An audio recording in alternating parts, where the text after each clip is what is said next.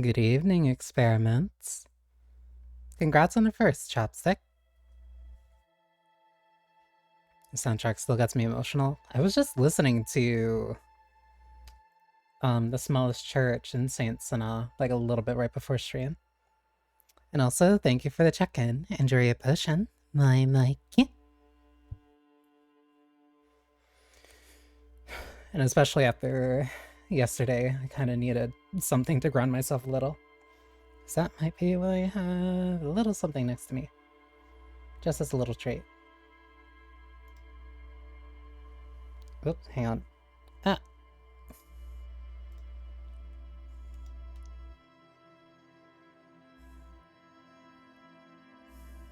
Can I get a recap? The tribunal was a shit show, to put it lightly. 6 people got shot. Well,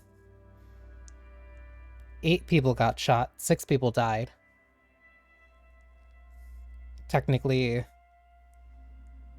no, 7 people died. One of them I don't care about. The other 6 I do. Clausier made an escape. So did... Oh my god. So did Ruby. I was right about to call her Red. And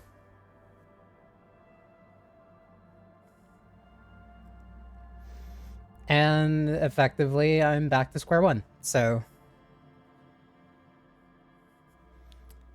it was just a shit show.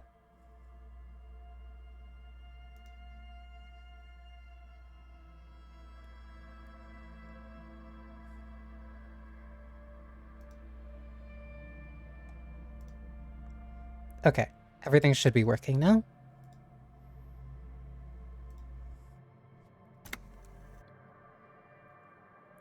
And...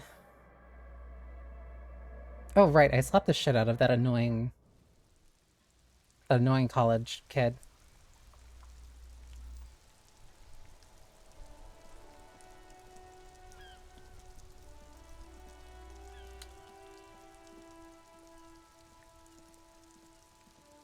Actually, Kim said that I shouldn't run for a little bit.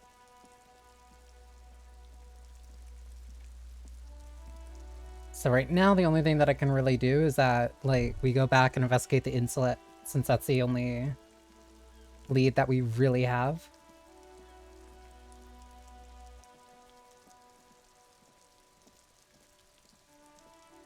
And currently, it's on Sunday.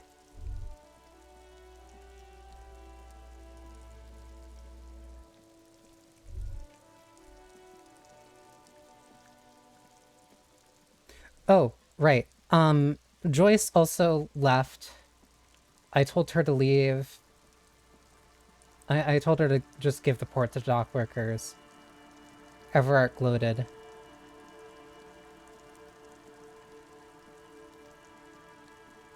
And I still have a bullet in my gun.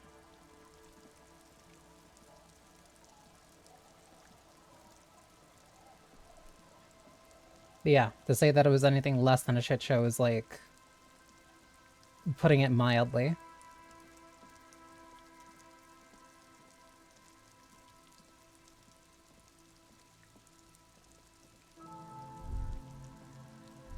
So now I'm following the only lead that I really have, and that's to go to the insulate.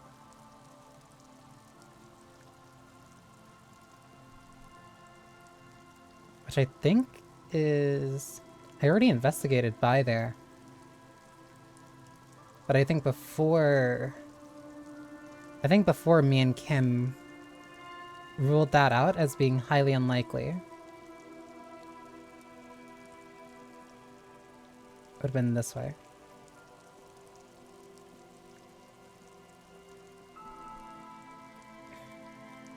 And the more I think about it, that rooftop theory was just really bad. I'm not drinking that. That rooftop theory fell apart the second that other people mentioned, like, they wouldn't be able to hear a gunshot. That they didn't hear a gunshot.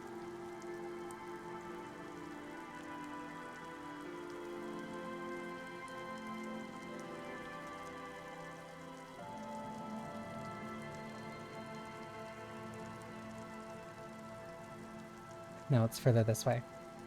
So then the only idea that we really still have is that it's like a sniper shot, but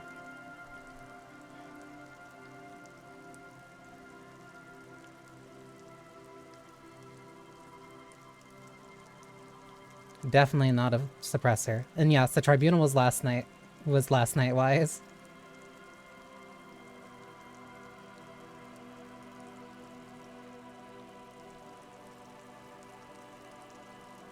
And it was a mess.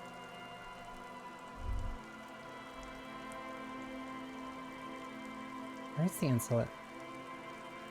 Here.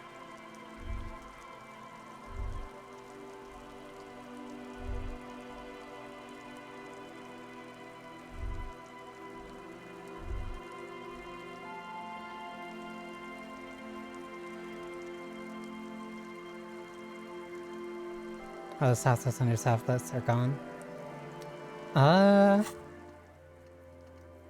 Not all of them, but a good number of them are.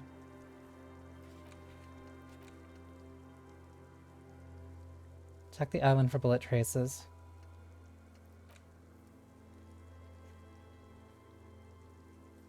Oh, I have to get a book from there. Not a book, I have to get a book from there. I thought I could just walk there.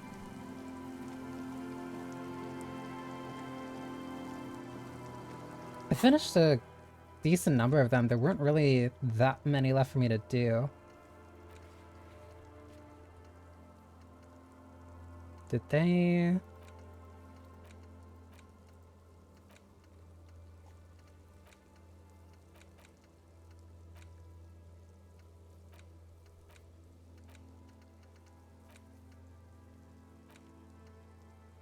Oh, I guess that got rid of the...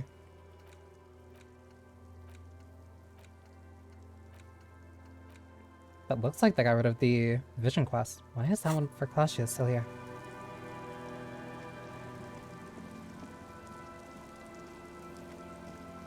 Because, like, I didn't want to just kind of, like, burn time when, like... I kind of just knew where Ruby was, and I was, like, very certain that she was the killer.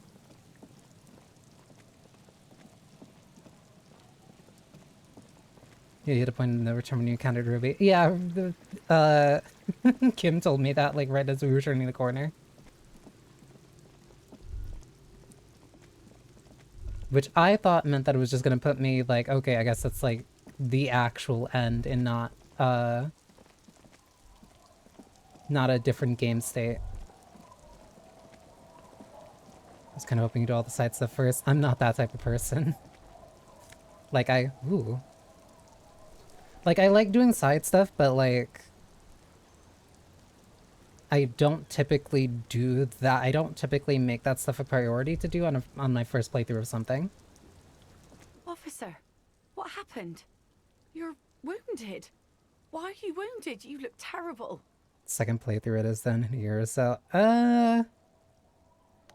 Honestly, I'd probably just go to Zero Parades. You're not limping. You're you. I got shot in the foot. It was pretty bad. So you would have liked it. I'm a cop. I don't merely exist in this world. I live in between life and death. Some people hurt me. I wanted to talk to you about something else. Your boat. Is this from the shooting in town? We heard gunshots. Not that we don't hear gunshots all the time, but they were closer than usual. Esoteric Ebb is also a possibility. There was an exchange of fire on Rue de Saint-Guylaine. It's nothing to be worried about, madame. I also got shot in the chest. You should see the other guys. They're all dead. I'm not saying that. I have a question for you. Of course. Can I help you with something? We need to get to that island. That won't be a problem. It's wind still and the tar just dried. We've got 2 days of relative sunshine ahead. 2 days of sunshine. I just got a bacterial infection. Can we borrow your boat? If you promise to bring it back. And no scraping the hull. I just got it nice and yellow. And no drinking on the boat. And no joyriding either.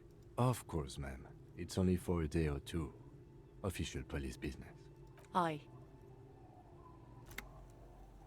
What if I want to rock? Not along attentively. The crow's feet disappear from the corners of her eyes as she smiles at you. What's on that island? I saw some kind of ruined set of binoculars. Used to be some kind of fortification there before the war. For the communards. An anti-aircraft gun, I think. Bombed to bits in the landing. I haven't been there myself. Always steered clear of it. Hasn't been there herself. Who has then? You said you haven't been there yourself. Who has then, if not you? My husband used to drink there. Him and his drinking buddies. Always seemed like a bad place to drink to me. People died there during the landing, you know. My mother told me. This must be one of the many fortifications that was used in the dying days of the revolution against coalition forces before they took this city. The kids sometimes go there too. I know they do, on rafts. I tell them not to, but they bring back old bullet casings and such. Which kids? The twins. God forbid they bring the girl along on some rickety barge.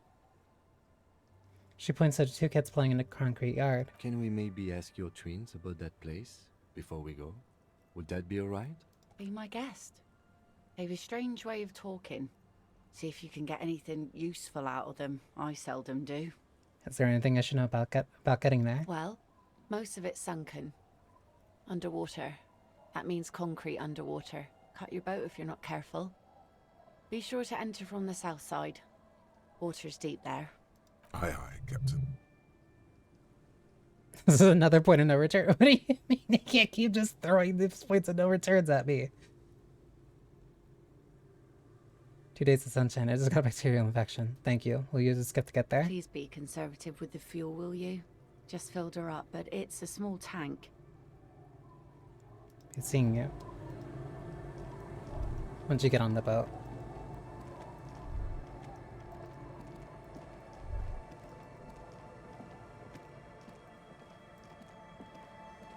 So if there's anything you want to do, do it now.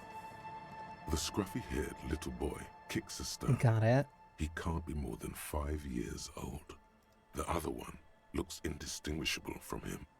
He watches his brother kick the stone with his tongue lolling out of his mouth. You guys look identical. One of the boys nods. The other one looks at his brother and shrugs. Is little Lily your sister? Point at a house. Yes. Okay. Yes. You've been to that island, right? On that island? Aw. The one who's busy kicking a stone points to the bay. Yes, that one. I need to know what's on there. What's there? That's, nothing. It's just a seafort and some plants. You can take a raft there. It's great. It's genuinely super cute whenever a game actually just gets kids for voice acting. And we make a fire. We make a fire. Aw.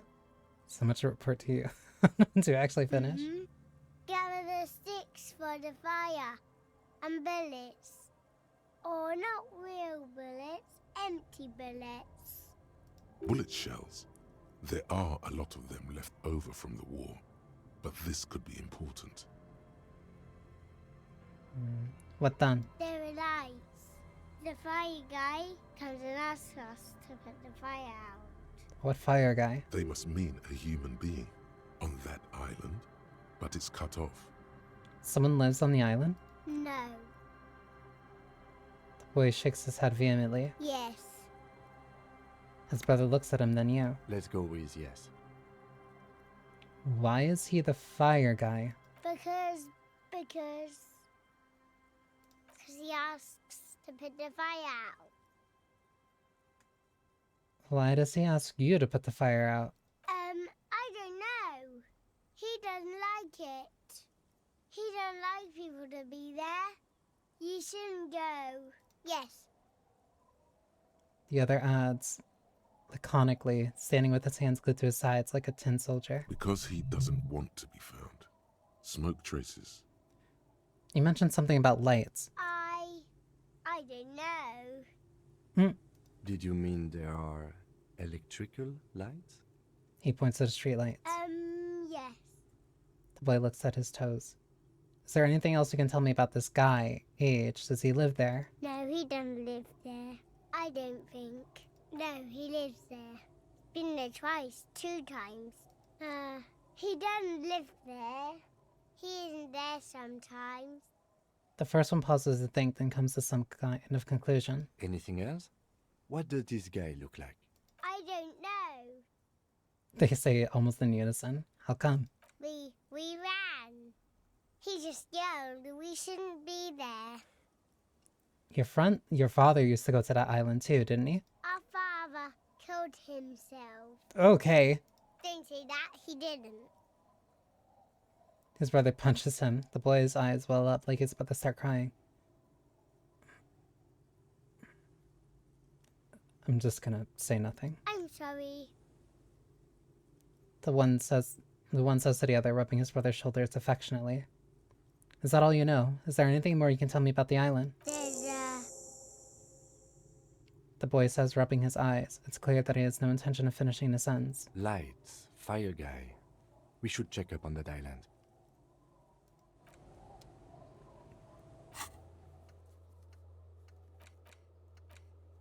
If I want to help them with that, if I want to help him with the dead body, check the island for the bullet. It's about the hostel. It's calling them.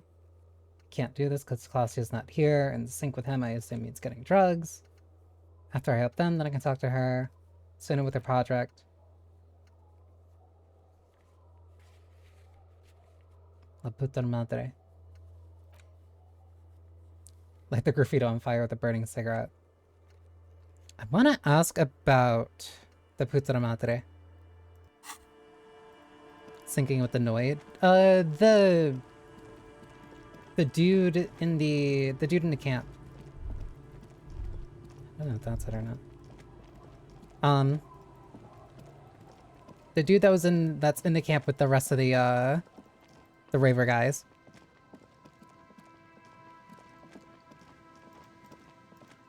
This makes him like you. It was something about like needing. It was something like with my body or something like that. Once you get them in the church, and I can't get them into the church until I can get her out of there. Inside, you see a set of steering levers, a radio mic. This is Precinct 57. How may I assist you? Jamrock Public Library. Hold on, officer. I've got Central Jamrock Public Library on the line, and I've already introduced you to the librarian. Connecting the call in 2, 1.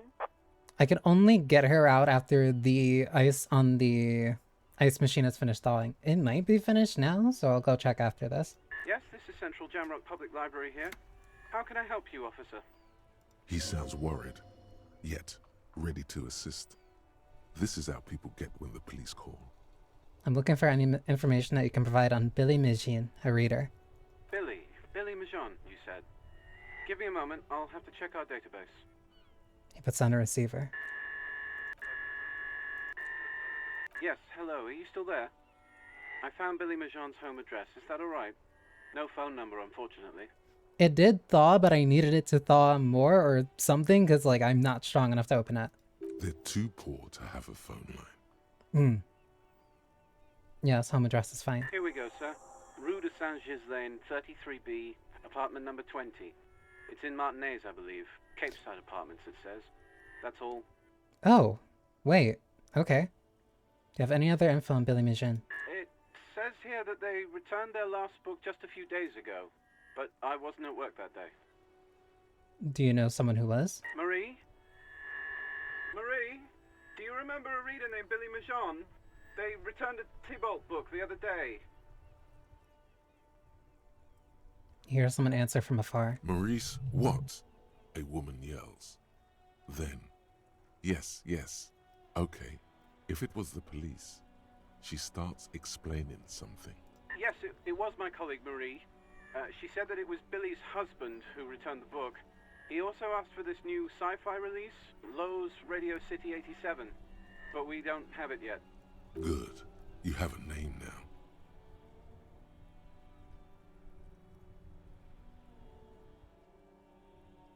Do you know the husband's name? Sorry, no.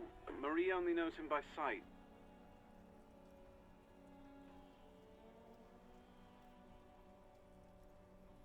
So Billy Majon is a woman, not a man? How did your colleague note that it was her husband? Marie knows Billy. She's been working here longer than me. Sometimes her husband returns some books for her. And then goes for a little drink later. On the lookout. Can Marie describe to me what the husband looked like? Marie! A moment passes. She said it was an older man, and that she's pretty sure he'd had a drink or two the last time she saw him. Sounds about right. What was he wearing? 1 second. The librarian turns away from the phone again and relays the question. Sorry, Marie wasn't really paying any attention to that. Thanks, that's all from me. I have no other questions. Happy we could help. Goodbye, officer. Librarian hangs up the call and gets redirected back to the station with a soft click. Anything else you need from me?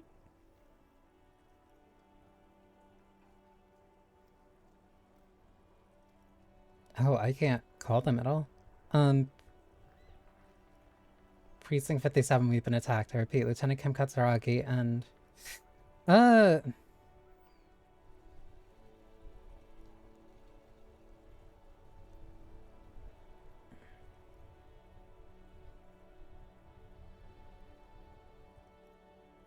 I don't want to tell them about... 57. In the cabin, you see... I don't want to tell them about that shit show. Not until, like, we actually... Not until we get any actual, like, resolution or answers. That was fucking embarrassing.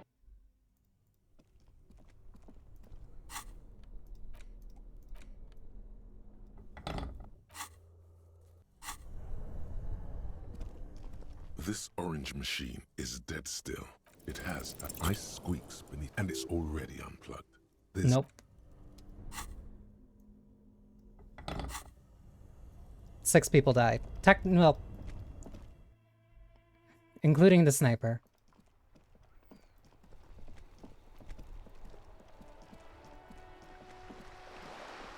Only thing I really can do here is investigate the apartment.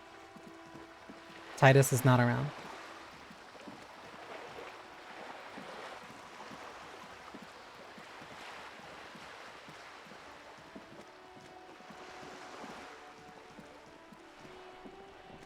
Even Cindy's not here.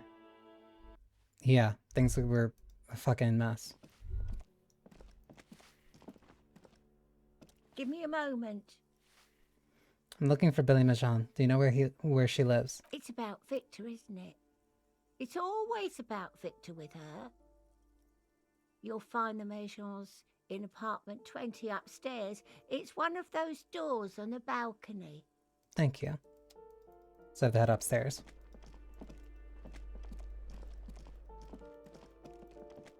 Yeah, no, it was awful.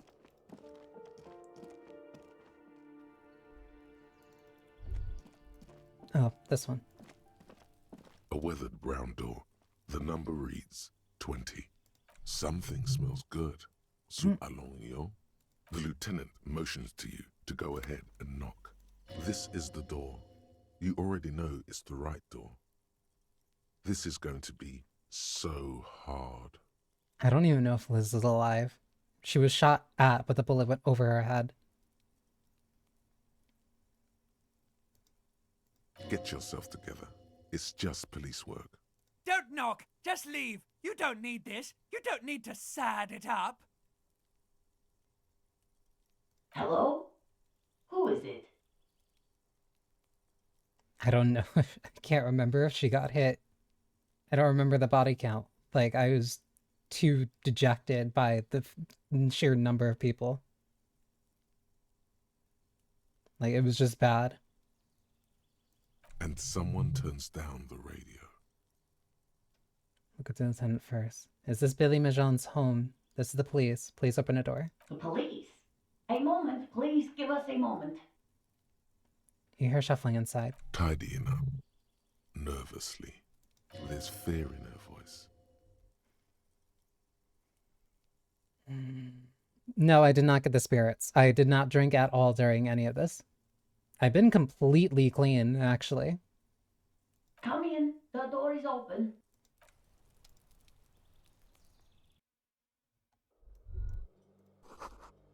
Don't run, okay? Take it slow when exploring the apartment. Be respectful.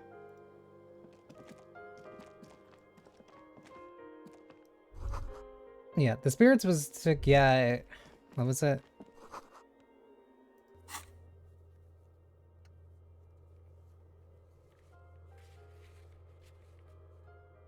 Let's find booze.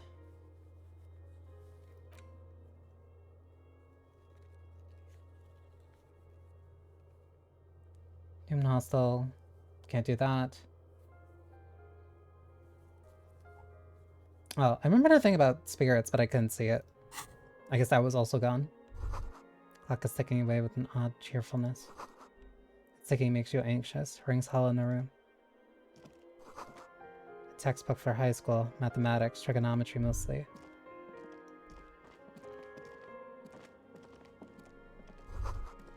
An empty pack of red Astra cigarettes hidden under the bed. The same brand of cigarettes you found in the trash next to the deceased. Packages of humanitarian aid, macaronis. Some leftovers kept warm on a stovetop. It smells like buckwheat and onions.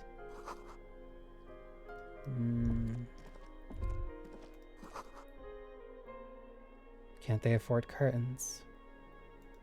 It's you from the bookstand. Oh, you.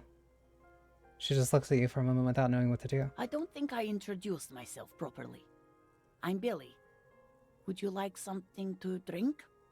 She looks around the Tea, kitchen. lemonade? We're out of coffee. The lieutenant has taken off his foggy glasses and is busy cleaning them in his handkerchief for now. You're on your own here. He must feel vulnerable without his glasses. Is this why he's letting you take the lead? Thanks, but I'm alright. Is this about Victor, my husband? Is he in some kind of trouble again? I can come pick him up in the station if that's what. She sounds like she's used to that. She stops, her eyes trying to read answers from your face. Keep it together. You don't want your body language to tell her the news. Sorry, I'm rambling. It's just that Victor often gets into all kinds of trouble. So, how can I help you? She shakes her head and tries to laugh it off. How about some small talk before you break the news? Kim is here. I noticed you were cooking something. People got to eat? What is this about? Why are you suddenly asking me about my cooking? You live here with Victor, your husband, right? It's me, Victor, and the kids here.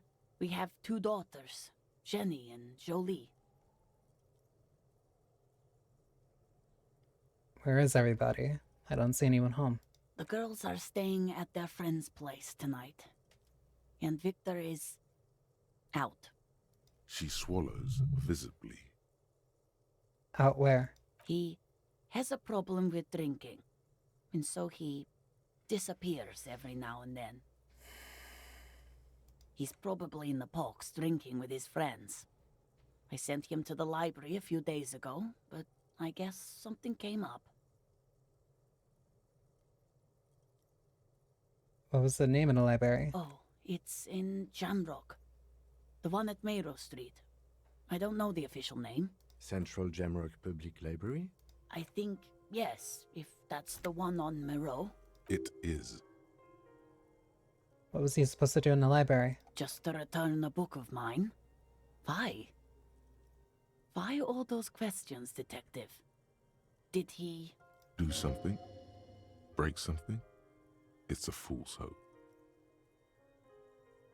Was it The Glinting Curve by M. Thibault? Yes. She becomes unsettled as she says that, her forehead scrunching up in a worried expression.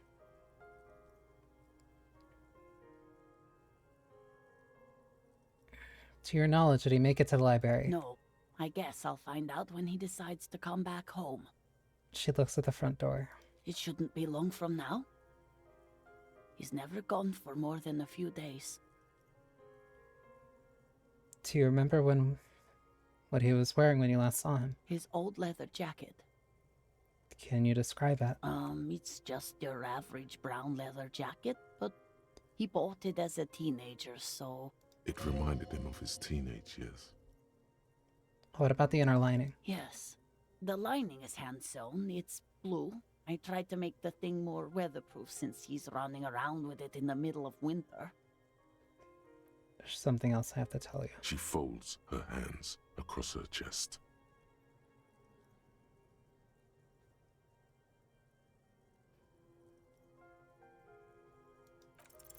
You've done this before. Just keep your focus.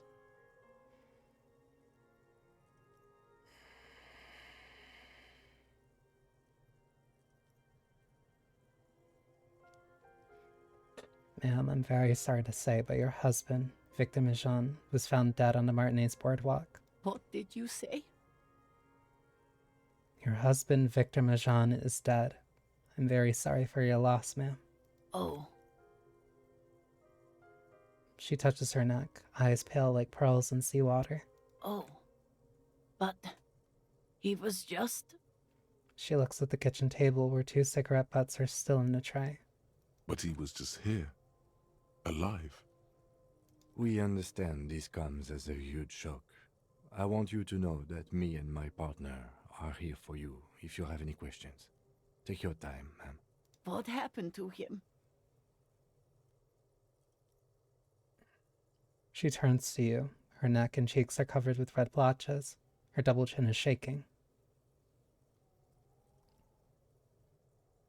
It was an accident. He fell through a hole in the boardwalk and hit his head. Was he drunk?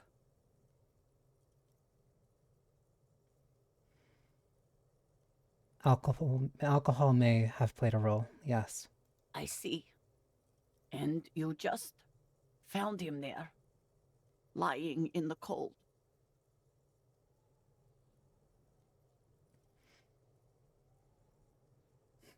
How long had he been there? If you say 2 days maybe, it will be etched in her mind forever.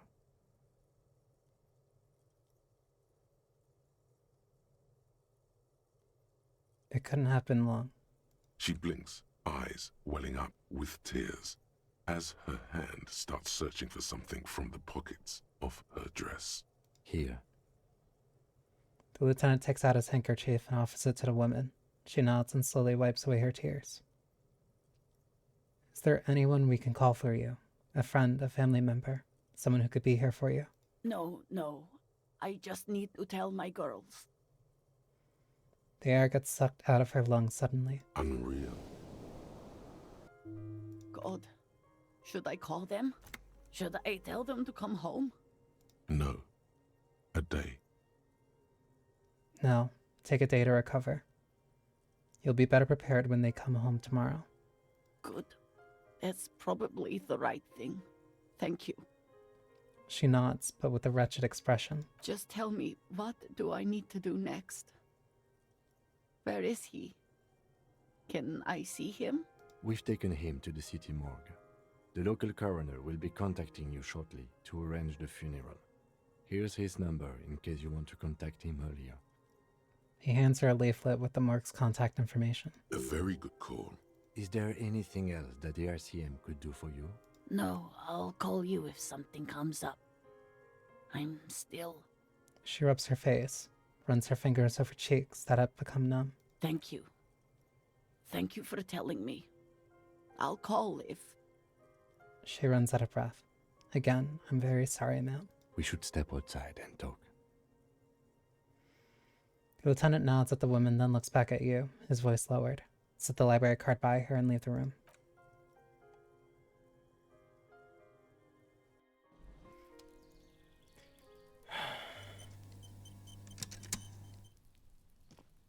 You did well. The lieutenant says as soon as you've left the apartment. The balcony feels cool and quiet, with a stunning view over the district. What now? I'll call the station when we're finished with the day, and let them know the name of the deceased. That's it? That's it. We should get back to our case now that our duty here is done. Right. this is the case closed then. Let's go.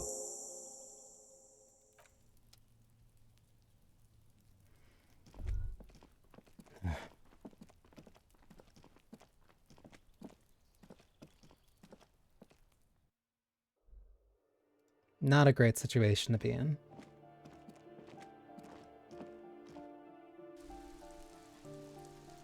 But at the very least, she deserved to know.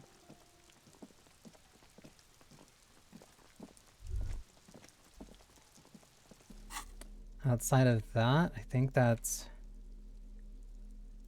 basically everything.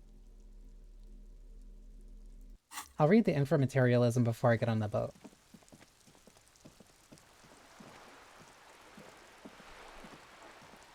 Because that feels like the least that I could do.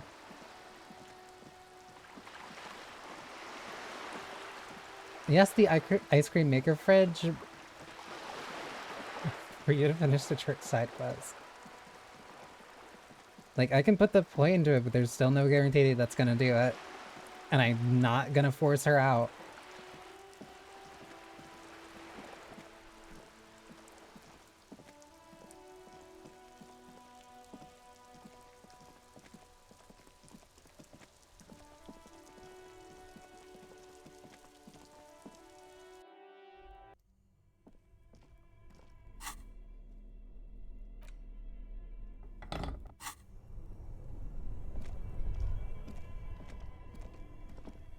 This Which one is orange this? machine is dead.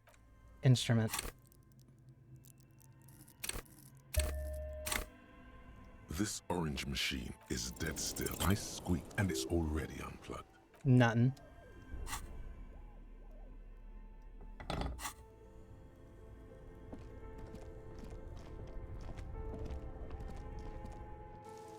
And that's it.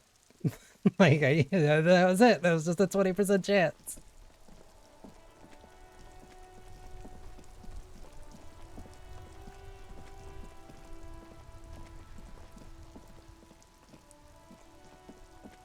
That is simply how it lies. It's the best quest in the game gone. Like, I don't know what to tell you. Like, sometimes it just happens.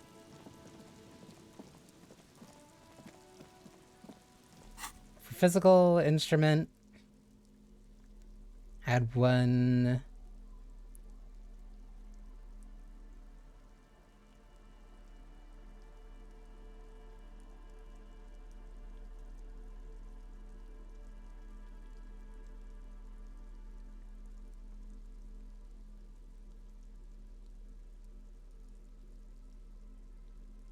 Nope, that was it. I only have... I would have to upgrade it, and then I would also have to still burn time for the last of these. And I don't have, like, anything really... I don't think I have anything, like, physicality related.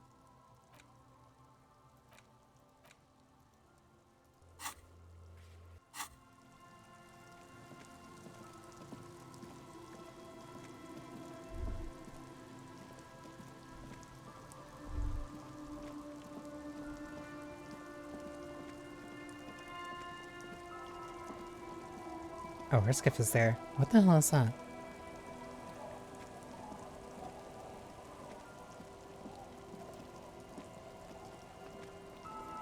Like, that's just how it is sometimes. Like, in a game like this, like, there are just the possibilities of just you not seeing cool things that other people do. I've done some things that I guarantee that, like, maybe other people didn't know, like, could happen in this game. The cover of this pocket That's just simply how games like these work. A swirl of orange, yellow, and green. The title, A Brief Look at Inframaterialism, is set in an authoritative yet approachable serif font. What an interesting color palette. It's vibrant, yet somehow leaves you ever so slightly nauseated. No. These are terrible colors. They're like apricots. Eh. On the inside jacket flap, you find a brief summary. What is inframaterialism? A highly theoretical branch of Mazovian communism, a collection of mystical ramblings by a discredited revolutionary, Or possibly both? This brief look, TM, introduces readers to one of this century's most fascinating and misunderstood theories in a concise, jargon-free manner. Sure. So far, so good. You turn to the table of contents. The guide itself is divided into several sections with seemingly esoteric titles like Effects of Plasm on Root Vegetables and Mental Projection and Transference. There's also a brief introduction about the life of Ignis Nielsen, Read the introduction. known to his numerous admirers as the evangelist of the revolution, and to his even more numerous enemies as the apocalyptic Shrike. Ignis Nielsen remains one of the most controversial and fascinating figures to emerge in the years of the anti-centennial revolution, second only to Krasmazov himself. During his unparalleled life, he helped guide a revolution in one country and found a new state in another. Along the way, he committed some of the most notorious war crimes in an era famed for its atrocities. Oh. And yet, his most fascinating contribution to history may be the most overlooked. His theory of ideological plasm, from which his followers and successors developed the school of communism known as inframaterialism. Start reading the first chapter. If you're like most people, you probably believe that your thoughts reside in your brain, right? Yes. That's not right at all. Thoughts don't exist in the brain. They float through the air. Your brain is but a fish swimming through them. Right. Wrong, at least according to Ignis Nielsen. As Mazov's devoted comrade and leading theoretician, Nielsen was responsible for developing much of the intellectual foundation of communism. But his interests and speculations were famously wide-ranging. During his final years in exile, he produced, among other things, an early guide to home brewing, instructions for raising revolutionary children, plans for a universal pictographic language, and a detailed materialist critique of Dolores Day's chess strategy. Okay. A true man of ideas, equal to any of the great DeLorean polymaths. So, conceptualism... conceptualization, my bad. I can see where the error of it can get if it gets too high. It likes ideas. The problem is that not necessarily all ideas should be given as much credence as one another. But one subject he returned to time and time again was the fundamental relationship between thoughts and matter.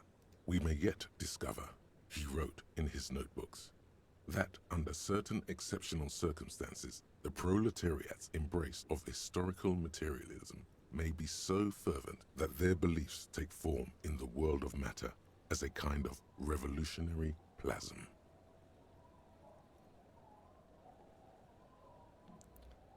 Saying that they're... Okay, can you put that in slightly more basic terms? Certainly. In essence, Nielsen is arguing that thoughts don't just reside inside the brain, they radiate outward from it. According to this idea, the brain is an ideological transponder, constantly emitting waves of highly politicized energy, which Nielsen called plasm. Okay. Okay, we'll see where this goes. Alright. Okay. Stay with us a moment longer. What's more, Nielsen speculated that this plasm, when it becomes powerful enough, might begin to influence the material reality surrounding it. Hence the name, inframaterialism. If you think so hard, it'll manifest into reality. Unfortunately, Nielsen passed away before he was able to develop these initial ideas into a full-fledged theory. That work was left to subsequent generations of communist theorists. Building on Nielsen's basic insight, these theorists reached a startling conclusion that a sufficiently revolutionary state might begin to exhibit certain extra-physical effects based on the amount of plasm generated by its citizens.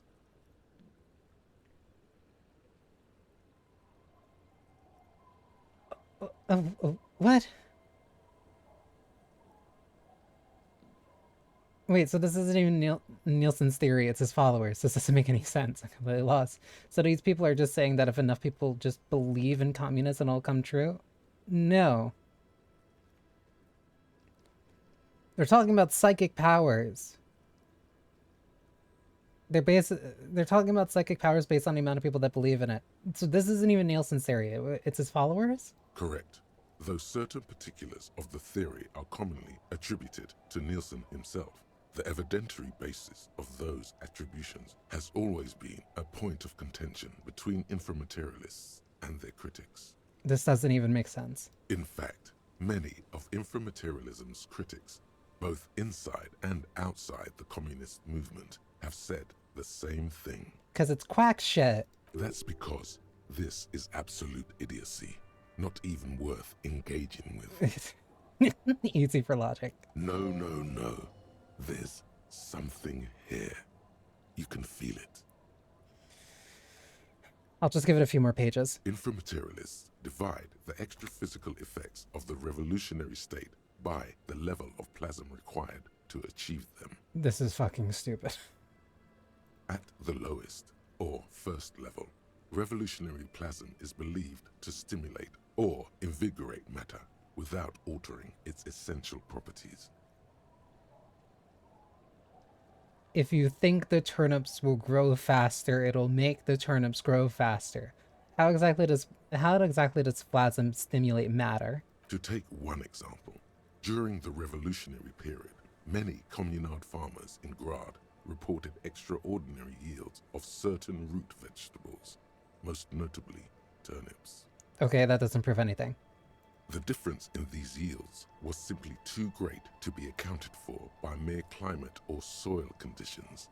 The only reasonable explanation, inframaterialists argue, is the high level of revolutionary plasm emanating from the commune itself. Correlation does not equal causation. This is fucking stupid. This is middle school fucking science shit. Island Tea. Basically, if you believe that the turnips are gonna grow fast enough, if you're enough of a revolutionary, your brain will make turnips grow faster. I mean, from the commune. Yeah, there you go. Even today, in parts of the SRV, there are collective farms whose root vegetable yields exceed those thought possible by capitalist agronomists. Who's to say the farmers aren't just cooking the books? Sounds like obvious SRV propaganda. Yeah, like it'd be easy to just cook the books like that. It's also been postulated that plasm may account for the remarkably full and manly facial hair observed on many communist males. Stroke it, but modestly. Of course, inframaterialists argue that revolutionary plasm may stimulate human physiology in other ways as well. So, okay, so making your muscles stronger, stronger legs, giving you abs because you're thinking about it enough? Oh yeah, we're talking about white hot communist sex, baby. If I think and believe in it hard enough, I can make my dick bigger. That's correct. Reports from the revolutionary period claim that the most radically devoted communards were able to engage in vigorous intercourse for up to 8 hours at a time. This is so fucking stupid. 8 hours? There's no way. Your equipment would be mashed to jelly.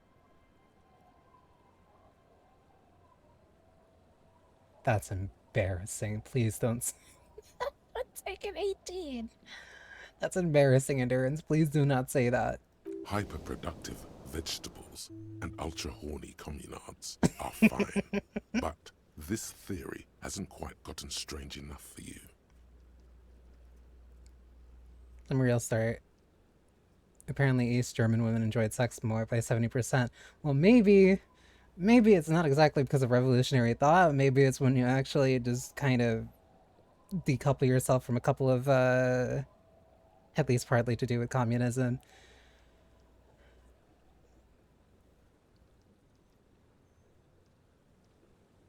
What is the lightest way I can put this? a 70% increase from 10% is still minor. Because even nowadays, I can't believe I'm fucking talking about this. Because even nowadays, a lot of guys really do not know how to pleasure a woman. Um, some guys are way too quick to just openly admit, yeah, I've never made my partner finish before. And it's like, dude, why is this turning into sex ed? Like, you just need to just care about your partner. Care about your partner. Foreplay is an important thing. Use toys sometimes. Like, this is not this isn't you. You don't need to apologize. But like, starting up disco, I did not expect that I'd have to explain. Like, hey, using toys in a bedroom is a perfectly normal thing. But like, yeah, no, there's because like if you're more, there's just a lot of various aspects to tie into this. Hi, I have a bachelor's in sociology. That is the most that I can like really say. The point being, when you lean typically, typically people who are lean a little bit more leftist also means that they're probably a little bit more feminist, which also means that they probably listen to women maybe a little bit more. And generally, generalization, and but whatever. Generally, people who lean a little bit more left are more likely to actually listen to their partner or just be more empathetic to their partner. 10-2, not a hard and fast rule. But like you'll think more about taking care of your partner during certain acts. There are more ways of pleasing your partner than just putting your dick in them. Like, but that's seen as a very, I can't help but not think about Hate Plus when like I'm mentioning this, because that was also part of it there. Not necessarily directly, but indirectly because of the lesbians. But like there are multiple ways of taking care of your partner. There's multiple things that you can do. There's multiple things you can try in the bed. There's multiple just like various ideas, and part of that is just like being able to show empathy or care about another person. And very macho masculine people tend to not really think about servicing or taking care of their partner. There's a lot of guys who get very loud about how they would refuse to go down on a partner, and it's like, why? Especially when you want your partner to go down on you. Like, it's a give and take. Like, a relationship is a give and take. It's an exchange. It's not gimme, gimme, gimme, gimme. Like, you have to be able to reciprocate in some ways to your partners. And if you do that, typically they like sex a lot more, and that also means that they're probably going to enjoy it a little bit more. So it's not because like I'm such an advanced thinking communist that makes me better at sex. It's just like, I don't know, man. Have you tried using your tongue a little bit? like that's all that I can really say. Sex, disco, and communism. Yeah. Yeah. Which all are connected. More than you'd likely think. And on that note, you feel like you've gotten the general idea of inframaterialism, enough to carry on a basic conversation at least. But if you'd like to go even deeper into some of the more speculative aspects of the theory, you could always read further. Of course you want to go deeper. What else are you here for? The book fits quite snugly into your palm. Fuck it, keep reading. I'm interested now. You flip forward a few pages until you come upon a chapter titled Mental Projection and Transference. Oh, this is gonna be a riot. When a community has achieved a sufficiently high degree of revolutionary fervor, inframaterialists believe that second-level effects may be observed. What do you mean by second-level effects? At this second level, certain hyper-revolutionary individuals may even develop the ability to extend their thoughts into material space and vice versa. Wait, does that mean communists can read minds? According to informaterialist theory, yes. Under suitably revolutionary conditions, that is. The persistent asterisk of under suitably revolutionary conditions, then this can happen is like, it's science fiction. like it's a justification for coming up with insane science fiction bullshit. Of course, one doesn't need to be a communist to be attuned to the thoughts of your brothers and sisters. The spirit of corpus is correct here. It's become something of a folk legend that during their final meeting, Nielsen and Mazov didn't speak a single word, preferring to sit in silence with their chamomile tea, reading one another's thoughts. Dude, this is fucking fanfiction. What is this? That's probably not what happened. One of the minor tragedies of the late revolutionary period is that few reliable accounts survive.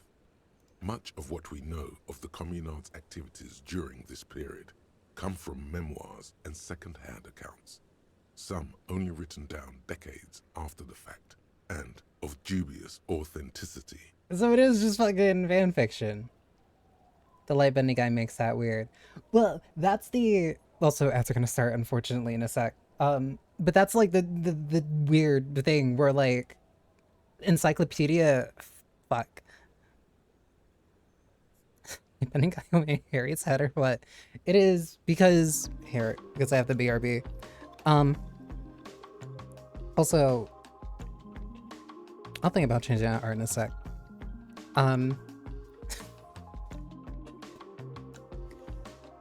This book is so fucking stupid.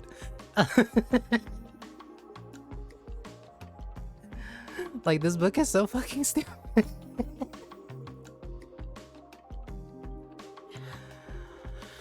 Like, it's fan fiction. It's crackpot theories and like pseudo fan fiction of just like under suitably revolutionary conditions you'll be able to project your thoughts into the material space. Your crops will grow, you can make your muscles bigger, and then you can have sex for longer. And it's like, I didn't know that everybody could be a fucking superhero if you were just communist enough.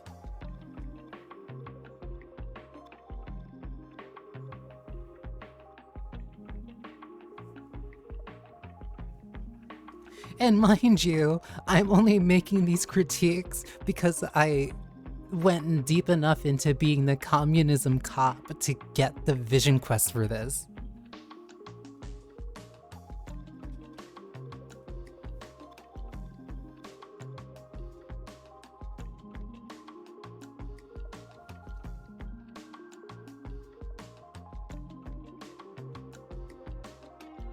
I can't believe I said on stream maybe you should just try going down on your partner if you want your girlfriend to come.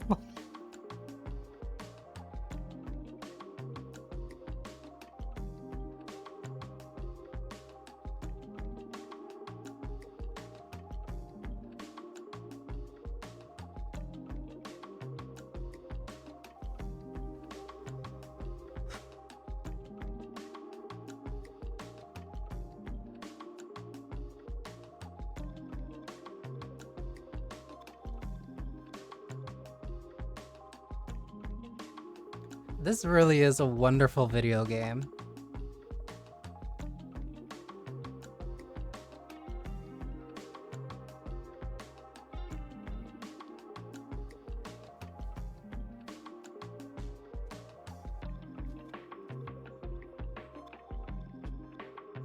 Also, if this ends early, I might switch over to Library Ruina. Just because I wanted to do this. I wanted to play Ruina on Saturday anyway. This is so stupid. But hi, ads should be over now. Here.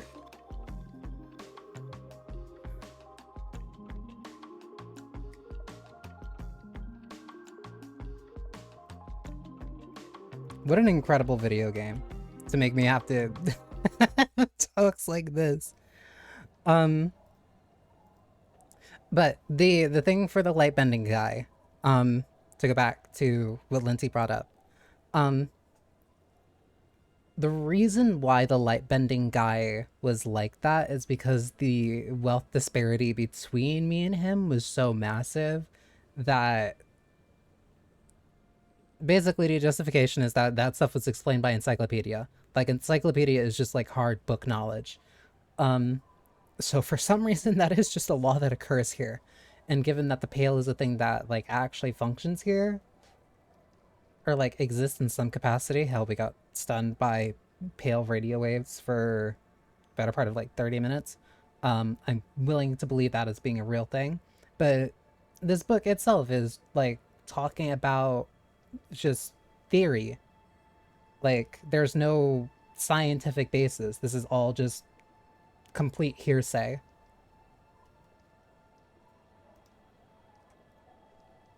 Hey Kim, you'd say that we share some pretty special connection, right? I suppose we do work quite well together. Aw. You and me, we're on the same wavelength. That's why we're always finishing each other's. Your words hang in the air as the lieutenant scribbles something in his notebook. At some point, he realizes you're waiting for him and looks up with a tightly knit brow.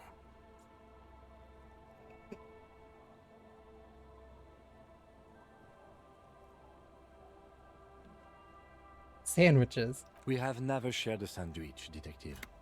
Despite your heroic efforts, I might add. You remember that? As we were saying, it's generally believed that these effects are only exhibited by certain hyper-revolutionary individuals. Generally, less than 0.01% of the revolutionary population. Oh, so only not 1% of real revolutionaries can do this.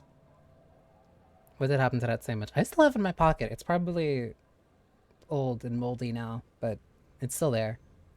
So why did these effects only work for hyper-revolutionary communists? Because I didn't eat it, and I was holding on to it because I wanted to eat it with Kim. Because plasm has never been directly observed, the exact mechanism behind these effects remains entirely speculative.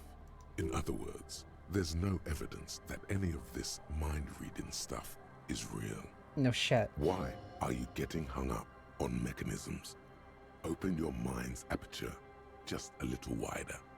You're so close to true understanding. Wait, if there's no evidence plasm exists, how can the theory be true?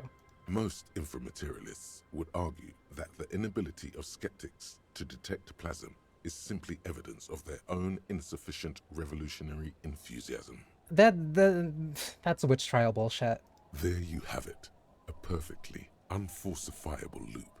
The theory is impossible to disprove on its own grounds. Yeah. Meaning, it's hardly a theory at all. This should be more than enough for a stimulating discussion. That said, if you're still yearning for more, you must. Everyone knows books save their best parts for the end. Finish the book. You breeze through the next several sections until you arrive at the final chapter, titled A Communism Above Reality. Oh, this is gonna be good. When a society's revolutionary fervor reaches the third and highest level, inframaterialist theoreticians have postulated that the laws of physics cease to be laws.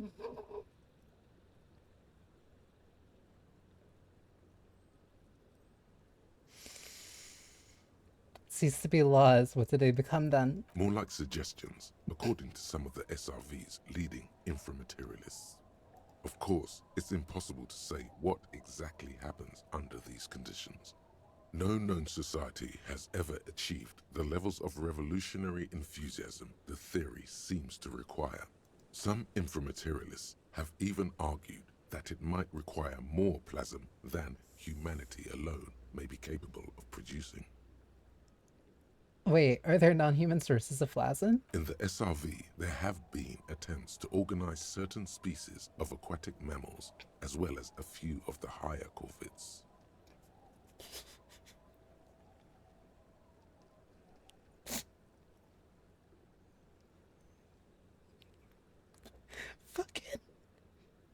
Marxist fish.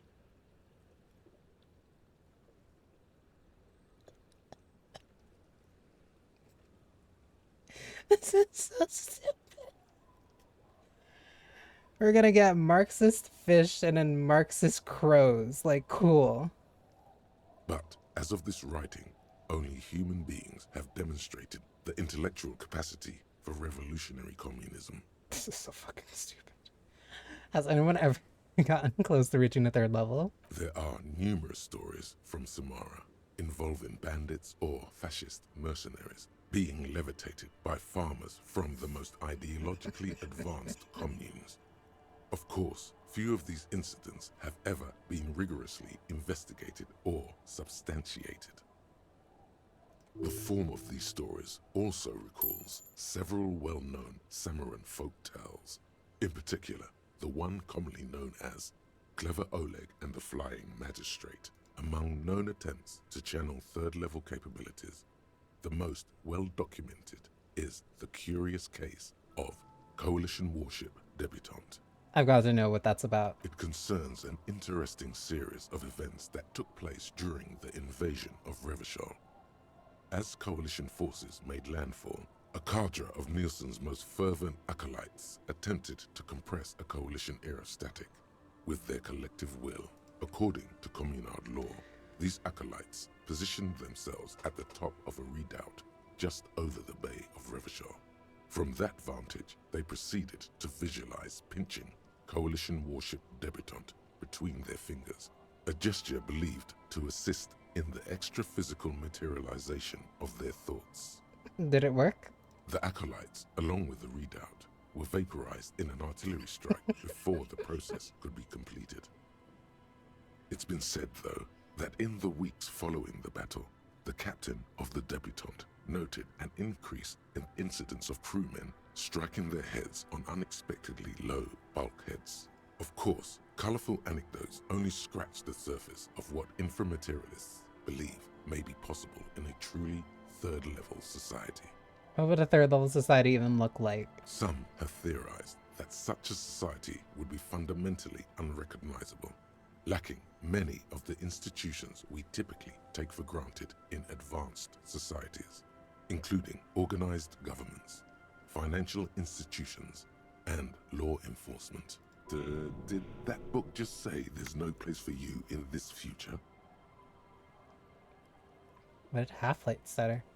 Others have argued that people living under 3rd level conditions will be immune to such infirmities as hunger, disease, and mental illness.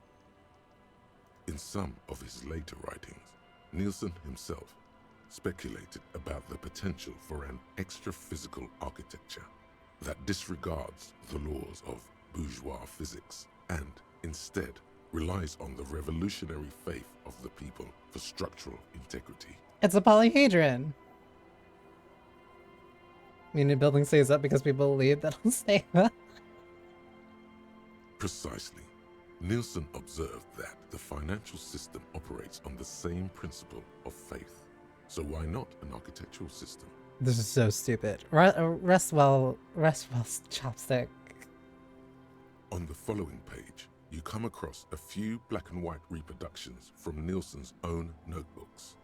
One sketch depicts a government ministry shaped like a great inverted pyramid, a hectare in width at the top, balanced atop foundations the size of common apartments. Another depicts a leaning tower wrapped in a dramatic helix. The caption beneath it reads, "The Tower of History." Something about that tower looks awfully familiar. Could it be that's what the students were trying to recreate with the matchboxes? Plausible. Wait, but what if people stop believing the building collapses? This might be too much even for me. Plausible or not, there's something beautiful about the idea, isn't there? But what if people stop believing the buildings just collapse? In the corner of one of the reproduced notebook pages, you can make out the following words, written in Nielsen's distinctive slashing script. A state that has lost the faith of its people has forfeited the right to exist. This might be too much even for me. That's all right. because you've reached the end of the book. If you'd like to try something different, may we recommend a brief look at Gradian literature? That might be one of the dumbest things I think I've ever had the pleasure of being subjected to.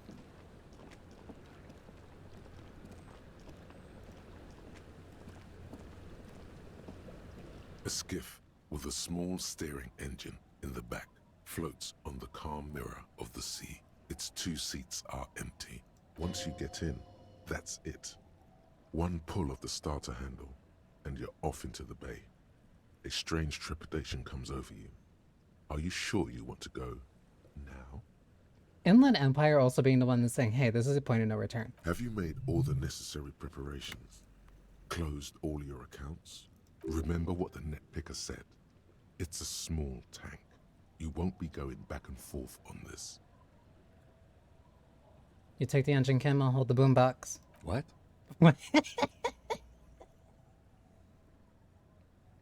What? How else do we blast that FM on our way to the island? Fine.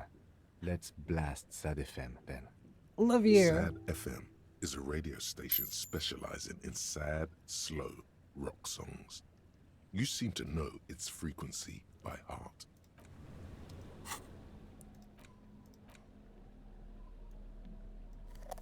We're blasting Sad FM. The skiff, once you... Have you made... Remember what the net...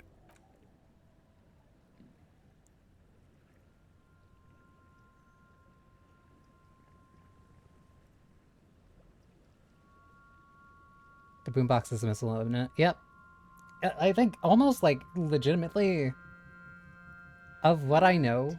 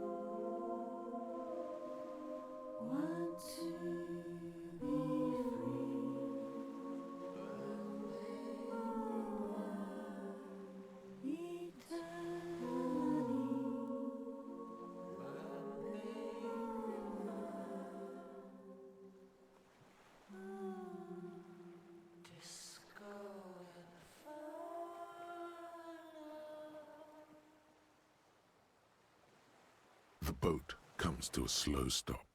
The lieutenant turns the engine off. Then there's silence. From what I know, there is a majority of the game that is basically missable. In the silence, a sputter of wings. A flock of quails takes off in the distance. Let's go.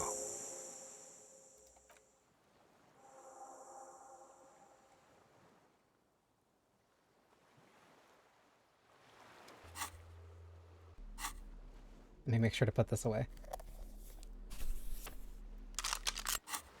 Still have one bullet.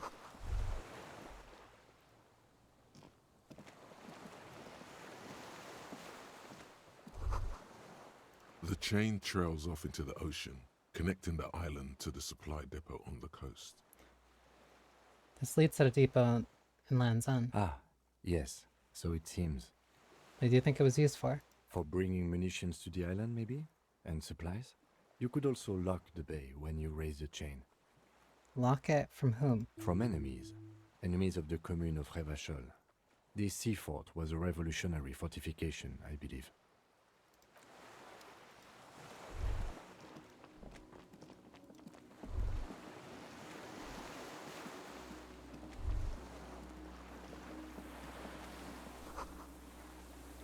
These tires are falling apart. They're at least 50 years old. Wait. Has this place not been touched for 50 years?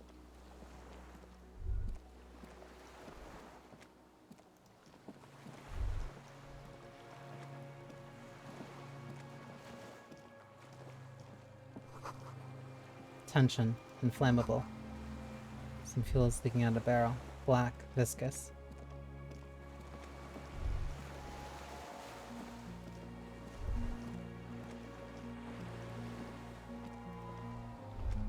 The dry grass crackles under your feet as you stop. Far away, birds' wings touch the still surface of the sea. What is that flutter? The flock of quail departs, now more than 100 meters away, 102, 105. Underneath the flutter. On the islet, there is almost no wind, just the light movement of air through the reeds. Bulrushes swaying on the waterline. Long dried leaves chafing against each other, like a silent orchestra tuning at the beginning of some major work. To the west. A silent hiss, sea air moving through the needles of a pine tree. To the east. The faraway roar of the city, distant like today's dream. Before it, the sound of sand, the low tide filtered through its grains, a bird tending to its feathers. Ahead. A low hum. The air slowly moves through a concrete box, through its ancient slits and cracks, resonating, hollow. A big building. Beyond that, further north. Air flows out of a pillbox window. There is very little there. The air cossets flowers on a meadow. Absolute silence. Reeds motionless. Bulrushes motionless. Below the silence. A jitter, a sound impatient to happen, but not yet in this world. You hear some kind of limb fidget, producing an imperceptible tick. No, it's just your imagination. You can't hear such things. Kim. Yes? Momentarily, the sounds are swept away. Pain shoots up your right foot and into your groin. Ow! Have you noticed how quiet it is?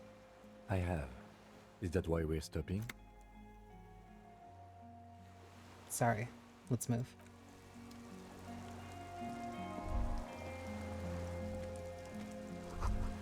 Barrel says ICM. See a star with a little speck on it. ICM? This feels familiar somehow. Kim, what is the ICM? Insulindian Citizens Militia. It's the official name of the Communards Army. The black and white army of the revolution. Sounds an awful lot like RCM. It sounds like RCM, Revachol Citizens Militia. It does. Why? The RCM may descend from the ICM. May? It's impossible to say. It was chaos after the war. The name was good for getting people to join us. Revachol West was mostly workers and criminals. nice political thoughts rush through your neocortex. It's going to be hard to say them. Carrying around all that weight on a busted crutch is making you pant.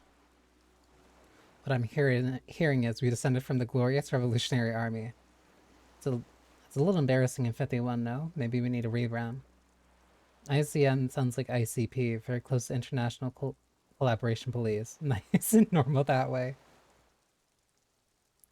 What I'm hearing is we descended from the glorious Revolutionary Army. There were all sorts of groups and groupuscules back then.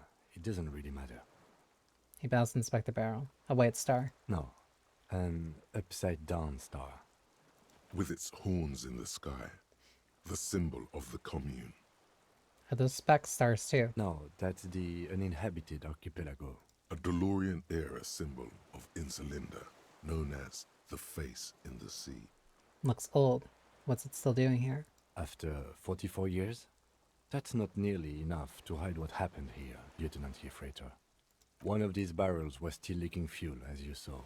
The city is full of things like this. Old bullets, guns, fuel. Finish the thought. Warm blood trickles down your armpit. The ligature is off. There's nothing. Little Birch from the coin-operated viewer, still holding on. No way to get up there. The stairs are gone.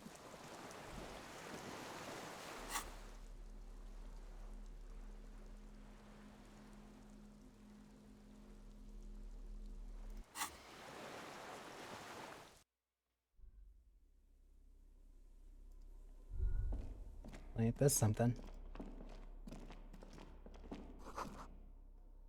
This was once an armament rest. The stairs have collapsed. An old cylindrical generator is nested above the ammo lift, with makeshift electrical wiring running out of its side and across the floor. The cables disappear into the wall to your right. The lieutenant puts his hand on the metal barrel, checking for warmth. It's cold now, but someone has been maintaining it. The wiring has been repaired. Where did the wires lead? Downstairs, somewhere? What kind of generator is this? Liquid carbon. I would imagine it takes mazout. He points at an open fuel cap on the side of the dynamo. The kind that's favored by vagrants and fuel thieves. It's been a long winter, long and cold. If anyone stayed here, they'd need a generator. Tap on the side. The hollow ring, the canister is empty. Dust falls from the generator and down into the ammo lift. What does this mean? A generator here? I don't know. I'm not a philosopher. That is his idea of a joke. I meant, why is it here? Someone with basic electrical skills has restored it in order to keep the room warm. Maybe it's the fire guy. The wind outside picks up suddenly, with a faint howl. Inside, it's warm. Let's leave. Books, mostly fantastic and historical fiction. Oh. There's a greasy old spring mattress in the corner, resting on piles of soft cover books. White linen and a pillow are visible under a worn-out caracal blanket. Someone has been squatting here. The linen is fresh, recently washed. How recently? A flash of pain interrupts you, making you wince instead of letting the words out. Oh, that's why pain threshold. You know, officer, you can rest here if you are feeling tired. I will keep watch. You could use some rest for what's ahead.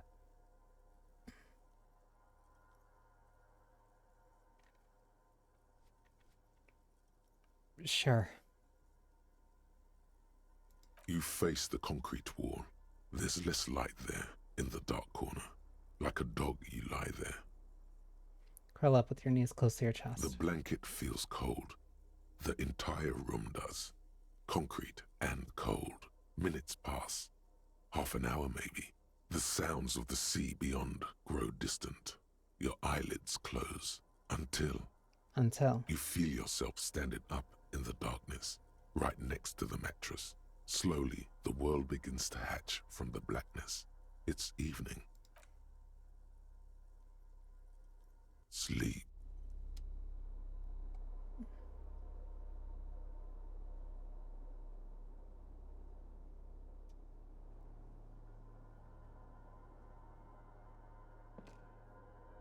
Kim?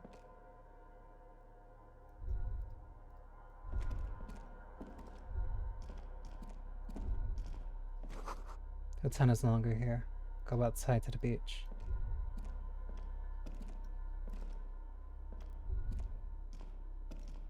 The door is still here. Closed. Feels strange somehow. You can't get in.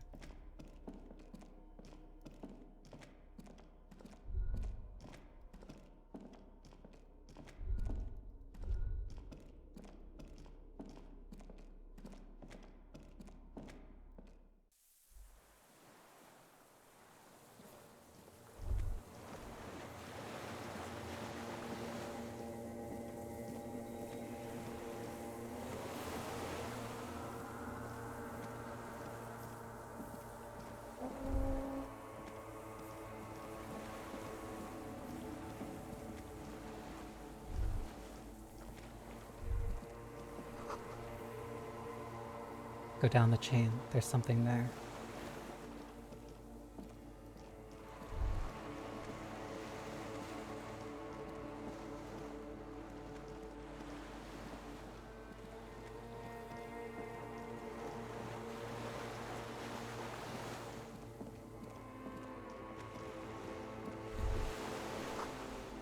Walk into the water now.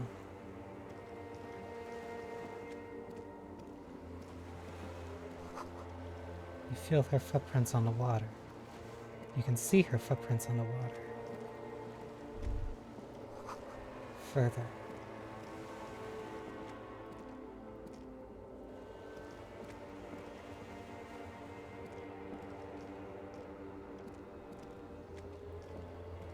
Dolores Day, the innocence of humanism, internationalism, and the welfare state turns around to face you.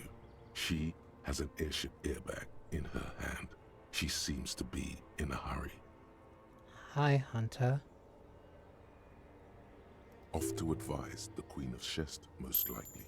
This is the Holy Suzerain of Mwindi and Insulinda. Definitely not your wife.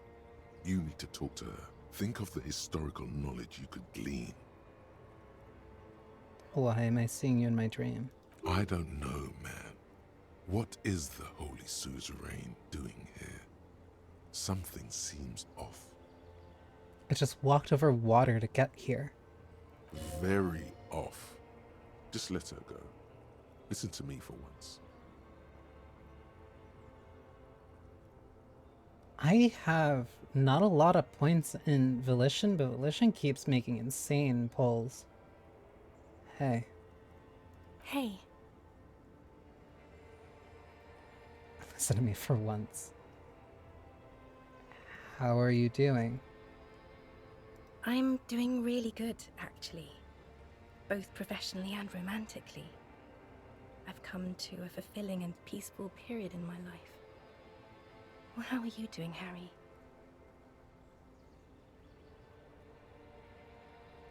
Not doing very well. I'm dying in a ruined flak tower.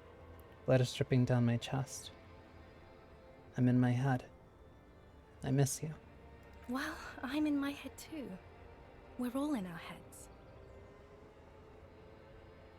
Do you miss me there? Sometimes. Not as often as I used to. So much time has passed. More than it seems here. She stares at her feet, the zebra stripes on the intersection. The lights of the video rental glow in her hair. This is everything I always warned you about. Something is off. I'm sorry. I was heading to the aerodrome. I just don't have time to... She stops mid-sentence, glances to her right, then looks at her back. She means she doesn't have time to tend to your emotions. You don't have time to tend to my emotions. She sighs and looks over her shoulder. Where are you going? I'm going to Morova. To live there, in Grad. It's 1 million kilometers away, Harry. Might as well be another lifetime. What's in the bag? Just my scepter, my globe cruciger, a spare silk gown, a toothbrush, travel documents, the crown of immortality. The crown of immortality. Aren't you already wearing one? Oh, this. She corrects the wreath on her forehead. This is just a wreath. The crown of immortality is made of rarefied light, mana and raw palladium. It was passed on to me by the rulers of late antiquity. She looks at the suitcase, not knowing what more to say. Then, over her shoulder, silence. Her nuptial gown flows in the wind, wraps around her holy body. Anyway. Your skin is holy and soft. No, Harry. It's just regular skin. I'm not as beautiful as you always thought I was. Let's not get into. You are. None of the others are as beautiful as you. She does not answer. There's that expression again. You have to say something. All the stars burn in absolute silence. Have you ever realized? The poetry thing is not going to help. It's only going to make things worse. I really have to go. I don't even know how you got here. I'm sorry. I'm foam. All I can do is foam. It's meaningless. Can you stay for a moment? We need to talk. We need to have one more massive epic showdown. No, Harry. No. I don't want a massive epic showdown. I want to go to the aerodrome. I have tickets for the 10:20 flight to Morova. Really. She looks at you plaintively. We don't have anything to talk about anymore. Every combination of words has been played out. The atoms don't form us anymore. Us. Our love. Our unborn daughters. It's all gone. I have to go to the aerodrome. I have to leave Revachol and you.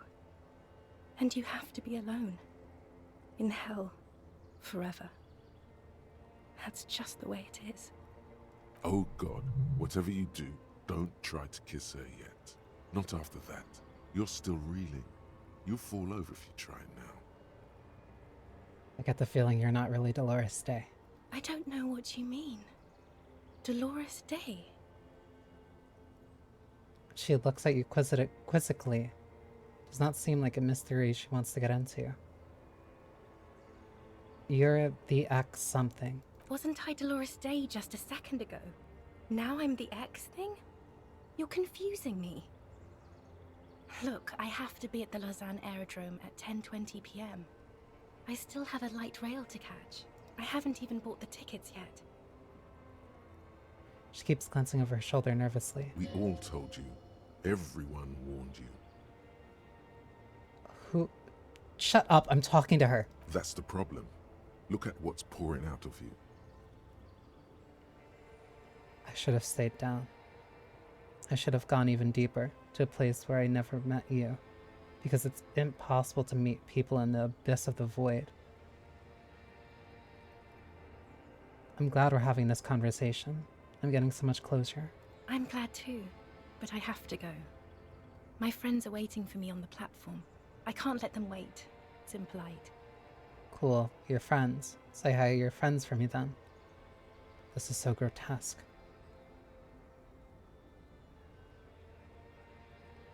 This is grotesque. It is. Useless. The evening wind blows, and as she says the words, her gown wraps around her like a white flag. 1,000 times you beat an animal. 1,000 times you've raised that fabric. What is underneath has always calmed you, centered you, made you sane.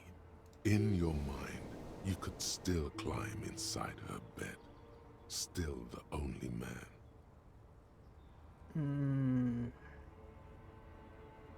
I've heard you before. You're the voice on the phone. Oh, Harry, you shouldn't have done that. She shakes her head very slowly, her white hair brushing her shoulders. Do what? Call me like that. It wasn't me, it was my hand. Raise your right hand. My fingers called you. They shouldn't have.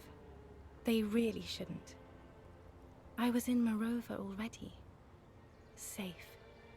In the warmth of the night. Wrapped in my future love. There, I think of you less and less. Whole weeks go by without me remembering you. Months already. Soon it will be years without the hurt.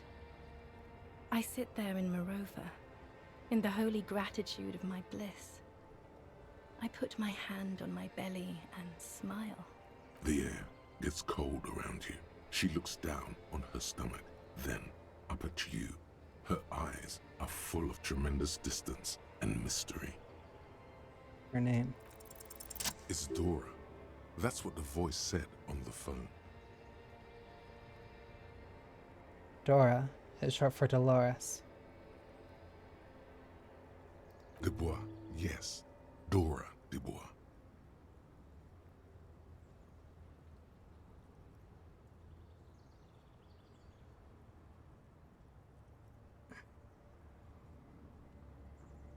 Are you Dora Dubois? Oh no, no, no, no, no. We're not doing that again. You're... Point to your head. The morning. The morning? I don't understand. No, I meant mourning. I'm grieving. Like, you're not even dead. Oh my god, Harry, stop. I don't want to hear anything about the morning. Mourning someone who's still alive. Any of that. I can't do that anymore. I'm not 80 years old, I'm 32. People my age are not supposed to mourn. She breathes out. It sounds more angry than a sigh.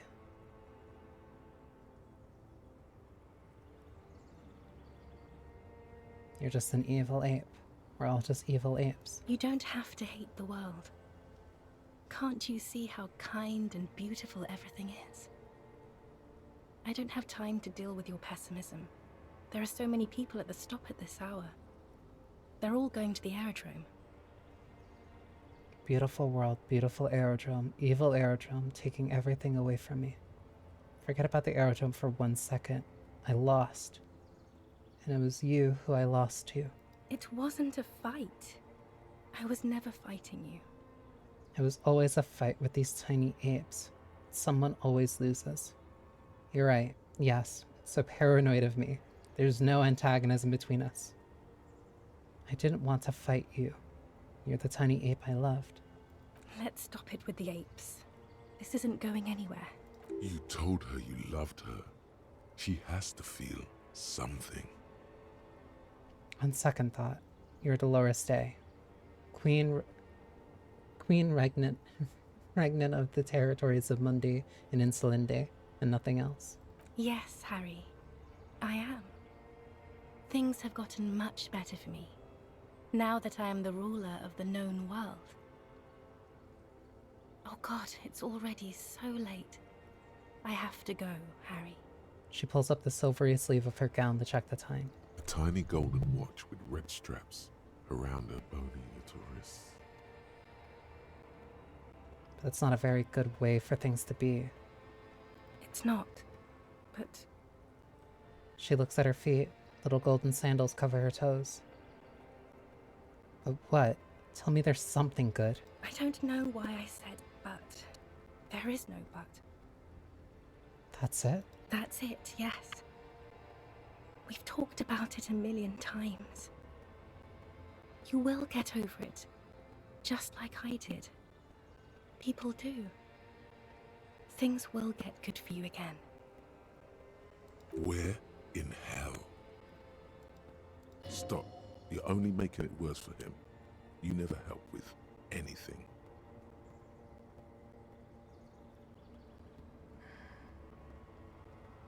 I'm not getting over it at all.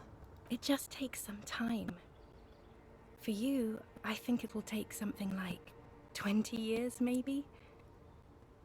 It was hard for me too, you know? I used to think I couldn't live without you. She looks you straight in the eye. Her irises are light blue, flecked with green. But I can. She keeps her shoulders squared and her back straight, but it's clear you're still making her sad.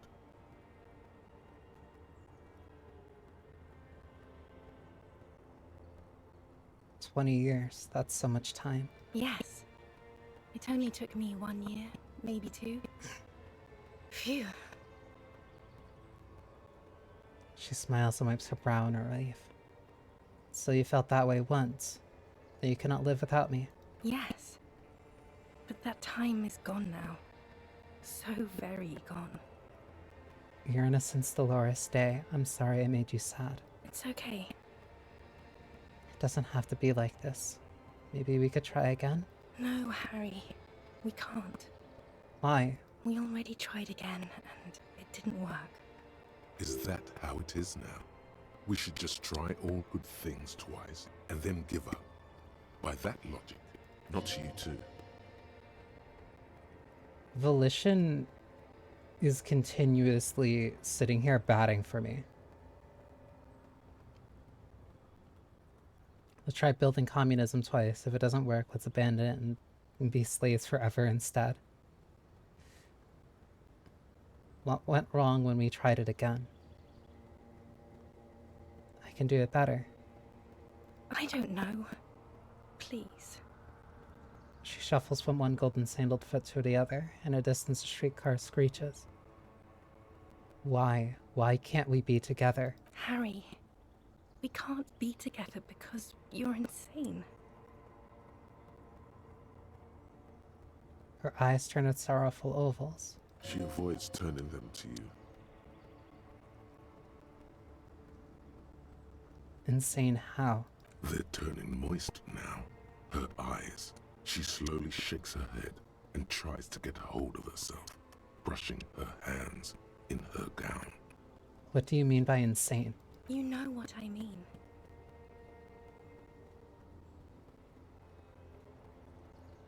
Everyone gets a little down. A little down?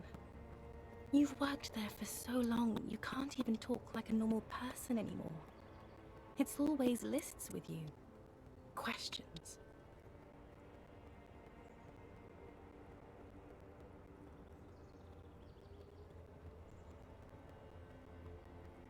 They're not lists, they're trees. This is another one, isn't it? We're in a tree right now.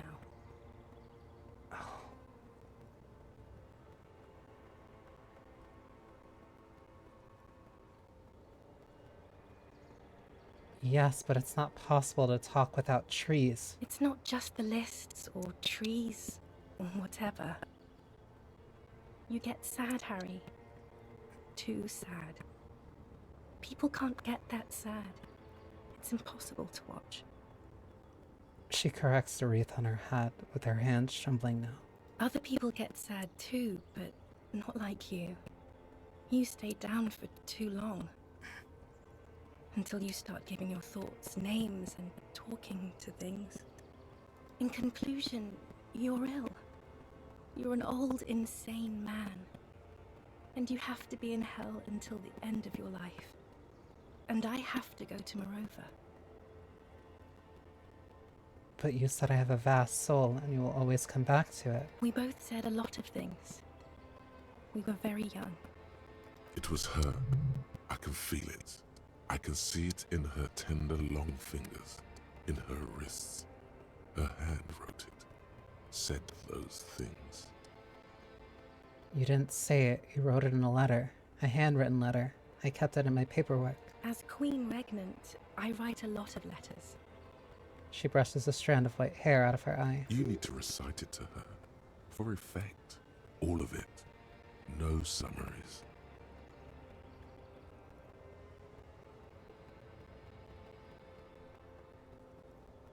That's not gonna help. You know what I mean. You left me a letter saying you will always come back to me, that you can't believe how happy you are with me. Okay, Harry. Okay. It was morning and you slept. The room smelled of cigarettes and Rowans. There was hoarfrost on the ground when I left. It was autumn, the first one we had together. But you have to understand, it was 1,000,000 years ago. No, it was 100 million years ago. I was someone else then, filled to the brim with love for you, hanging on your every word. Oh, Harry, you were the coolest. But I'm no longer that person. This has taken over. It will devour you. Harry, I will eat your mind.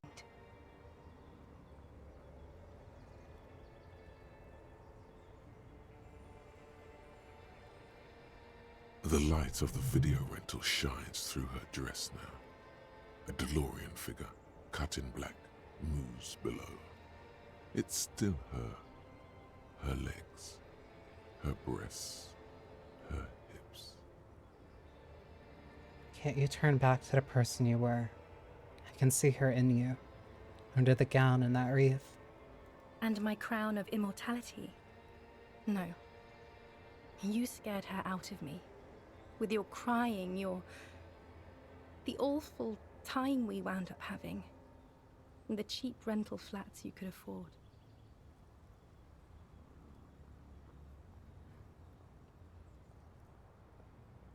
Can't you see? I can never think you're cool again. I can only think that way about new people. A cheap rental with mold on the walls and the tap dripping. Cheap flats, so the rich man took you from me. Yes, I have found someone for whom I can feel the same. A copy of my love for you, only this time he is careful and rich. He will not lose me. It will go somewhere. It will grow.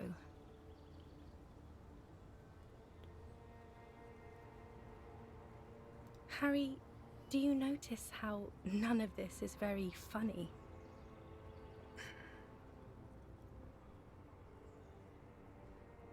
Yes, you are the least funny part about me. I hate being that. I don't want to be anything for you. I hope the decades it takes for you to get over me have already passed. I was cool. The coolest. With your leather jacket and your boot-cut pants. Smoking in the bus stop. I wanted you to be the rest of my life that day. And you were. Some of it, at least. You were my first. My first kiss. My first time to have sex. The first and worst time I fell in love. I will always have that with me. It's a fact. But that is all it is. It's like a ticket stub, Harry. It doesn't do anything anymore. A ticket stub? Yes, let's talk about that too. Let's bring it up, the zoo. In Le Jardin, the day we went east of the river, to the aquarium first, I was sad. I don't even know why. The shimmer of the fish tank on my face, the octopuses.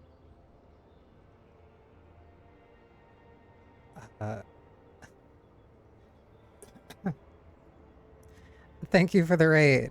Hi, Proki. I hope you had a good stream.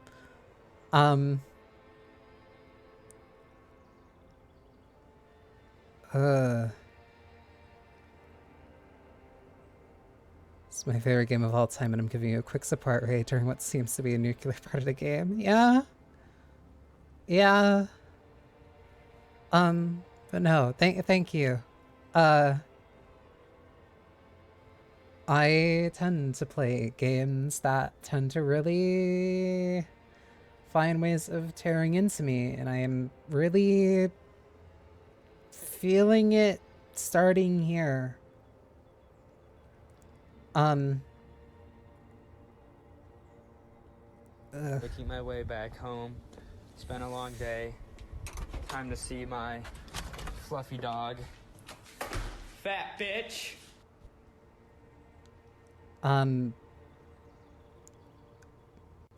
Sorry, I am so out of it. I typically go by the Rose Alchemist. You can call me Bonnie. You can call me Bonnie Cho.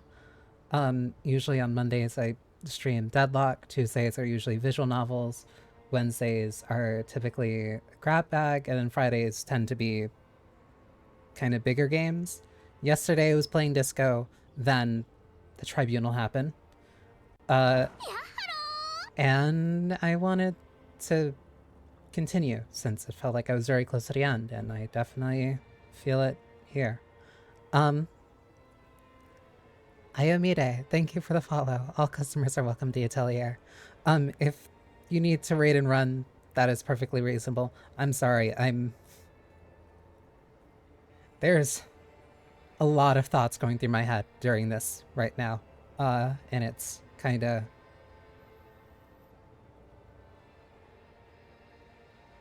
It's heavy. There are too many Dolores days running through my mind right now. Yeah, if you wanna hang out while this happens, you're more than welcome to stay and hang out. It was just a day then, but to think. Were we there now, you could touch my hair, kiss me, talk to me about anything, go virtually anywhere in the world. Not like now. Now our interactions are limited to pain and regret. That's sharp and precise. You're so sharp. No, it's all you. I always loved you for it, but it could not save us. It could not make me stay. In the end, your mind just told you precisely how bad things are. And who would want to stay around for that?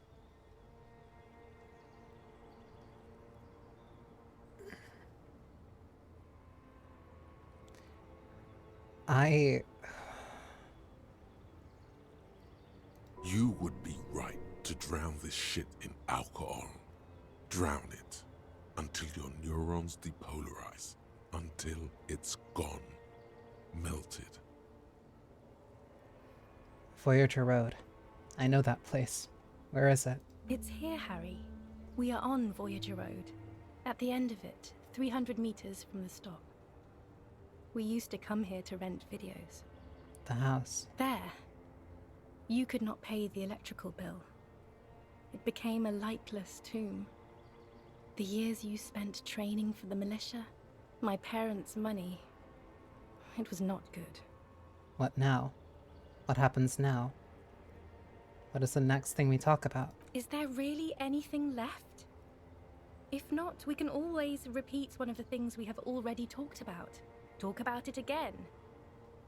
If you do not feel like doing that, you should let me go to the aerodrome.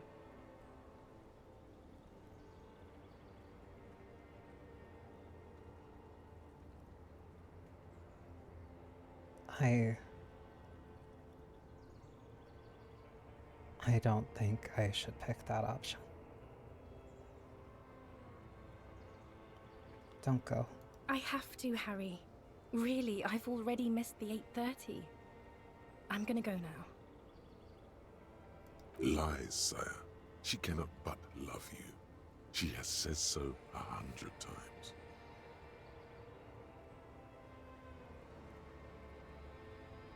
Hold on, what is there to do in Morova? Light, life, culture. It's so much better than here.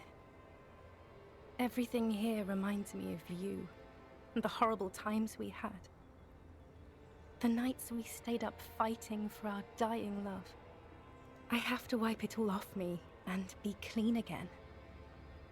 I want to be a good person again. Not this. Not what you made me into.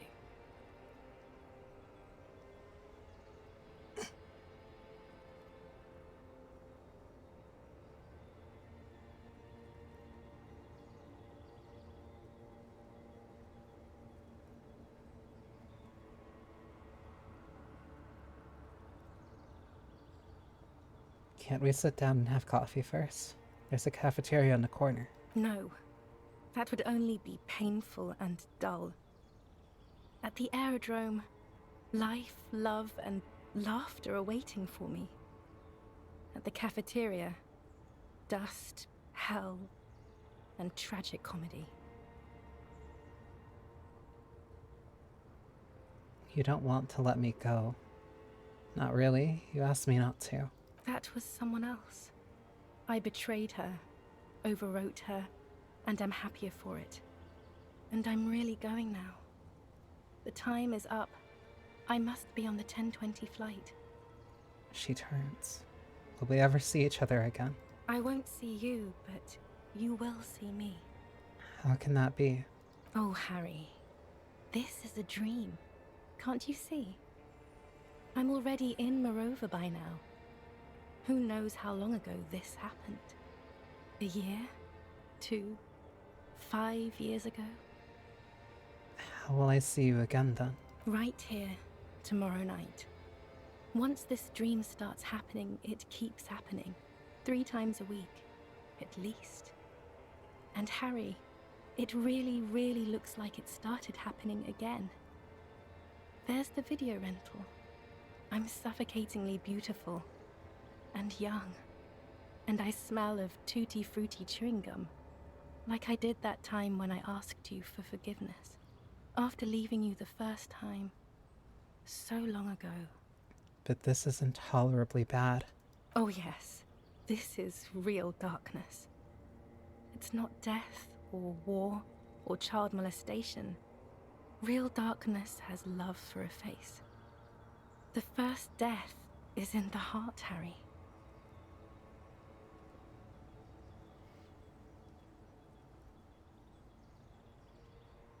I need to BRB. Ads.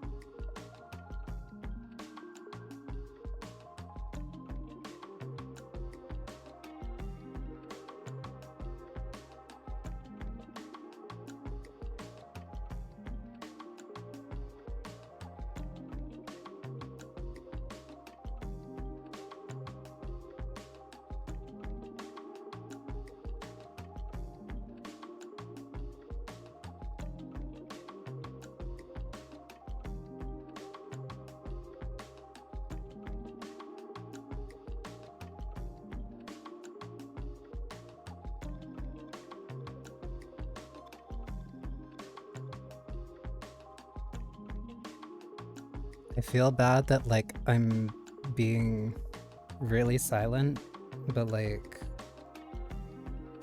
there are a lot of thoughts going through my head through this right now.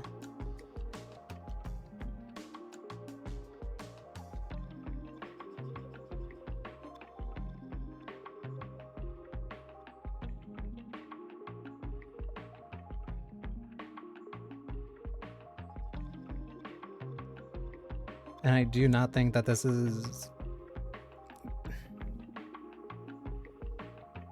There's a lot of thoughts going through my head, and these are not things I really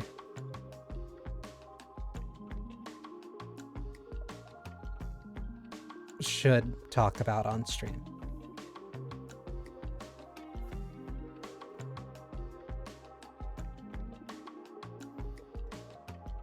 And so for that, I apologize. But I do want to get through this.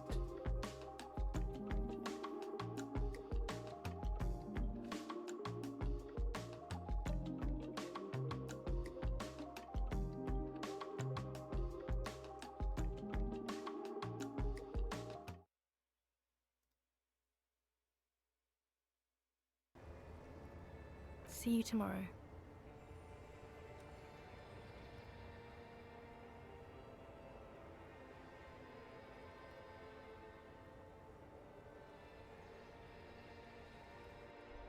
That's how.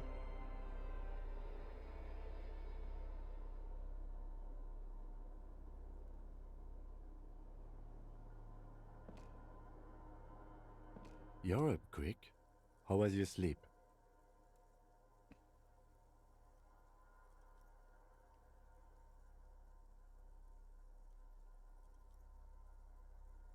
Let's solve the fucking case. Are you sure you're okay?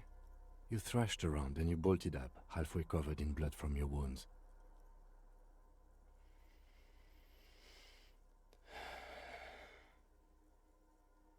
Actually, it was total annihilation, Kim. I did not want to wake you. Perhaps I should have? Was it a job dream? No, an ex-wife dream. The lieutenant nods solemnly. I understand. We've all been through similar things. It can be overcome. Let's comb the entire island, centimeter by centimeter. That's the next step in the task chain. Okay. He's still worried. You must have really thrashed and squealed in your sleep.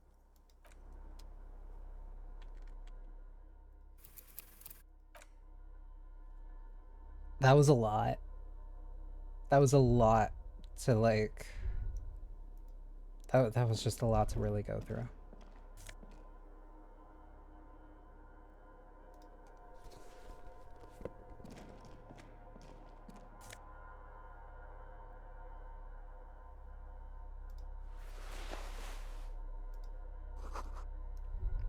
Moth-bitten bed sheet keeps the wind out.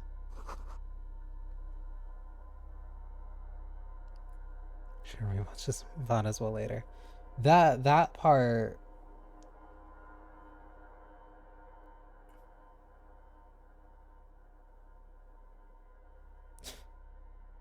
That part made me think about people I haven't thought about in over 10 years.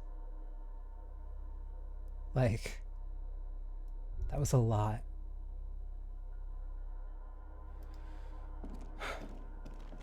Books and magazines lie scattered on the floor and on a makeshift cupboard. They are not particularly well organized.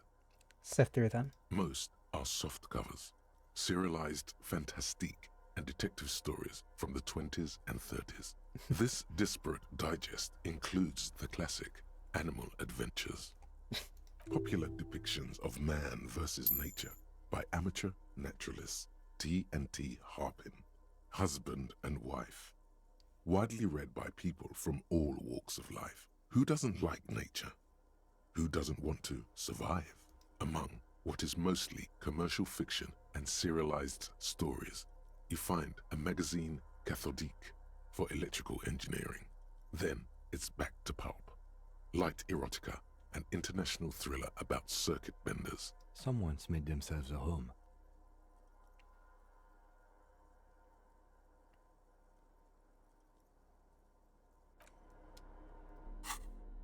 This one calls for conceptualization. I think I have... Oh, I don't have anything that helps with conceptualization right now.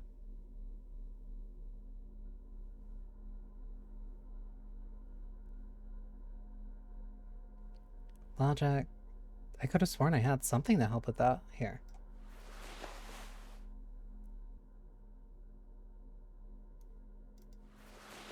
Whoops.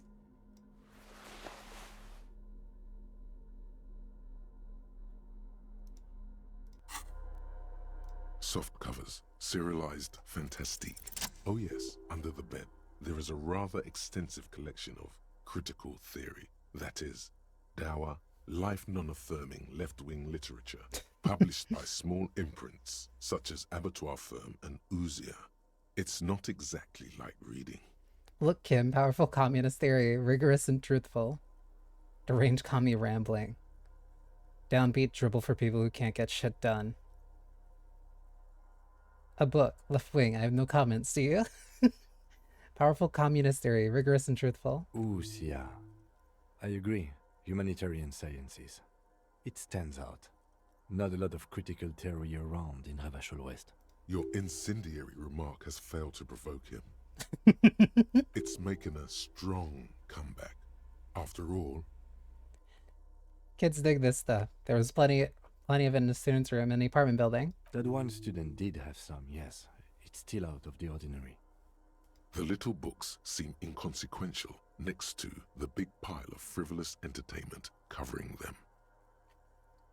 Critical theory books. What do you think this means? Again, I am not a philosopher, but whoever has lived here, they have some education and a certain set of interests. Interesting.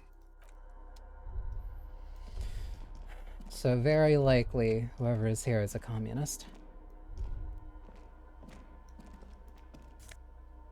Magnesium. Money and magnesium. Blaster must weigh 10 tons. You see a small metal door nested inside a larger one. A heavy steel blast door. There is a conventional keyhole above the handle. It's very small. How do we open this? Maybe this is one of the doors we don't open? He looks at the door, then its bigger brother, and then at the lock. He's right. It would be better to open its big brother. A powerful engine hangs under the ceiling. It must control the blast door. You're right, we open a big one. Do you see the controls anywhere? I think there's a console just southeast. Let's look around. Getting the blast door open seems like the best plan.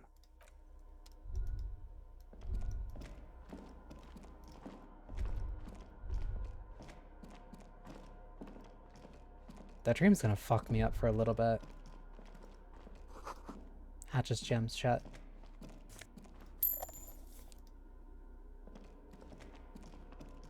Green paint flicks off the monoblock aluminium cabinet. There are rows of switches on the front panel, a frequency band, and even a keyboard. Run your fingers across the keyboard. The keys rattle like teeth. This keyboard hasn't been functional in decades. What is this then? The console of an anti-computation device. The generator upstairs, with wires coming out, they terminate here. Could this open the blast door? Possibly. Urgence, ouvert, allumé, radiodiffusé. It sounds like this device was used to control the electronics here. Maybe it still does. This device was used to control the electronics in the room. It could open doors, control lights, function as a radio computer. Push light interior. Nothing happens. Slide radio dial. The dial slides under the glass. Silently, you make out defunct stations on the UKV frequency. The words, Feld Insula, are written on the band. An idea lights up in your head. Maybe we should contact Suna, the programming lady. She could open the door for us remotely. This is an air-gapped system. Of air, I think they call it. That won't work. Okay. We are better off looking for a mechanical solution, if we need one at all. And that panel's not going to work until we get power going. Water rushes below. Far down below.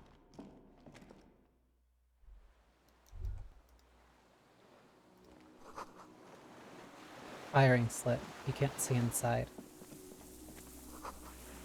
It's been a direct hit. Distant sounds of cargo ships. Signal horns echo in the water.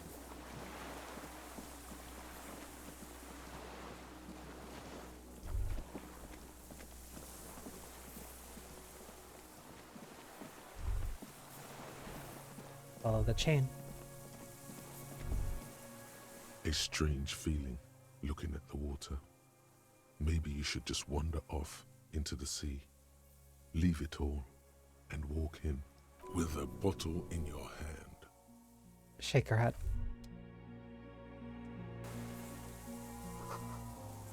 The witch chain is broken. Rest is eaten. What remains of the chain?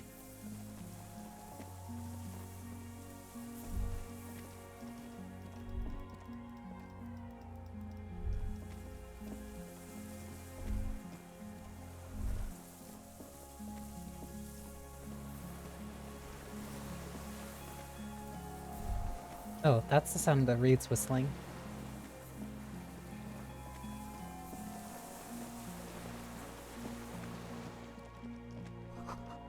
Ice cracks under your feet. Be careful not to fall through.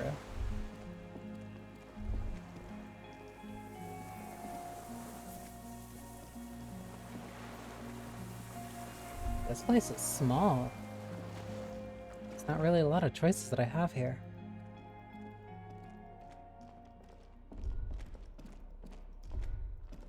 Best I can do is try to get this thing open, I guess. This old cylindrical generator waits with a hollow ring. The canister is empty. Don't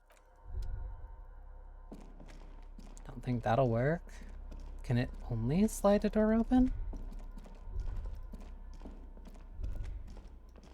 The console. We need to restore power before using this, officer. The generator, it didn't look like there was fuel in it. We should look around outside. There are barrels all over. Maybe one of them still has something. The boat engine. Failing that we could go back to mainland and get some from... Or we could get some from the boat engine? But officer, then we would have to swim back to the mainland. Let's just look around, okay? The console stands by. I think there was a set of barrels. Oh, wait. There were a set of barrels to the side, back outside. So I might gain access to it now.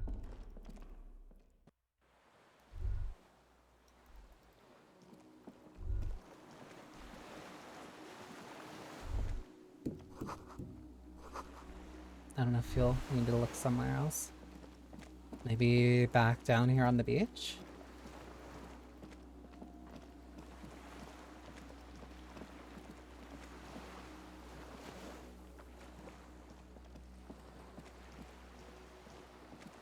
There has to be fuel somewhere.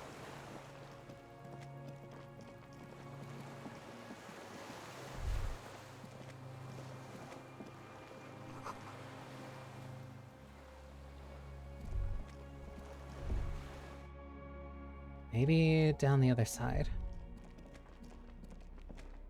I'd really prefer not needing to get the fuel from the boat. But if that ends up being the only option, then that's the only thing that we really can do.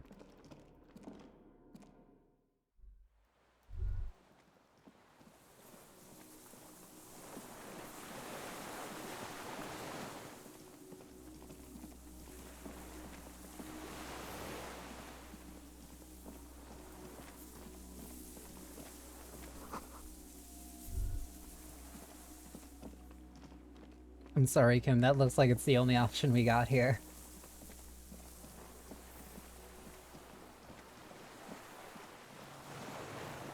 Besides, I'm sure we can swim back. It'll be... it's no problem. Swimming's good for you. It's good for exercise.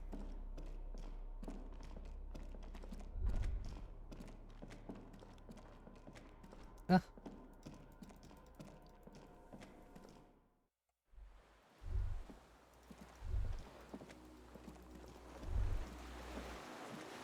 Can you get paddles or something? I mean, maybe. The skiff is swaying on the waves by the dock.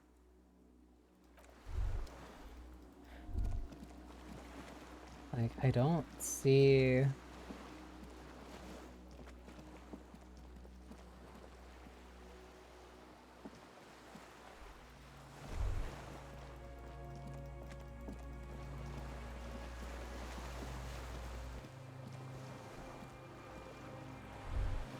I don't see literally any other option.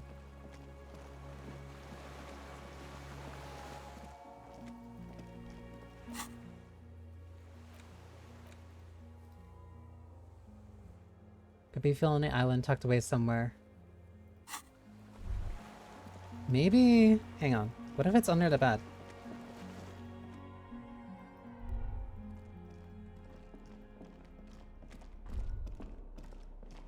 The greasy old spring mattress. Yes, anytime. You don't have to be a hero. About... Soft covers. Nope, nothing here. Is there really no... The heavy Another part of the island, probably. The lock looks like it could still be usable. There has to be fuel somewhere.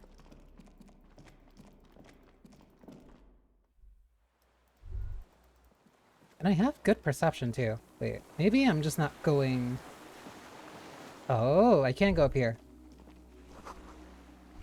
The pain in your pelvis makes you wince, and you continue.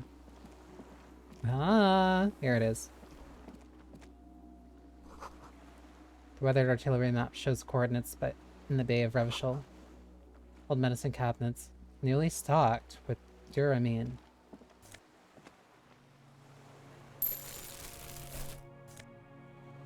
There's fuel. There's a rain-soaked mattress on a concrete slab, only half covered by the crumbling roof. At the head of it, double embrasures, firing slits like two eyes in the wall. B triple prime. This looks like a good place to shoot from. Inspect the A mattress. single-person mattress, modern, civilian use. Brand name, Marjorie. There's a fuel stain on the cover, along with cigarette burns, and an empty can of beans on the ground next to it, filled to the brim with cigarette butts. Pick one out of the can. The silhouette of a tobacco picker adorns the paper filter. The brand, Tio Moteri.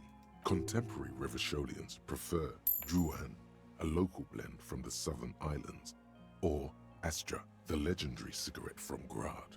Tio Moteri is favored by older men for its paper filter tips, sweet smell, and added tar. Geometria. Like the ones we found in Land's End, remember? I may have been wrong when I said it wasn't important. This means the same person could have visited both locations. I didn't see any signs of smoking inside, though. If people live there, they keep it tidy. This here may also be a smoking spot. Inspect the wall. There's a firing slit in the wall in front of you, like a little window. Touch the concrete first. Quite old and grimy from years without cleaning by anything other than the rain. Touch the little hole in the concrete. The springs screech Look through as it. you lean on the mattress and crane your neck to look out. Trepidation. A tingling feeling in your stomach. A small piece of Martinez coastline opens up in the square in front of you, like a tiny landscape painting.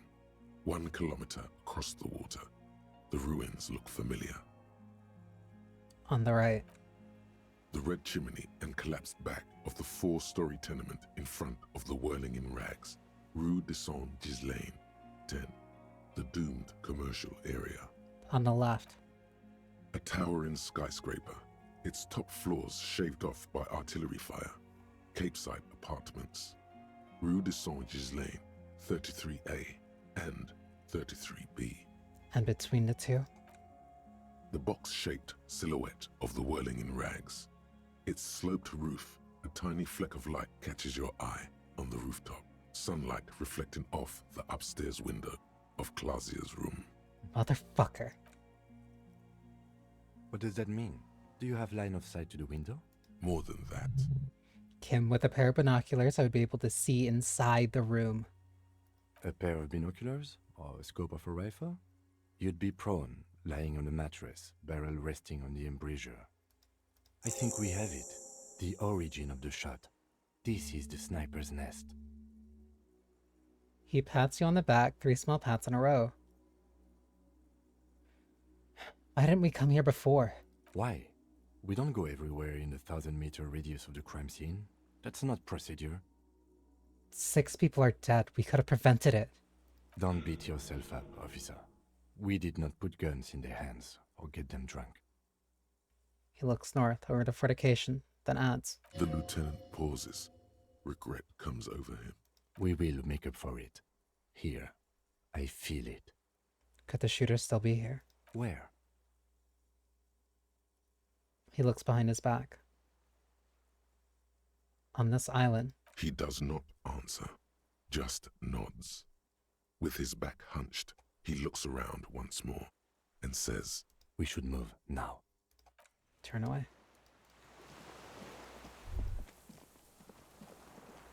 That's our answer. You feel eyes on your back. Someone watching, but you can't say where.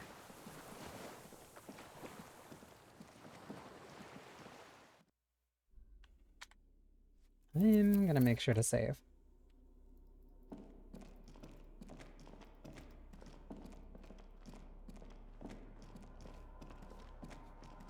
Because, yeah, now we have where.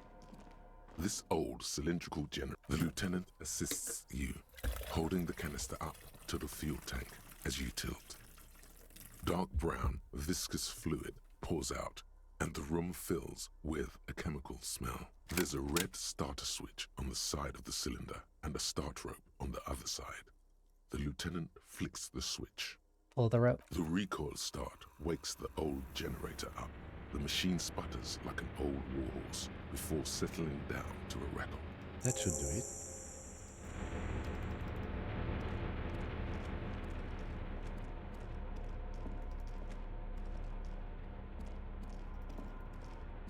And then I just need to press this button. A dim golden glow animates the console. Faint, like a ghost light. Urgence ouvert reads one dial key. Allumer reads another. It's on. Turn emergency open. Automatic boot. The blast door opens with a series of clicks. A shaft of light appears, then widens as the light shines in. That's our door open. And the bigger door too.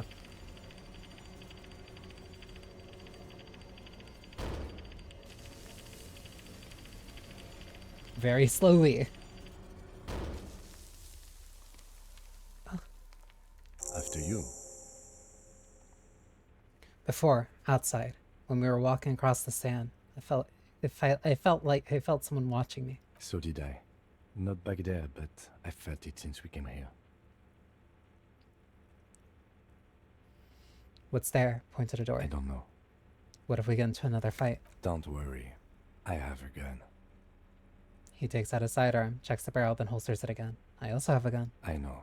It was not easy to acquire. Let's go. And I still have a bullet too.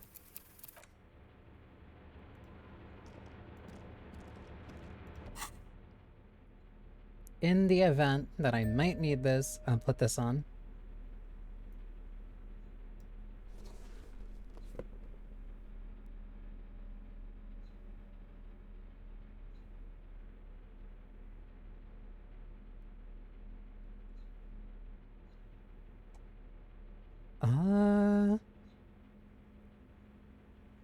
I think I can take the slight hit to rhetoric if it means I get slightly better reaction speed.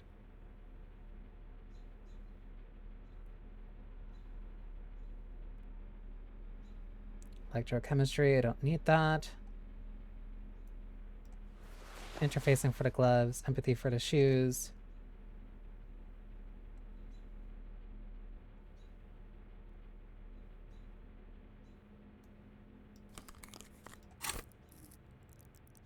Oh, I have 4 stocked points. When do you ever need electrochem? There's like so rarely situations where I would actually need it. Kind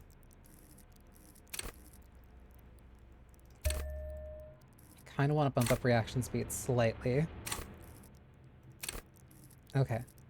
Then the rest.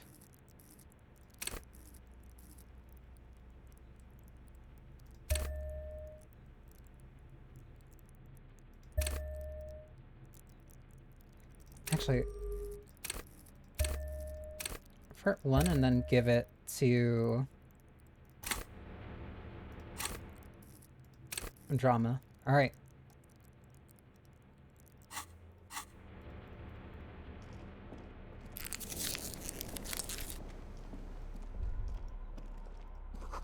Walk slow. It might be dangerous.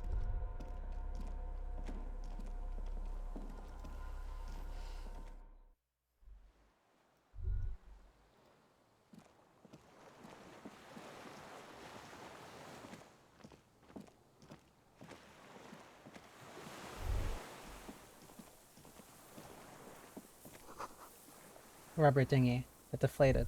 It's deflated. Broken. Small white flowers blossom all around you.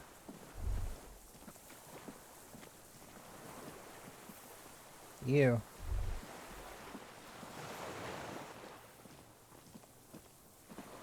An old man wearing tracksuit trousers leans on the frame stock of his rifle.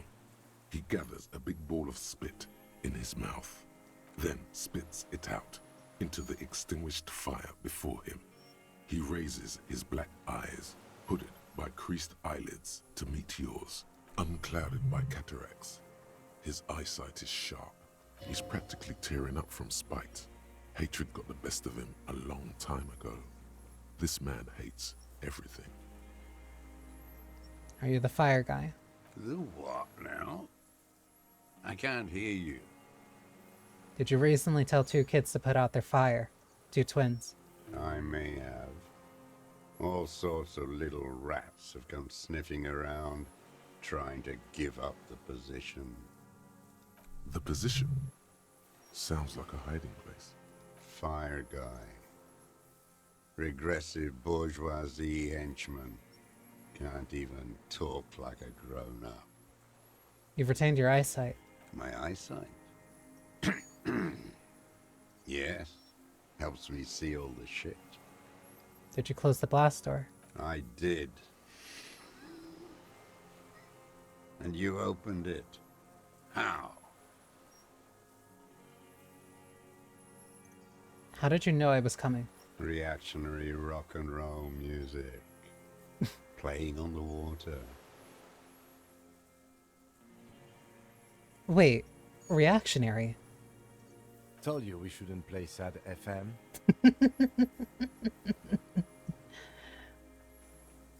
It was not rock. It was not reactionary. It was cool. The fascists were right about rock and roll. It is degenerate. Hip gyrating, mental illness music. Nice gun you got there. It's not nice. It's a piece of shit. But it gets the job done. Is that a Belle McGraw? It's a Triangong 446. Southeast Samaran made. Exotic. Must be defunct too. No modern rifle manufacturer of that name springs to mind. A Samaran rifle. How did you get hold of one? It was sent to us by our brothers in the Sinyao commune. Military aid. He pats the rifle. The Hissiao commune. You heard me. It's good now. Like chalk wiped from the board. His gaze turns inwards. He's right. Almost no one remembers there was a third metastasis of the world revolution in the Safre Empire, extinguished in 06. It's not wiped from the board. I remember it. They wouldn't like hearing their name in your mouth. Damn dog. The time will come to win his trust, comrade. It is not now. You need to take care of the gun first. Sir, I need you to put the gun down so we can talk further. We're with the police. The lieutenant pulls his pistol from the holster. You are a glorified night watchman. This is a service rifle. I can only lay it down before an enemy commander of corresponding rank.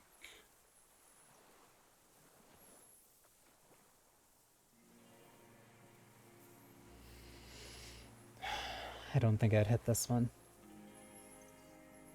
Okay, but keep the gun down while we talk. No. Lieutenant aims his pistol at the man's head and says, Put it down now, sir. Or you're gonna blow my brains out before you question me. To hell with it. It's a walking stick anyway. It's out of bullets.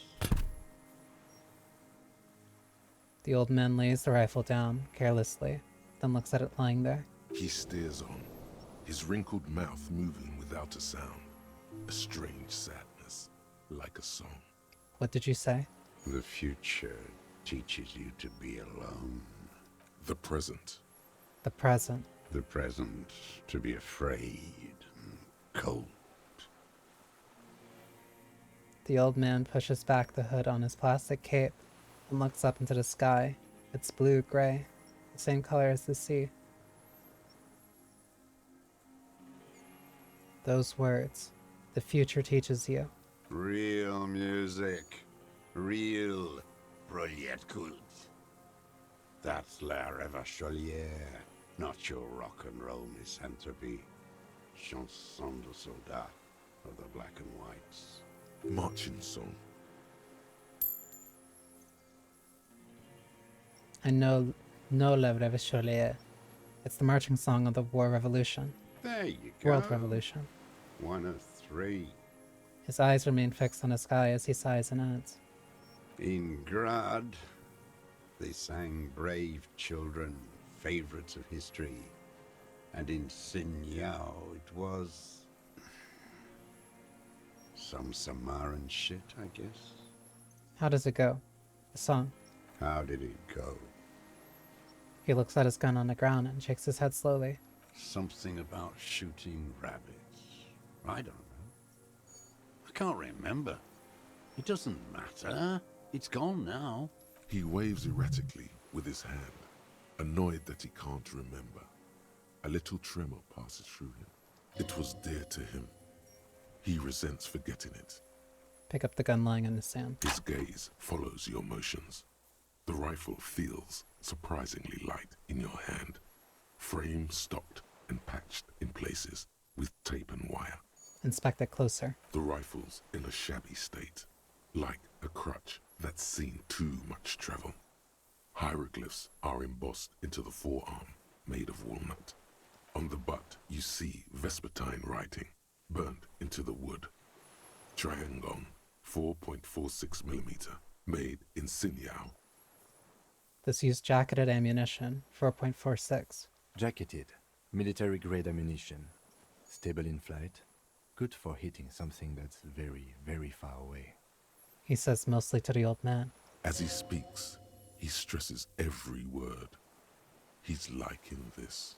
It's as he says. It's a Tyrannog, made in Hissia. Worn. Personalized even. Looks like this weapon has seen a lot of use, hasn't it, sir? No response from the old man. The plastic cape around his shoulders rustles in a small bout of wind. Stow the gun. The old man keeps following your motion with his gaze. His right arm twitches suddenly. This looked very much like the murder weapon. It could be used against him to get a confession. In time. Who are you? My name is Josef Lilianovich Dross. Political Commissar of the 114th Anti-Aircraft Division of the 4th Army of the Commune of Revachol. I am a deserter, a partisan, and a prisoner of war. This is my termless surrender. His eyes turn to the reeds again, dead and dull. The Commune of Revachol? Do you mean the ICM? You're a holdover from the... From the Insular Indian Citizens Militia, the Army of the Revolution. I was recruited in Jamrock in '07, trained in the École de Contrôle Orient, and consigned to emergency defense duties in '08. I left my unit on the eve of the landing. When I returned here on May 14th, the Commune had fallen. Still armed and ideologically trained, I wrote a criticism of myself and resumed partisan duties. 51 minus 8 equals 43. 43. You've been on this island for 43 years. No. I've been on other islands, too. He looks into the fire. A wisp of smoke rises from somewhere between the charred logs. I was in a resurrection until they turned it into a spa in 18. Then I was an E-48, a nameless sound, until the sea washed over it. Then I came back here. That was 22 years ago. Again, you've been hiding here for 43 years. 43 years and 10 months. That's insane. It's not how a human being should live. But I had to. I couldn't just forget. I couldn't just forget what I saw. He just couldn't. You couldn't give it up. He nods, but he can now. What have you been doing during all this time? Hiding, fishing, waiting. He looks across the water. 2 police officers step out of the Whirling in Rags cafeteria. Satellite officer Jean-Vic Mayer inspects giant letters across the plaza mosaic in dark red government-marked heavy fuel oil. Patrol officer Judith Minot points west. The fishing village. She glances at her watch. We meet in 15 minutes. It's a 10-minute walk. The officers go, leaving behind the writing, still smelling of petroleum. One day, it says, I will return to your side. Always waiting. The old man turns his eyes from the shore and back to you. For what? For her to return. Her who? Girl, child, revolution. Girl, child, revolution? Always.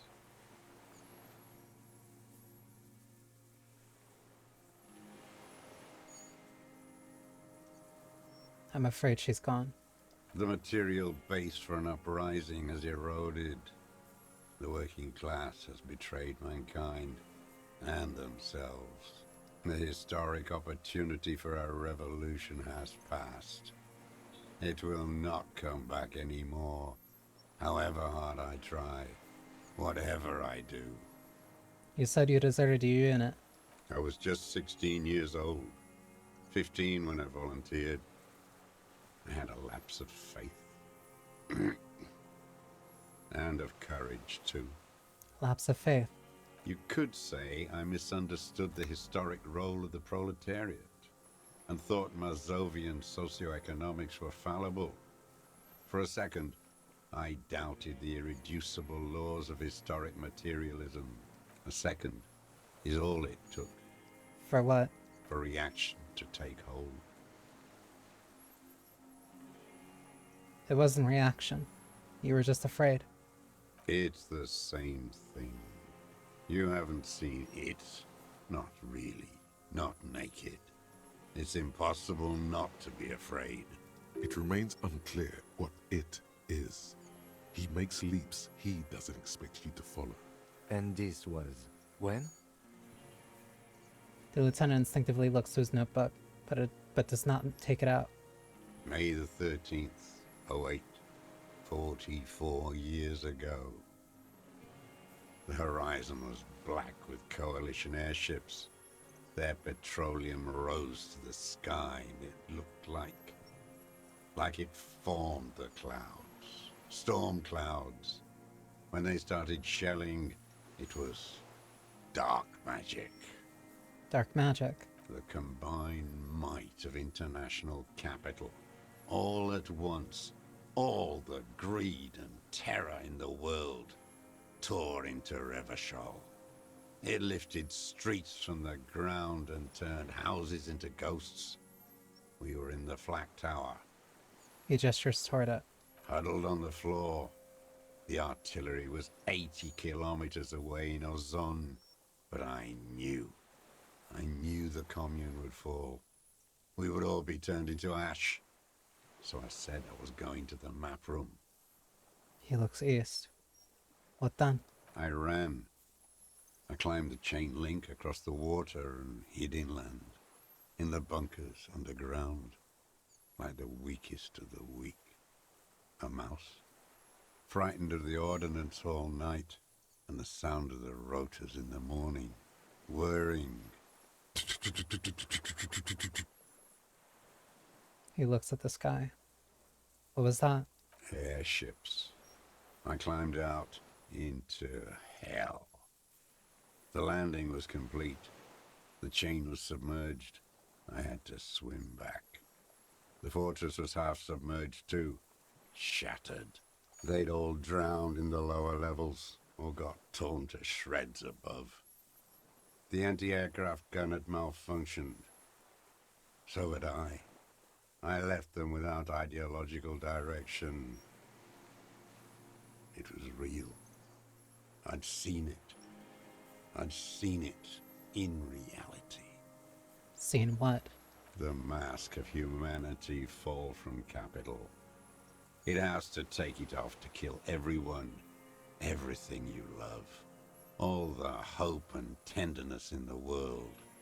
It has to take it off just for 1 second to do the deed.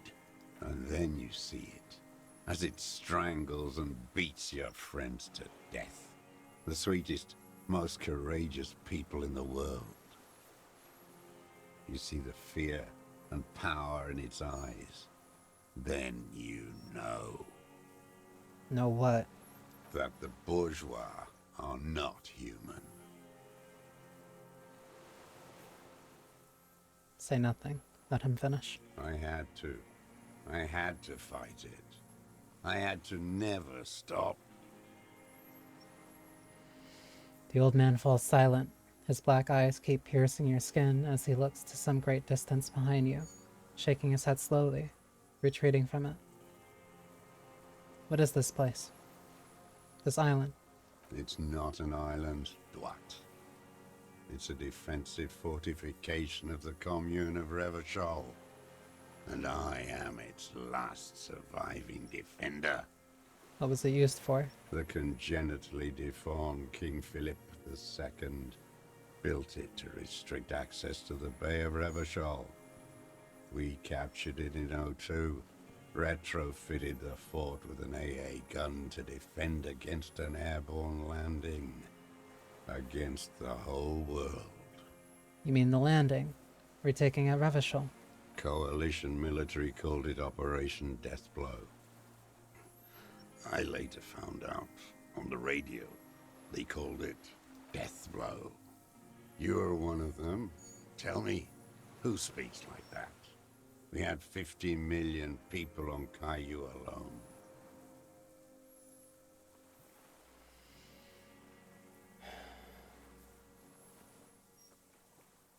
Murderers. I know what you mean. You don't know. You haven't seen it. Iblis. Iblis. The black-eyed angel. How have you survived all this time? How does anyone survive? I steal. What do you steal? Supplies, vegetables. I collect rainwater. It's the life of a dog, not a human being. He coughs once more, then puts his hand on his belly. How is your health, Mr. Dross? I've been throwing up blood since winter. Red, like beetroot. Been passing it in stool, too. He does seem frail. Gaunt for his age. More like 75 than 65. Trouble putting on weight could mean cancer. The RCM can provide medical services. You need to be looked over. I need to die. You don't have medical facilities. You have guns. That's all they give you. Toy guns. We have Doramine and other opiate-based painkillers. You must be in pain. I have been running out of that stuff. A light goes on in his eyes. He smacks his dry lips. This is a serious situation. You need to be looked over and we can do it. There's nothing to look over. The triage is in, and it's black. Administer morphine. Moribund. How have you coped mentally? I haven't. I have holes in my brain. Years missing. Others filled with pain only. A decade of... His eyes roll into his skull and back. I don't even know what. Inferno?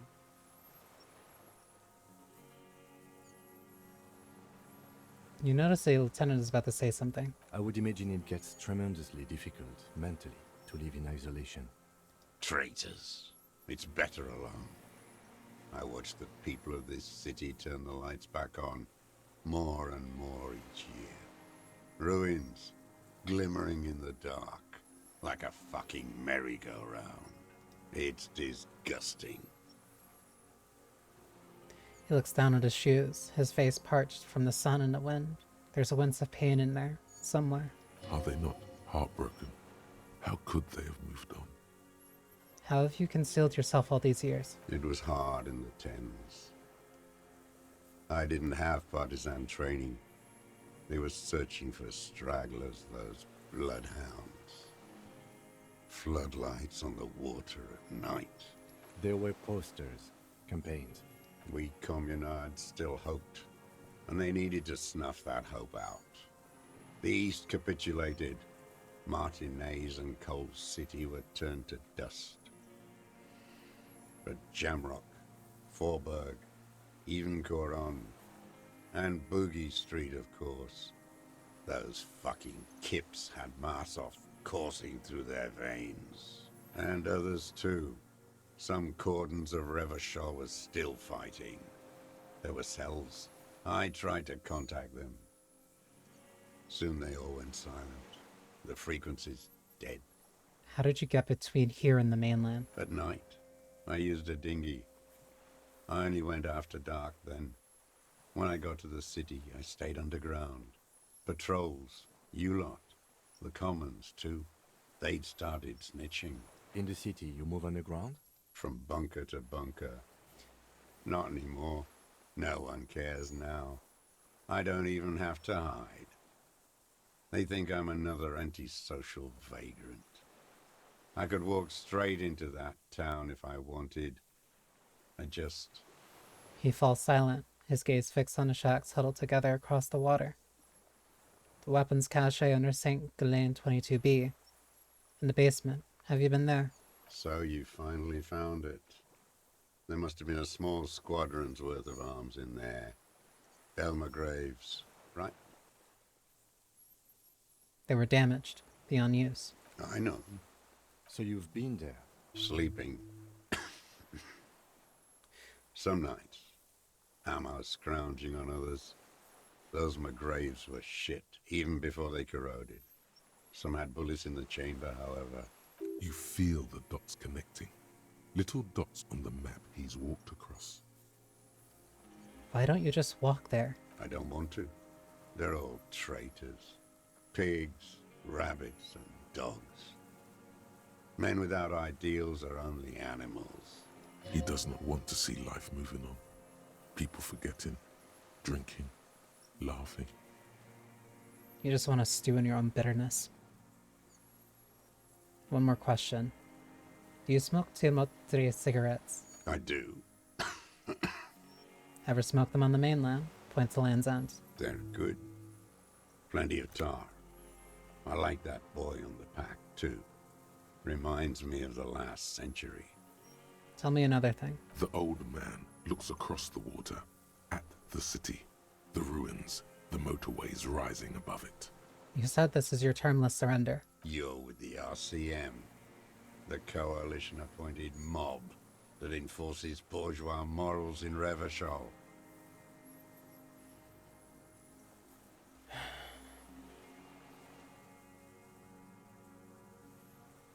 We're not coalition appointed. We just try to help people. You're the RCM.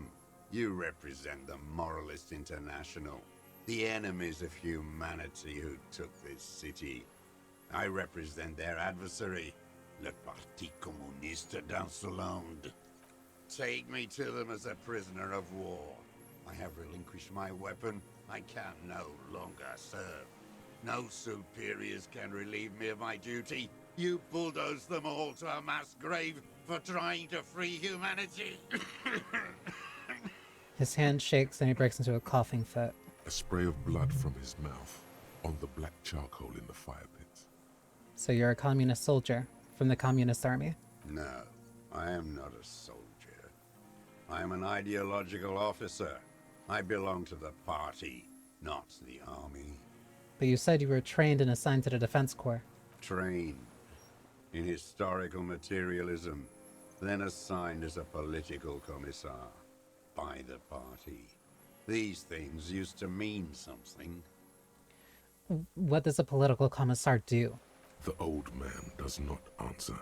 He tilts his silver head and looks at the reeds. You see a small tremor pass through his legs. His job was to assure the army answers to civilian control and follows the ideology of the Commune. The lieutenant says softly. Scientific communism. A commissaire politique is a knight philosopher of the revolution, a future human. Awakened from shutdown by the promise of ideology, he was like a cleric, a shepherd. So you are like a priest. No, the opposite of that. A future human, not a human of the past. That means you're a trained communist, right? He nods slowly, then another tremor. I'm also a communist. No, you're not. You're a liberast. Liberast. A liberal and a pederast. It's what most liberals are. Not a liberal. I told you I'm a communist. Detective, we have not come here to discuss ideology. We have come to ask questions regarding a murder investigation. The old man spits into the fire pit. He does not say anything more. A jitter passes his lower body. I have another serious question for you. There's nothing serious in this world. It's a farce. What have you been using this gun for? I've used it for killing people. Killing people? It's a gun. That's what they're for. You want a moralist euphemism? Defending your family and your property. I haven't done that.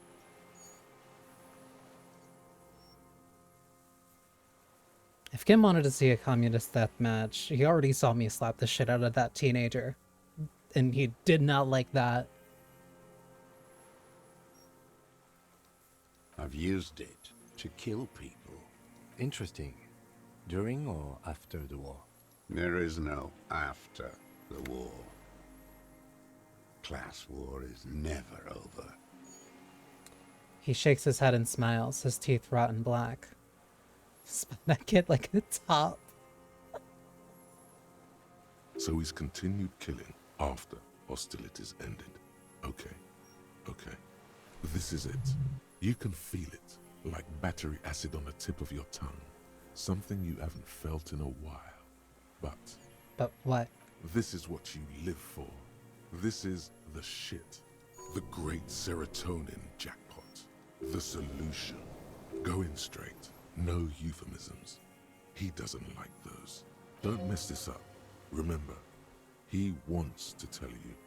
Get personal.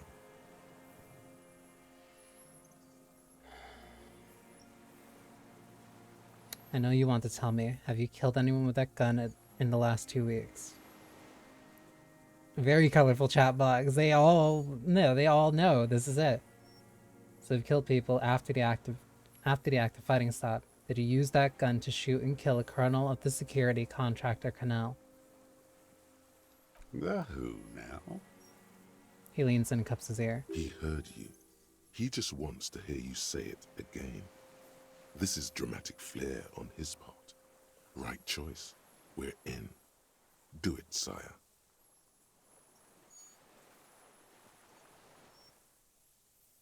The fascist death squad who took a bullet in the mouth on the night of March 4th.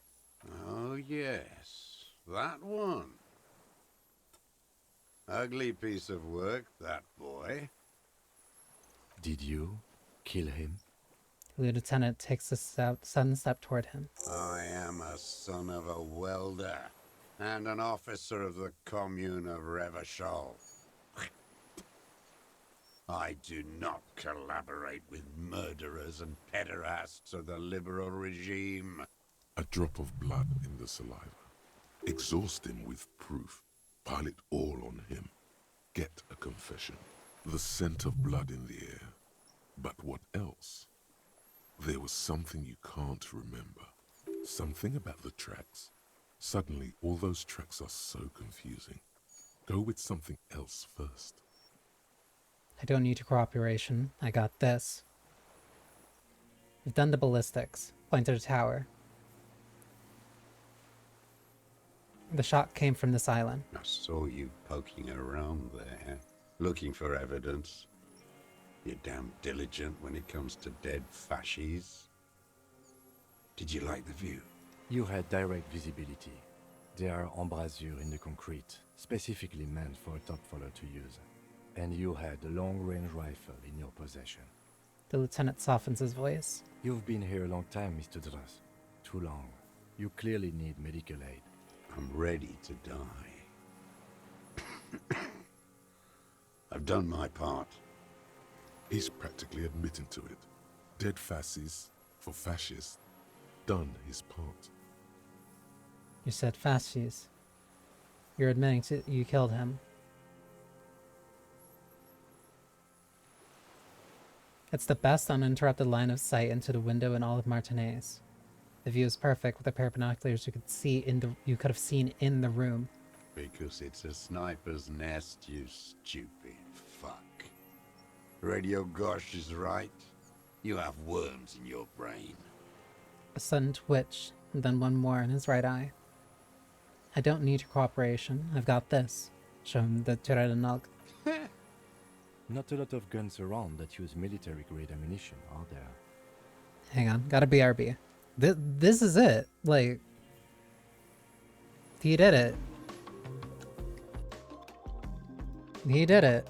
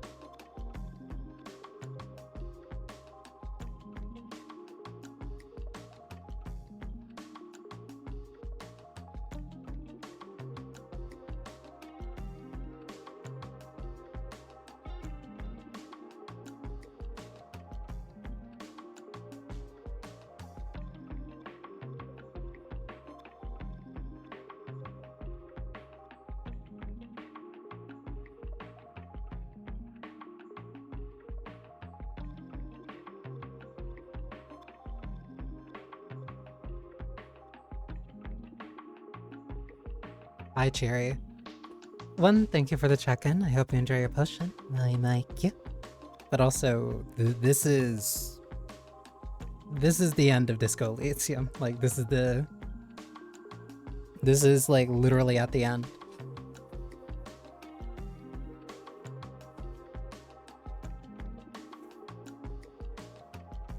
Like, I'm in the middle of the final conversation, I feel, right now.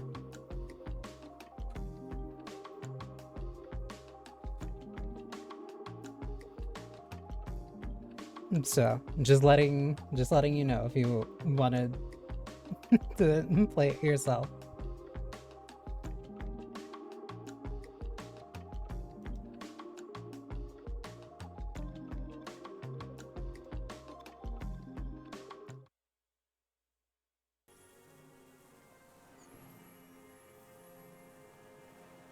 a real gun. Not like your little musketeer pistol. I've seen you prance around with that, jumping hoops for the Liberals. You look like imbeciles. Why don't you ask them to give you real weapons? Going against automatic rifles with these toy guns. Of course you got those boys killed. Damn, he saw you. He's watched it happen. So he saw you. Okay, so what? Don't let it divert you.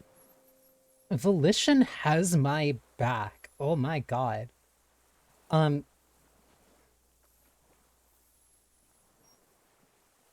Stop changing the subject. We have the murder weapon. You know what? You're right. I'm convinced this made the shot. Should we call it? The lieutenant looks at the weapon demonstratively. Dramatically ask, you think we have the murder weapon? 4.46 jacketed ammunition, modified for range. We have it. This is it. I'm calling it. We have the murder weapon. Good. The lieutenant takes out his notebook and draws a single line. This feels good, doesn't it? Tearing things up like this. When you have the murder weapon, you have the killer. Murder. The old man does not say more. He just glances into the reeds and then twitches once more. Like a marionette on some invisible string.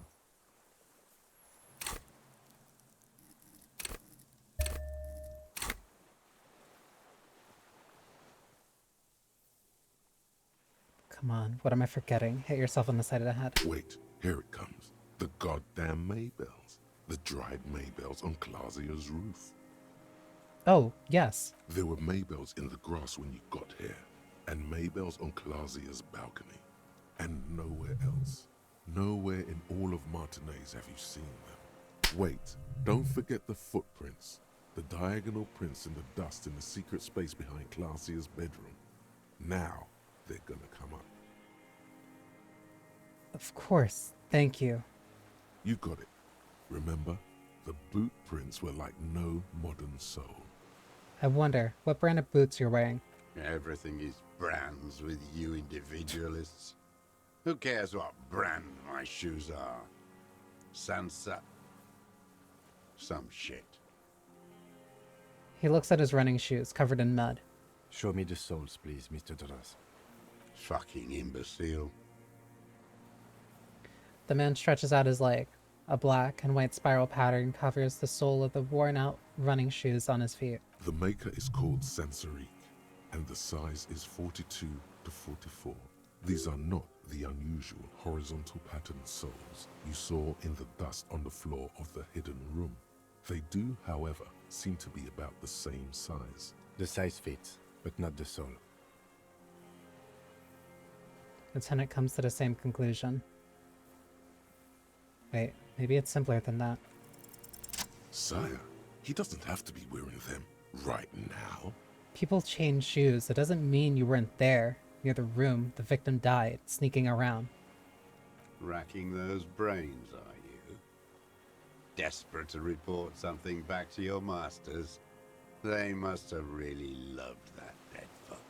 The lieutenant gives you a quick sideways glance and nods to acknowledge. The prints were his. You can see it in those eyes. He can't keep them from flickering, looking for something. The old man stares at his own prints in the ash around the fire. Silent suddenly, some strange process within him. A gush of wind. Seagulls in the distance. You've almost got him.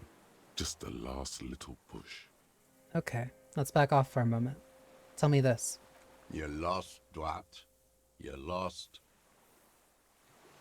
He shakes his head, tufts of gray-white hair in his skull and chin.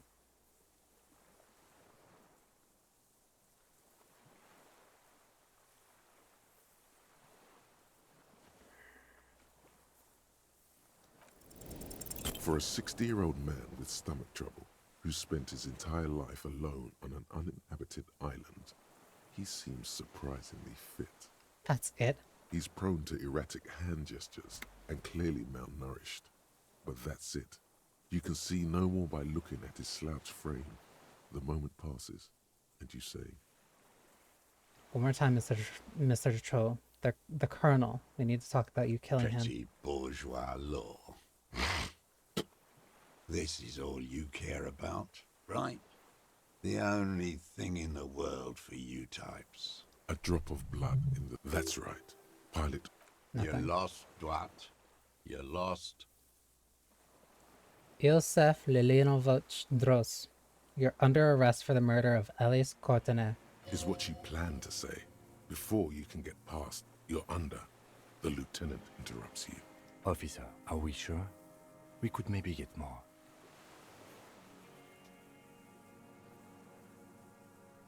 I can't get... Maybe. You've startled him. Maybe it was the silence. He quickly gathers himself. Still, what could he be afraid of?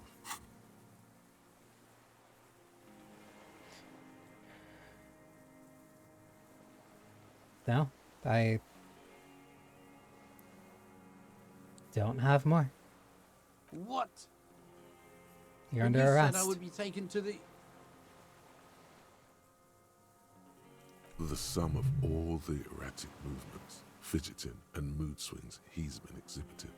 Your wayfarer rights have been suspended. Information provided to the officers on the scene will be used against you by the prosecution. You will be given legal counsel within 1 week and must face court in 44 days. Do you understand? Do you understand? But... Do you understand, sir? No, I don't want to. I have to stay here. He looks at the reeds, eyes submerged in the growing terror. He's sweating. Beads are forming on his forehead. Your confirmation is not required, sir. Now on to the boat.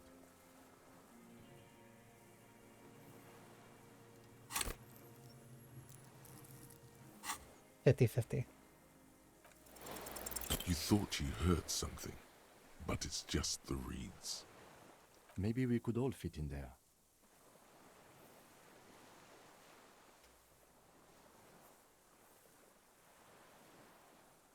Could we all fit in a little boat? Actually, no. Does it have room for 3? Not really.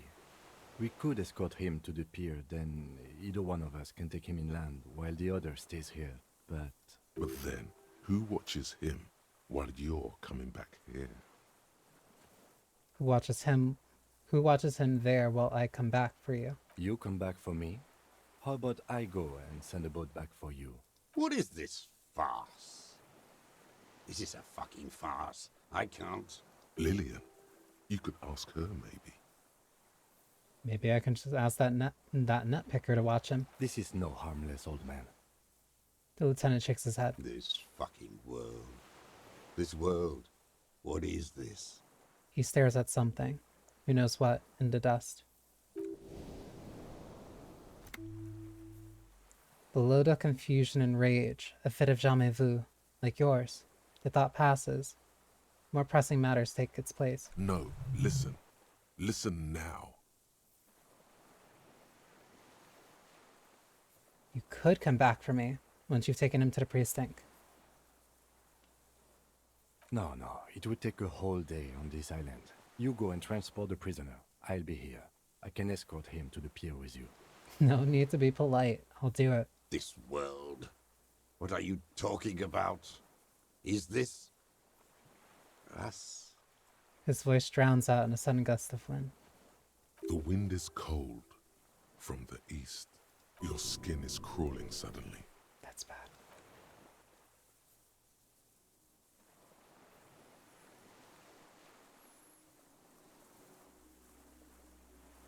Something's moving in the reeds. What the fuck?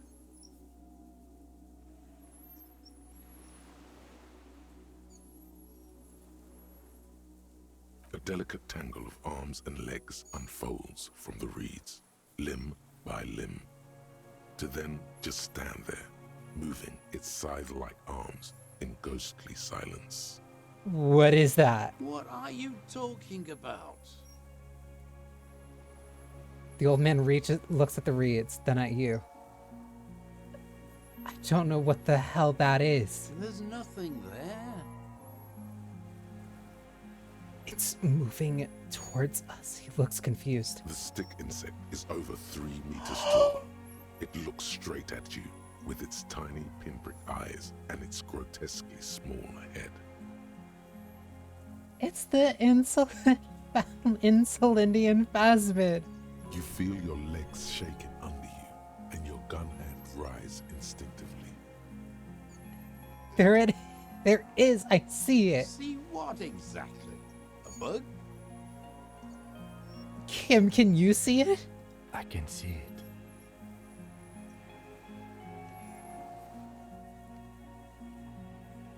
4 simple words, thank God.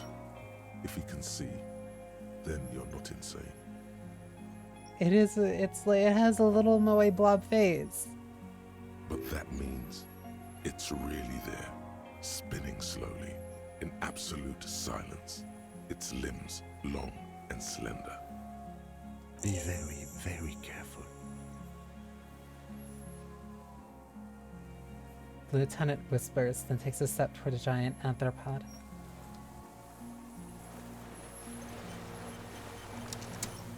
What?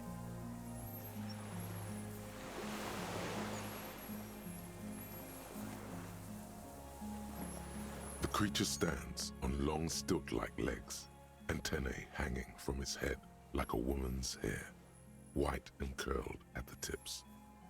It is no more than 5 steps away from you. Reed-like tufts stick out of its joints. As the insect moves its forearms, it produces a faint hiss, like a reel-to-reel machine spinning after the tape breaks. Your corpse will be marked by the stars.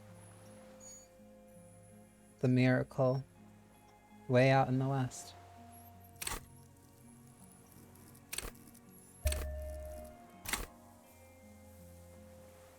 What is that? I want to approach it. Slowly, with your breath held, you take 2 small steps toward the phasmid. The creature lets out a series of ultrasonic clicks that swarm around your head like swallows. Like laughter, a sort of happiness. The tracheal system on the creature's abdomen expands in front of you to take in and expel air. It's smelling you. Hissing and clicking, it extends its mandible-like antennae to greet you. You're right below it now, looking up at the colossal chitin of its white limbs. The head of the creature is crowned by reeds, and its eyes are like small droplets of water. It's smelling me. Maybe it is real. The pheromone. Lieutenant's mouth is agape. The insect's head is crowned with reed-like scales, the shape of seed heads. They rustle as the air moves. The ventricles at its abdomen continue expanding, like lunglets, breathing you in, your sour, greasy semiochemicals on the breeze. Raise your hand slowly. The insect stops its stridulation, seeming to observe you. Below its crown of reeds, little pinprick eyes detect motion, glittering. The world stands still around you. Suddenly, there is silence. Raise the other hand too. As you do, the invertebrate comes to life, its limbs moving independent of each other, as if each has a mind of its own. They are white, like stalks of porcelain, knitting above you, praying to you. That's right. Pray. Unwittingly, the insect continues its stridulations. As it moves, tuft-like structures, still pretending to be plants, rustle along on its joints. Hello, I'm Harry. I don't really know who I am. No reply. A total ancient silence comes from its mouth, along with what appears to be some kind of foam. The stridulations of its limbs continue all around you. Stand on your tiptoes and look more closely. You were right. Little bubbles form on the mouth parts of the creature, on its segmented lower lip. It looks to be foaming, slowly. The foam is white, then yellowish. The faintest smell, like you've never felt before. like burnt roses. Kim, it's foaming. Careful. It may be poisonous. The lieutenant watches you apprehensively. The foam slowly turns a darker shade, like burnt caramel, as the insect moves its mouth parts, masticating. The little bubbles begin to burst, one by one, letting out that same smell, like summer burning. Kim, take a picture. Okay. With the slow ring of metal, the lieutenant slides the lens open and raises its eye level. There is no change in the insect's motion while it's being aimed by the camera. It remains fixated on you. In 3. If it moves, you jump back. I'll shoot. Here we go. 3, 2, 1. The shrill flash of the camera cuts the air like the blade of a sword. The phasmid freezes in its bright light. Head turned toward the lieutenant, hypnotized by the flash. It stands frozen before you. I got it. You hear the lieutenant whisper as the creature's shape develops onto the photo of paper in your hands. A polychrome ghost of light streaks against the reeds in the sky, and you, as a shadow before it. For all time. Slowly reach out and touch the creature's whiskers. The antennae hang from a great height. With your hand shaking, you barely touch the tip of the left whisker. On contact, the chitin curls into a spiral, like the tip of a poison ivy. Its touch on your fingertip feels cold, ticklish. The sensation is electrifying, resounding through your body. It is surprisingly delicate, the curly end of the whisker, like a young vine. It's even a bit wet. Be careful, detective. It's moving. Look at your finger. You were right. It glistens with some kind of moisture. The creature in front of you stays frozen. Carefully pat its scythe-like forearm. The limb before you is incredibly light, like eggshell. It's much lighter than a reed. You feel a soft push could tip the creature over. Its hollow exoskeleton collapsing. Warning! Pull your hand away. A sudden shiver passes the limb. Looks like the creature is awakening. Wave by wave from its stupor, some sort of countdown process is happening. That's all you have time to think. We got it. Back Another off. shudder pulses through the creature's limbs. It jolts back to life, like a record continuing where it Spoke left to the off, hangman, in a did not swaying, give up on the praying phasmid. motion. Even the small black pearls of its eyes do not stray from you. Tell me, what are you doing? I exist.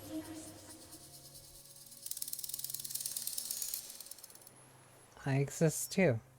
Tell me what it's like for you.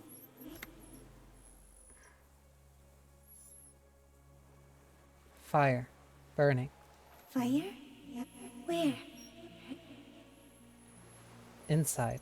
I do not have fire inside me. In me, there is not even blood, but lymph, like sap from a one palm. It has a really cute voice. Now, I will tell you what it's like for me. For me, it is a series of half-lit images, a kind of darkness, being intruded upon, transient, dim, moist. Intruded upon. By what? Shapes of plants and animals, and internal sensations. A swarm of sounds, tiny vibrations on the inside of my forearms. All speak of complexities totally beyond my understanding. I am at the end of a narrow funnel, weightless, so light, it only feels like something to be me. In truth, perhaps I'm nothing. I certainly do not have a soul, and if I did, it would never burn.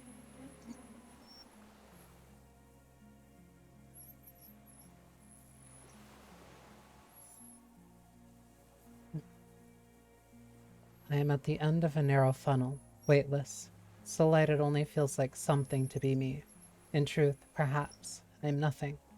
I certainly do not have a soul, and if I did, it would never burn.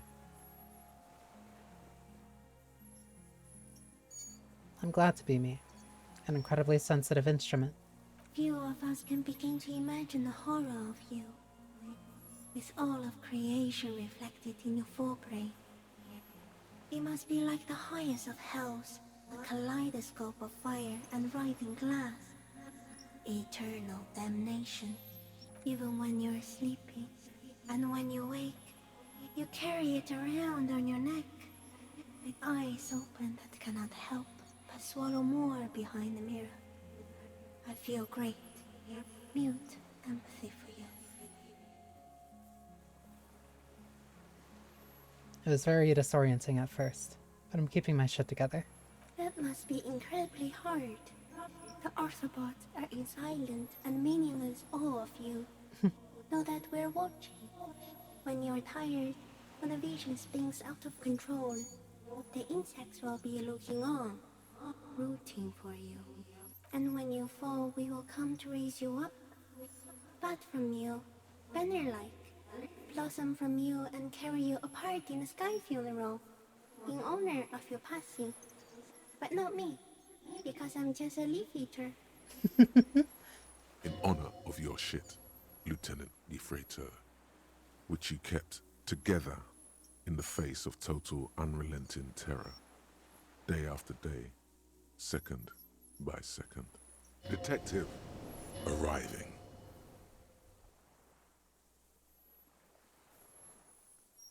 I'm a detective. So am I. I was born to detect sucrose rewards and semiochemicals. What were you born to detect? The killer. He's in a bad state, deteriorating fast now. He thinks I am beneficial to him, but I am not. I only quicken his deterioration. You're destroying him. Very slowly, and only because he won't go away. It is meant to keep them from noticing me, to interfere with the pictures in their heads. But he has looked at me for too long, and I am destroying him. Is this a dream? What is happening? No, you are awake. I am real. Light is forming me. This is real. Where does this come from? All this, around us. The world. Not even the birds know that. Not even the water lily.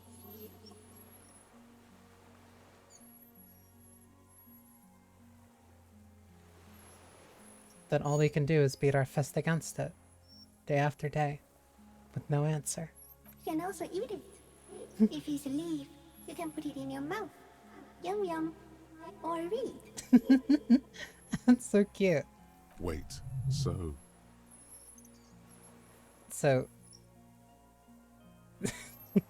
Too sensitive of a matter. Yes, of course. The 3 meters tall stick insect would be offended. Yum yum.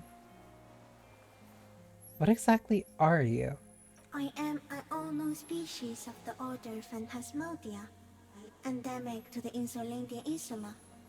For the last 350 years, I have hidden in plain sight, masquerading as the reeds, molding, cloning myself, unfolding at night to play with trash bins and boys. Aww. No one unnoticed by the first settlers and the land surveyors of the suzerain. Also, by the soldiers of the revolution and the officials of the occupation. Even the Seminese islanders who came here first, but did not stay, have not seen me. I have stayed hidden through 4 forms of government and 2 scientific revolutions, until I was accidentally discovered by a detective of the citizen militia in Reverchol, district of Martinez, March 51. Are you the miracle? No. You are the miracle. How?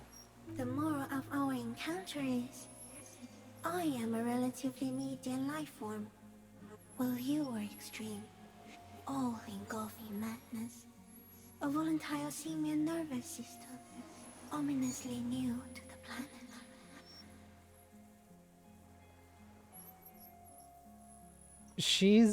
it is saying, in comparison to itself, I am more fantastical. The moral of our encounter. That also means Kim is like me too, wouldn't it? If Kim can also see it. The Pale too came with you. No one remembers it before you. The Nidarians do not. The radially symmetrics do not. There is an almost unanimous agreement between the birds and the plants that you are going to destroy us all. Wait, the Pale is human-made? It is a nervous shadow cast into the world by you, eating away at reality. A great, unnatural territory. Its advent coincides with the arrival of the human mind. I don't have that kind of power. You're a violent and irrepressible miracle. The vacuum of cosmos and the stars burning in it are afraid of you.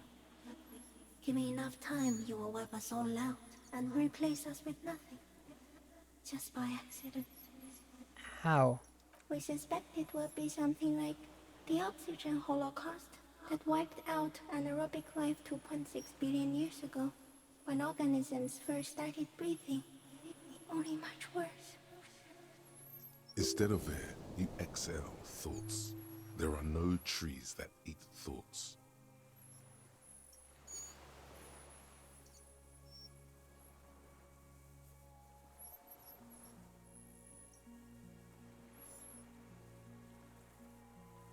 Worse how? Everything your eyes touch goes back there, behind the nerve mirror. What if you blink? Are we still here? Please don't blink. What if you misplace us all one day, or just forget? Have I always thought this way? No, you're only thinking it now. This is a revelation.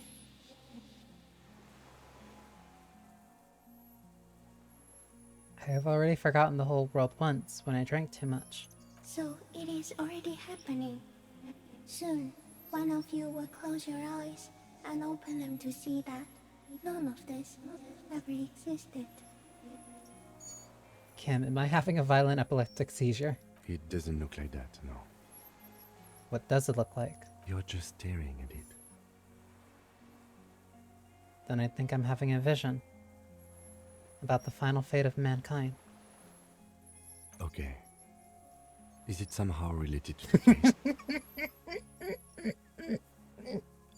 Kim, we are encountering a wonder that literally no other human has ever encountered before. And you are so locked into the case. We have the murderer, we have the murder weapon, we have him confessing. He is right behind us. Kim, indulge me in this, please. Just once. Sort of. I think you should back away from the unstudied species now.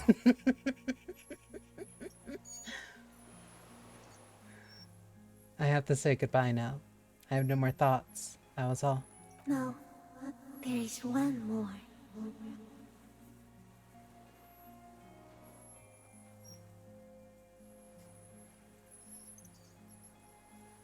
Of all the creatures I've met, you are the kindest. Thank you. I also have one more thing to say to you. That woman, turn from the ruin. Turn and go forward. Do it for the working class. It's a comrade! I will try. She was middle class. It doesn't take a 3-meter stick insect to tell you that. I love you, Insulindian Phasmid. Slowly, disengage slowly. As you're turning away, the phasmid mirrors your movements, stepping on the water, the long limbs carrying its feather weight without breaking its surface. The Phasmid is a comrade.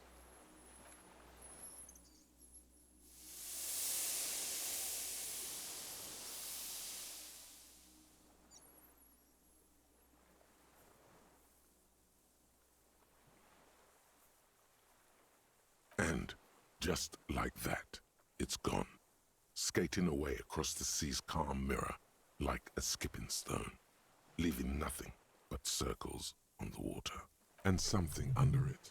In the place it stood, bobbing there, among the reeds, a collection of items. It's gone. The lieutenant looks north, with his hand raised to its brow. It can walk on water? Apparently, yes. Like a water strider. Only, I've never seen anything like that in my life. He shakes his head with amazement. What's that, in the reeds? Looks like a nest of some sort. We should have a look. What now? What now? The old man behind you repeats suddenly. He puts his hands in the ash. It's dirty and black. In some kind of strange, semi-catatonic state. Our suspect is not looking so good. We need to check on him.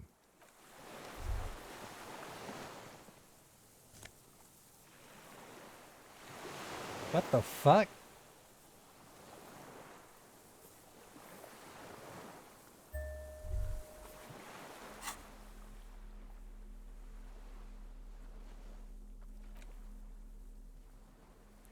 This monstrous-looking bug-eyed ceramic helmet was in a phasmid's nest. It still has some reeds sticking out of it, and it smells of seawater, but it's otherwise wearable, if not extremely comfortable. Putting it on feels scary somehow.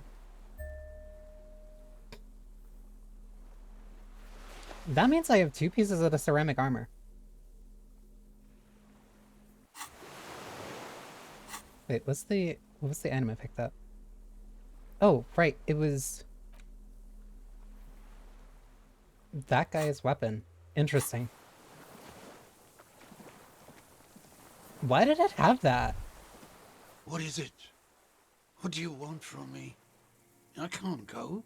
Something is very wrong with him now. Sir, how could you not see the phasmid? See. He stares at the reeds and falls silent. Mr. Duras? The man does not respond. He keeps staring, black eyes glazed over and bulging from their sockets, his gap-toothed mouth shaking with fear and longing, like an addict of some terrible substance. Touch his shoulder gently. The plastic cape feels coarse. A light shiver passes the man. Other than that, no reaction. He feels small and frail. He's going into some kind of psychomotor immobility. The good news is, this solves our transportation problem. Doesn't it, Mr. Duras? The trembling mouth appears to sigh. Between this and the broken tire he's used for a boat, I think it's safe to leave him here, while we go and get help. It will need to be medical first, I'm afraid. What has happened to this man? Old age and shock. He looks at him, then you. Old age and shock. Yes. The appearance of the phasmid in conjunction with the stress of the arrest. He spent his entire life here. For him to leave would be... He shakes his head. We found some things in a phasmid's nest, Mr. Dross. He stares into the reeds. Oh. Your words don't stir anything in him. Perhaps you should. I could actually show him this? Show him the ceramic helmet. Nothing. Just dull staring. Not even rage left, wherever he is. If Kuno kicked it into the sea, as he said he did, the ebb would put it back here. This makes sense. Mr. Dross could have picked it up. Or the phasmid even. If it did, this is incredible. Show him the detached scope. I lost. He turns his eyes to it. You lost it? He turns his eyes to the reeds again, as he's done so many times. Beige and white stripes. He lost the scope. Then it somehow made its way over there. With the help of a magpie phasmid. The lieutenant observes the lens sparkle in your hands. This sight is a T9, Mr. Dross. Was it attached to the rifle when you made the shot? Silence. Not even a sigh. You've gotten all you will out of this poor being. I'm going to let you rest now, Mr. Dross. The plastic cape flaps around his face in a gust of wind. His back is slouched and his mouth open. The blacks of his eyes are receding. His pupils are returning to normal. Hang tight. We should think about getting back to the mainland. To get help. He'll be safe here, if we don't take too long.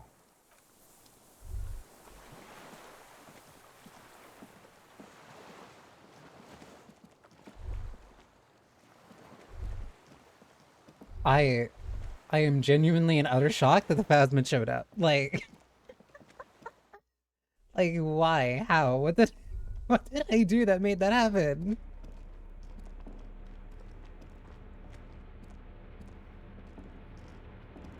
And it was so kind.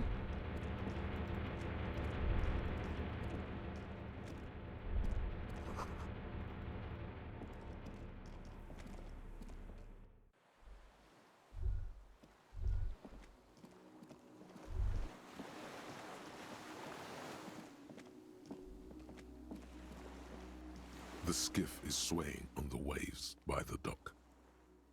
Let's return to the mainland. Let's. We are done here. He says, adjusting his glasses as he looks out over the water. The skiff rocks gently under your weight as you get in. The ride back is uneventful and quiet, but for the sound of conversation on the water, there is someone inland waiting for you. 2 men and a woman stand on the concrete square of a nameless village, looking at a small yellow boat as it draws closer. The sea is calm. You reach the jetty and climb out of the skiff.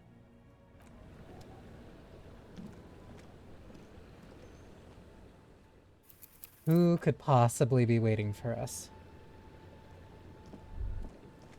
That's not good. Look what the tide brought him. That would look like shit on you. Says the man without sunglasses. Suddenly his expression changes and he tilts his head. Harry, you're bleeding all over the place. You're half dead. Whatever this is, it is completely unimportant compared to what you just seen. This is the man with sunglasses from the Whirling in Rags. But where are his sunglasses? Wait, you're the man with sunglasses. That's right. And you're bleeding. No one seems to be bothered by the bleeding. No one else seems bothered by the bleeding. Bothered by it? Harry, you look like you need a fucking organ transplant. Oh, fuck it. Let's not get into that. Who are you people? Hello, I'm Trent Heilerstam. I believe we've met on several occasions. Why are you here? I saw you. I'm your goddamn partner, Jean-Vic Quemar, and this is your special task force. Or what's left of it. What? He says, gesturing to his companions. Special Consultant Trent Heilerstam, Patrol Officer Judith Minot. Hi. We've come to scrape what's left of you off the pavement. Lieutenant Kim Kitsuragi, Precinct 57. We've just come from the island, where our investigation led us. The scene is making even him feel as though he has to justify your actions. We might need your help with something later. He adds, suddenly regaining his confidence. As if he recalled that he's in fact a decorated police lieutenant and not a naughty boy. But this is clearly a departmental matter, so I'm going to leave you to discuss it among yourselves. Thank you, Lieutenant. It's good to meet you, Lieutenant Kitsuhagi. She says warmly, flashing the lieutenant the tiniest of smiles. Letting the lieutenant know he shouldn't feel embarrassed over the shitstorm that's about to befall you. Alright. What is this about? Ari, we want to help you. Trent, I believe this is where you come in? I don't quite know what I'm doing here. I was asked to participate as an expert. I think I need to manage your expectations a little. I'm at best an enthusiast in cognitive science. My background is in something else entirely. I engage in neurology on a merely theoretical level. In fact, I should probably get going. No, Trent, it's too late. You're part of this shit now. What have you got to say for yourself, shit kid? Shit kid. What an interesting moniker. How did you know I was here? The cafeteria manager you fucked over told us where you went.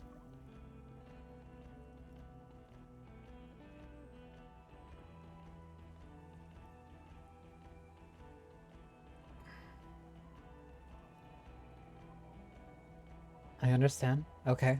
Gart told you. And people on the street helped us too, with your whereabouts. You're a legend among the drunks, Harry. A legendary local drunk. You aren't the man with sunglasses at all. You're not even blonde. Guilty as charged. I heard you'd lost your mind and your memory. I wanted to see if it was true. And it was. Good work, Harry. You're insane now. There's one less person for me and everyone else to rely on. He was too sarcastic for you to realize who he was. Actually, I suspected something was off. Maybe if it hadn't been so sarcastic, I would have realized I realized I knew you. I'm clinically depressed, Harry. Sorry if I wasn't in the mood to butter you up after you told us to fuck off.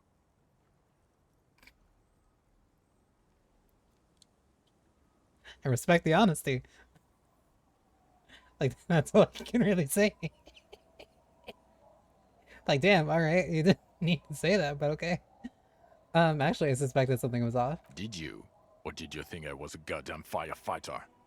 We've been partners for how long, Harry? Don't answer that. You don't remember. Absolutely no idea.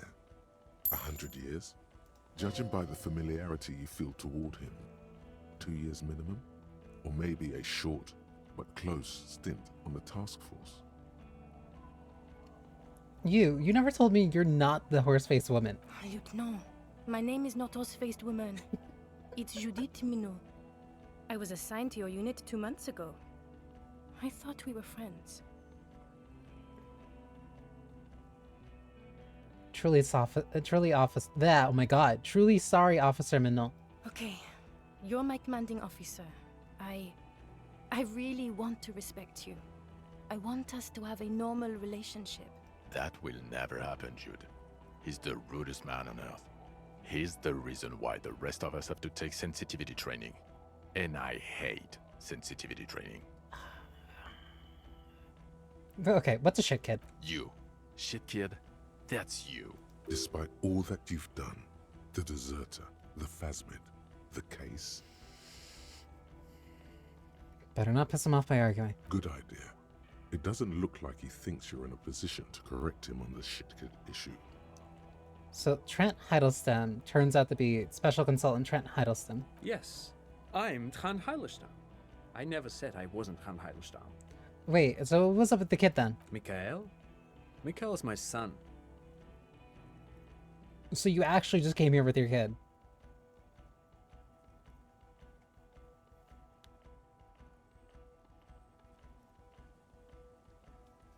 Oh yeah, what was up with all that interesting history? Spying on me? No, I was just interested in the Feld building and the Martinez beachhead. And Mikhail wanted to see Martinez. It was a coincidence. He literally just wanted to talk to me. I'll take that. Him being there with his son, it was not a coincidence. It's difficult to see, but he was worried about you. And also interested in the Feld building. He was genuinely interested in the building. So what are you special consulting here? What indeed? I was asked to share my take on some of the more obscure theories developed in Königstein in the 30s. Like partial psychotraumatic amnesia, group personality theory. He's here to see if you're insane. He is smart. Let's move on. Duped again. No one says who they are. Duped? Hey, here's a brilliant idea. Don't be a morbid drunk and you won't be duped so easily. Gardener, scab leader, this. Turn to the lieutenant. Tell me at least you are who you said you are. Yes, I'm still Kinkisuragi, still a lieutenant from Precinct 57. Kim, I will die for you. I love you. Hi, Zuli. Thank you for the check-in. Enjoy your potion. My yeah. Still caught up in this crossfire, too. So, you guys mentioned a task force? Yeah, Major Crimes Unit, under Lieutenant Dubois and Vicomar. Ring any bells? Refresh my memory. Who else is in this? Refresh your memory? It's a goddamn Major Crimes Unit. There's you, me, Jude, Trent fucking Hiddleston, and Guillaume Bevy. Who is Guillaume Bevy? I'm technically just a civilian advisor. Oh, fuck you. You're part of this shit show. Yeah, first, who's Guillaume Bivy? Oh, that's an interesting story, actually. Guillaume Bevy is a police reporter who joined our team. He was really good. Then he left because he lost faith in your ability to lead the youth. Other people have left too. Good, smart people. People we won't get back. Only me and this really patient patrol officer are still here. And Tron because I'm forcing him to stay. Is this Guillaume Bevy blonde and partial to sunglasses? Is this Guillaume Bivy blonde with sunglasses like you are? See? There. He's getting it. I was impersonating him. Look at me, I'm G. Bevy. It was going to be funny, but then you really did have brain damage. So not so much anymore.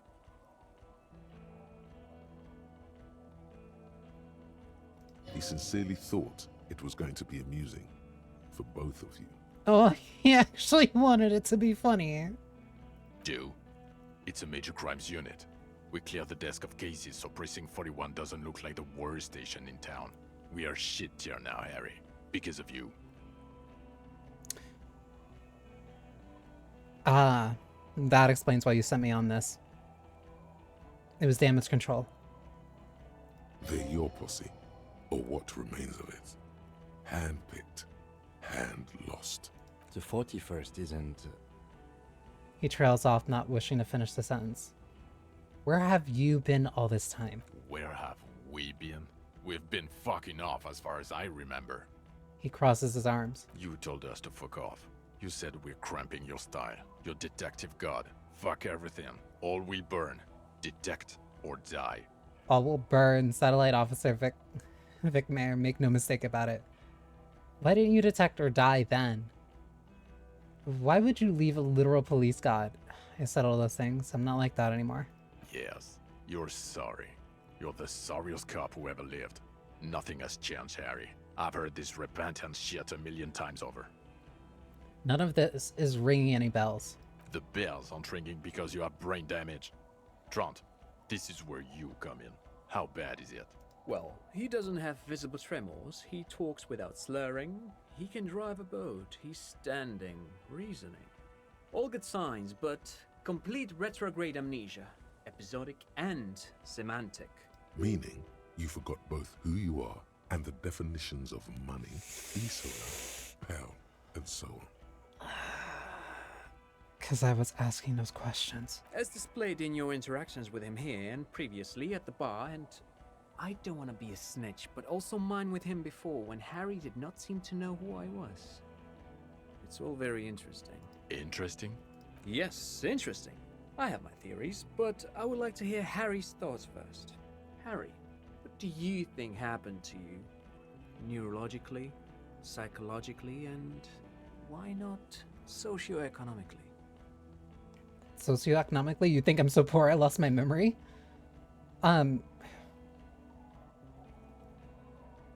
Anomaly in a church, a 2mm hole in the world. I'm a highly experimental detective.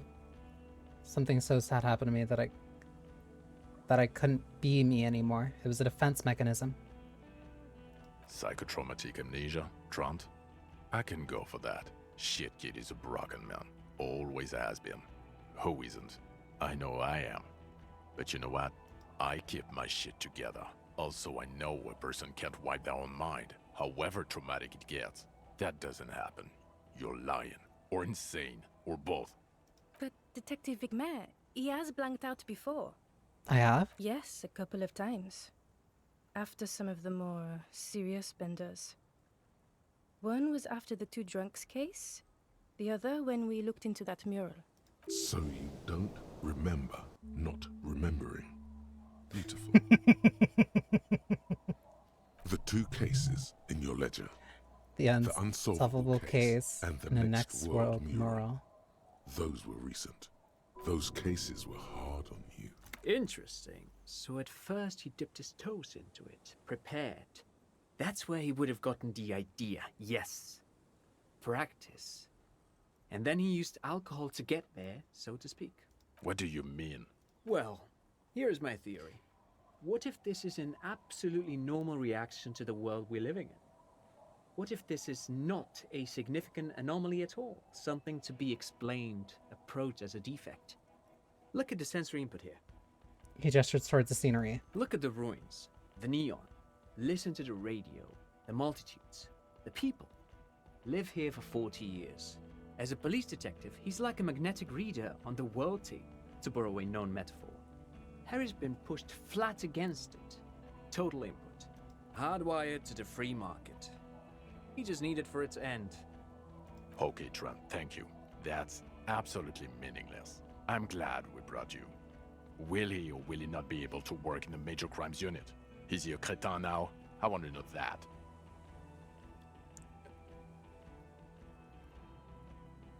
Trent's basically saying that it's a normal reaction to being in the world that we're in. Like, being in the world that we're in and being a detective and working the way that I have for so long has caused me to want to do this as, like, it's the only thing that makes sense. Like, he's treating it like it's a natural response.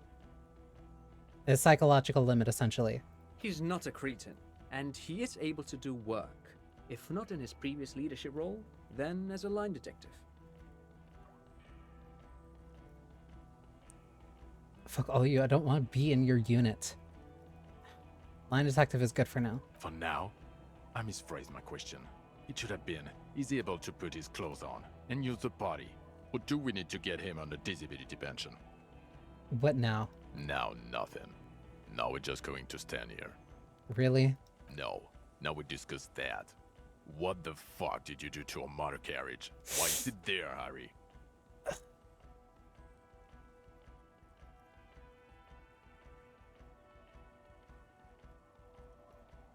I drove it into the ocean when I was drunk. Ah, so refreshing. He just admits it. Thank you for your honesty. Thank you for destroying 45,000 real of police property that's coming out of everyone's payslip. That was 45,000. It doesn't matter. Your badge, Harry. Show me your badge. I got my badge right here. In a rush to demonstrate your badge, your eager fingers can't sustain a grip on the smooth plastic. You've got to be shitting me. Slips out of your hand.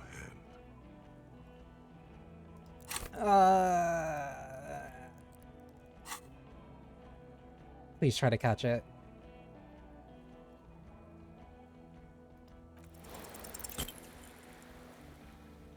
Fuck.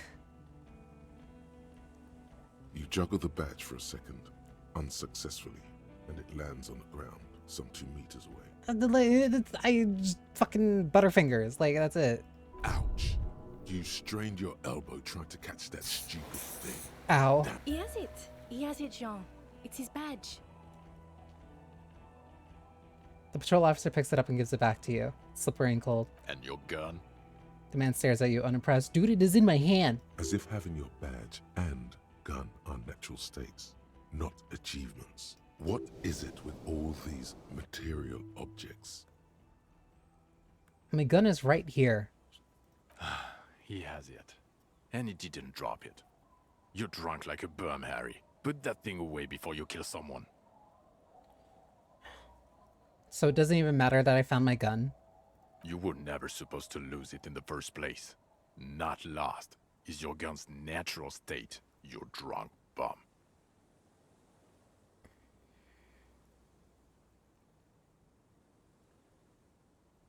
I didn't lose my gun, I have my gun. We're not talking about the fucking gun anymore. We're talking about the vaporized cloud of ethanol coming from your mouth. I haven't drank. This is so unfair. He knows you have the gun, and still he's punishing you. I'm not drunk. I haven't started drinking again. I haven't started drinking again. So you forgot to drink? I don't buy it. Why do you smell like a corpse then? He's wounded. It's been a long week, and he's handled an actual corpse. Multiple at this point. Hold on, I just haven't washed myself after the autopsy. Wait, it may also be the pheromones. Yeah, I've handled an actual corpse. It's been a bit of a week. I'm sorry I smell bad. A bit of a week? You're drunk, and you let a suspect escape, a certain class, because you were too drunk to assess a flight risk. We've read the report, Sari. Lieutenant Kitsuragis. We know.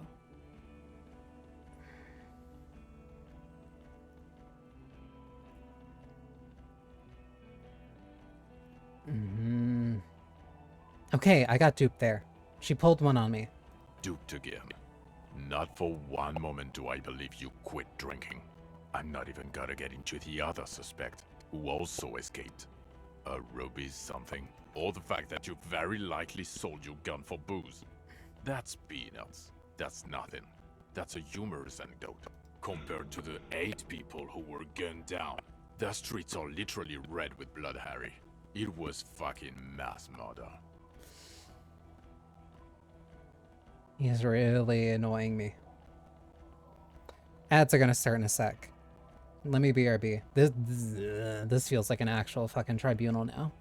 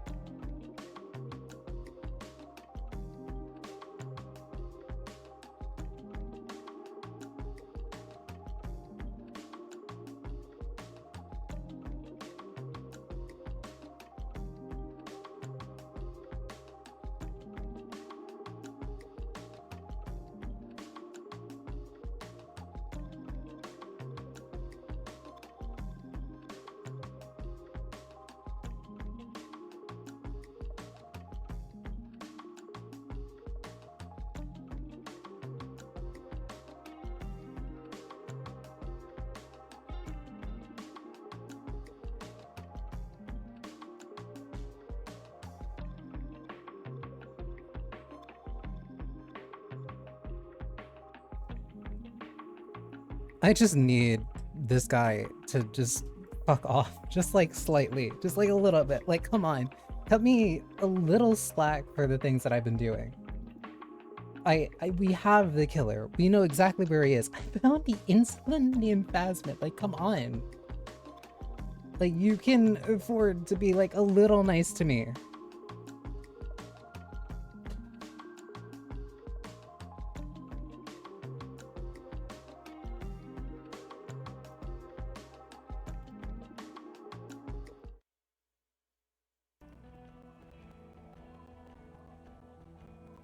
It worries me that they're wasting so much time that the old man might die. Honestly, yeah, at this point, it is kind of... He did everything he could. We did everything we could. The company hired and vetted mercenaries. Lieutenant Dubois got between them and the locals. Kim, I love you. Here comes the cavalry. He did so at considerable risk to his own life. He was shot, not once, but twice. We stopped an execution, not a negotiation. The loss of life was minimal compared to what it could have been.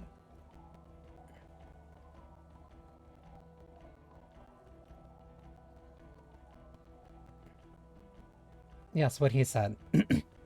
I also solved the case. It's solved. All of it. Detective, it's better if I do that. He says in a lowered It's voice. so much better if he does this. A million times better. Thank you for the input, Lieutenant Kitsuragi. I didn't mean to suggest you didn't handle the situation. He brushes his stray hand of hair out of his eye and coughs. Oh, okay. You'll coil up the second that Kim says it. You've spent the week with him on this case. What is your take? What is Kim's take on me? But he trusts me.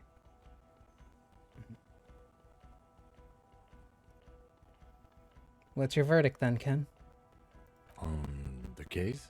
On Lieutenant Yefretor Dubois. Well, the drinking, the gun losing, also losing the badge. That's all true. Although he has not been drinking on the job this week. See? 1 week. Then there's the self-flagellation issue. He likes to apologize, profusely, making it sound like he's guilty of at least first-degree murder. It's not a good communication strategy for an officer. It's worrying, especially considering his political views. Detective Dubois is, as you may know, a Mazovian socio-economist. He wants to liquidate the ruling class, which, again, for a police officer, is a little odd. You should yell something. I am a policeman of the state to come. That is not a good idea. Yes, let's let the big boys talk. And then there's the motor carriage in the sea, something I was not present for. But despite all this, he is a great detective. One of the best I have seen, in fact. Thanks, Kim. He can talk human beings into telling him anything, and he doesn't stop. In all the time I've spent with him, he has not once stopped working on the case. He is tireless, madly driven. Well, except that one time when he stopped to sing karaoke, which, by the way, I have to disagree with you, Mr. Vicmar, was a valiant effort. He really sang his heart out. Kim, you weren't there, but I appreciate you still backing me up for this. Okay, he did something. Other than that one time, he has tirelessly worked on the case, and he solved it. We have a confession, a murder weapon, and the perpetrator locked on the island right now. We waiting did paint. transportation. We did paint the wall randomly and write "fuck the police," and Kim was like, "Why? Why fuck us?" He apprehended a straggler who stayed hidden for 50 years, ever since the revolution, who's probably committed other murders over those years. Oh, and he also discovered a new species. Kim's bringing this up for me. A new species? A colossal stick insect. It was on the island, camouflaged as the reeds. It unfolded from the reeds. I think we may be dealing with the Insulindian phasmid. If I said this, I would look fucking insane. But one, Kim is saying it. Two, we have a photo. He takes out the photo of the phasmid and shows it to the officers across the yard. The wind blows, flapping the glossy rectangle in his hand. You hear gasps beneath the howling of the wind. As you can see, it's about 3 meters tall. In fact, we think it may be the largest land invertebrate ever discovered. Hotsanana. So, as you can see, I'm pretty okay at detective. Absolutely giant communist. Fucking hell. Is this somehow connected to the case? He ignores you, still staring at the phasmid. The killer did not seem to be aware of the phasmid's presence, exhibiting a strange, atypical dementia. He fell into a stupor after its appearance. He became near catatonic. Yes, the phasmid may have contributed to his mental state in some way over the years. Actually, yeah. Probably not connected as per, but the perpetrator knew of his existence. No, the phasmid may have contributed to his mental state in some way over the years. So it is connected.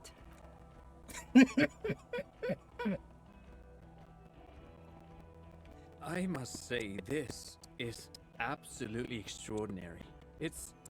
I don't even have words for it. The best to ever do it, fuckers. Yes, it really does make it hard to fire the drunk. His tired eyes follow the photo as the lieutenant puts it away. This is a very, very sad man who has just seen something that's made him forget his sadness. Now you make your case. Now is the time. Now or never.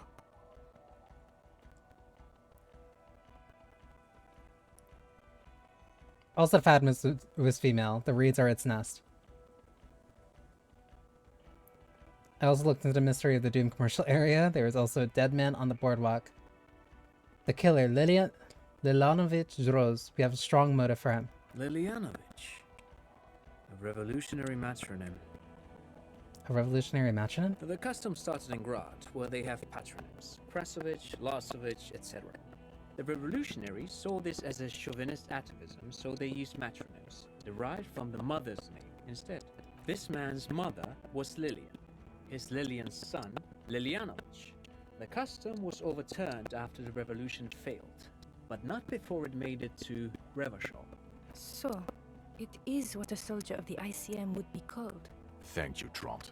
Thank you for that piece of cultural theory. You said you have a motive? Of course, excuse me, I just thought it was noteworthy. Cool fact, thank you, Trant. He wasn't quite sure about the straggler before he heard this detail. It must have convinced him. I heard that, like, all the characters basically have their own stat sheet, and I can clearly see that Trant's encyclopedia is, like, clearly maxed out.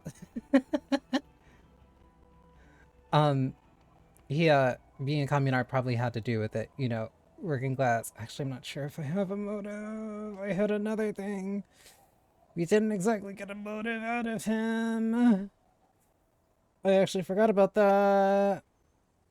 I love language facts, genuinely. Yeah, being a communard probably had something to do with it, you know, class warfare stuff. Actually, I'm not sure if I have a motive. I have another thing. No, detective.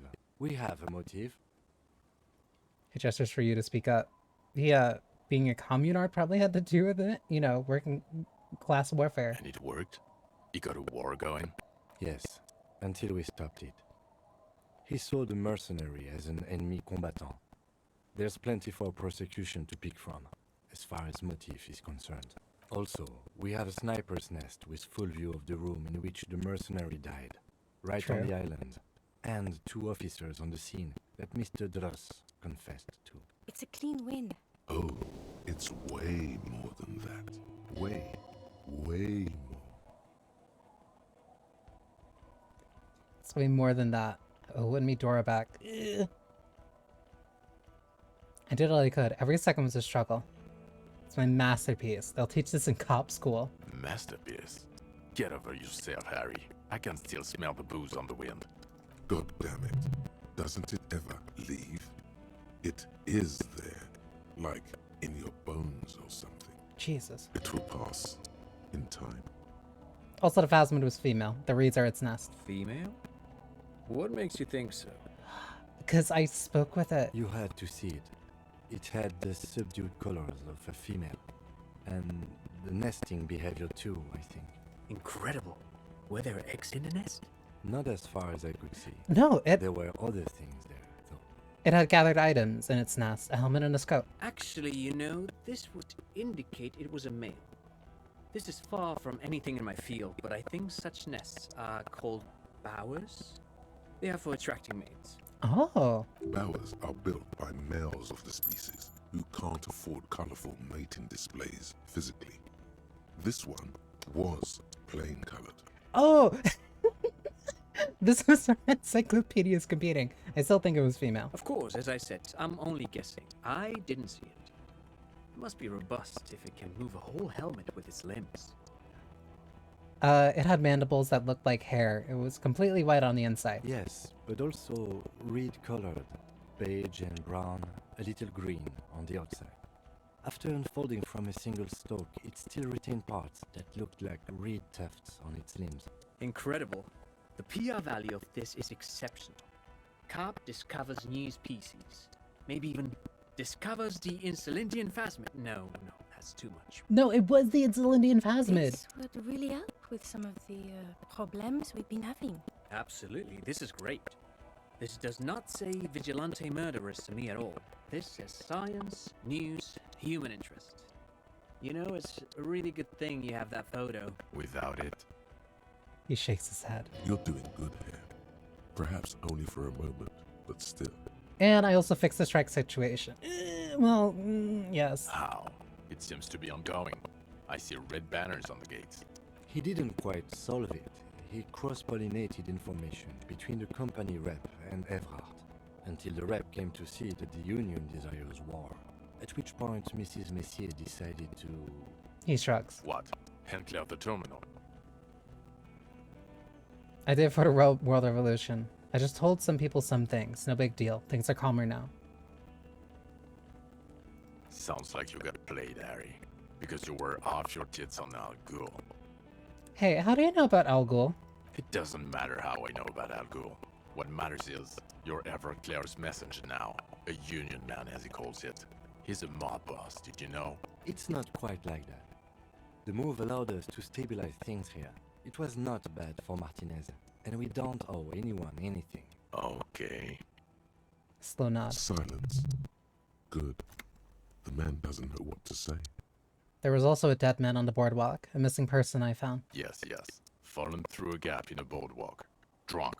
How did you know I found him? The body was transported to Precinct 41, our morgue.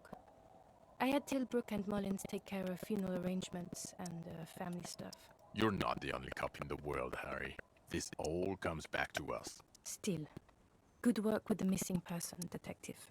I also looked into the mystery of the Doom commercial area. I don't know what a Doom commercial area is. I wonder if there's more to that one. Probably. This feels like the... It really does feel like the final big, like, hey, here's everything that you've done coming back to you. Rue de Saint-Ghislain... It is like a review. Rue de Saint-Ghislain 10. A commercial building where all the businesses go bankrupt. I looked into it. Why? That's not what you were supposed to do here. There was a fridge we needed and a possible witness. He was just chasing a lead and ended up advising a local shopkeeper. It was okay. Kim, I don't think you need to bring up the fridge. Of course. Call it community outreach, right? Dodged the bullet there. For a moment, it seemed like you were just wasting time. So what do you say? Want to take this hot ship back? Point to yourself. I don't want to, but you discovered a new species and solved the murder. He shrugs. So I have to. Jude. Anything that ends the trial is okay with me. Trial? You haven't been drinking, she thinks. So, maybe this time. Agreed. The public relations potential of this is too valuable to let go. Okay. We have vehicles in the square, and the perpetrator needs to be taken into custody. Let's go. Now you will finally get to know who you are. Wait, I have a few questions before I go about who I am. The man looks westward, impatiently, jingling his car keys in his pocket. Who am I? Who are you? You're a gym teacher, Harry. What? Well, obviously you're not a gym teacher anymore, but... But before... Before you were a cop, you were a gym teacher in Coron. It's getting really cold outside. Should we maybe... That does explain a lot. Harry, it explains everything. The running around, the jumping, the bicep curve, your inexplicable facial hair. Because of how much the fact that me running around like is actually something that they keep keeping track of. Because Kim has complained about it 3 times at minimum. The collection of FALN sportswear I've amassed. Your love of retro-style dance music. How you're able to perform a 360-degree spin kick.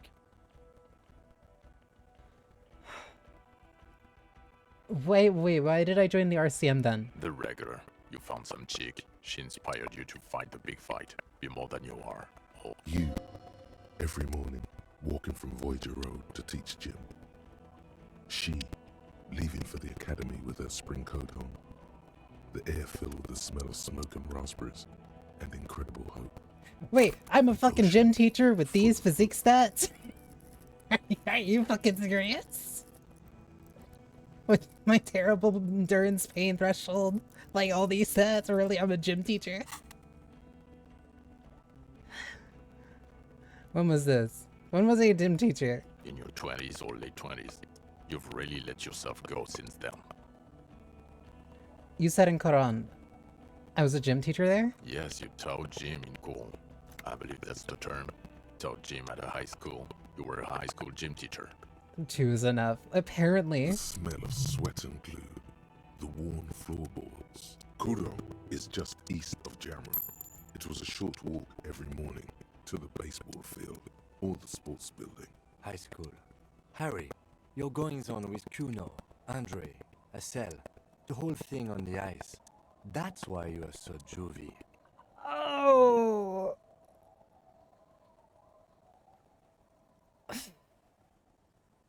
Because of the way I interacted with the kids. His smirk suggests barely contained laughter. I don't remember the thing on the ice. I don't know what he's talking about there. Okay, I see now. I knew it. I knew no normal human being can run like that. He's an honest-to-God gym teacher. He just complained about it 5 times. Why am I like this? It's not a mystery. Some chick fucked you over. Also, you were drunk. Was she called Dora Dubois? Dubois? It was Dora Engelund, I think. You've said her name, but you weren't married. You were engaged. Dora Ingerland. Something like that. Half Vazan. Vasa is where beautifully and impossibly blonde people come from. So we weren't even married. No one is married anymore. This is Revachol.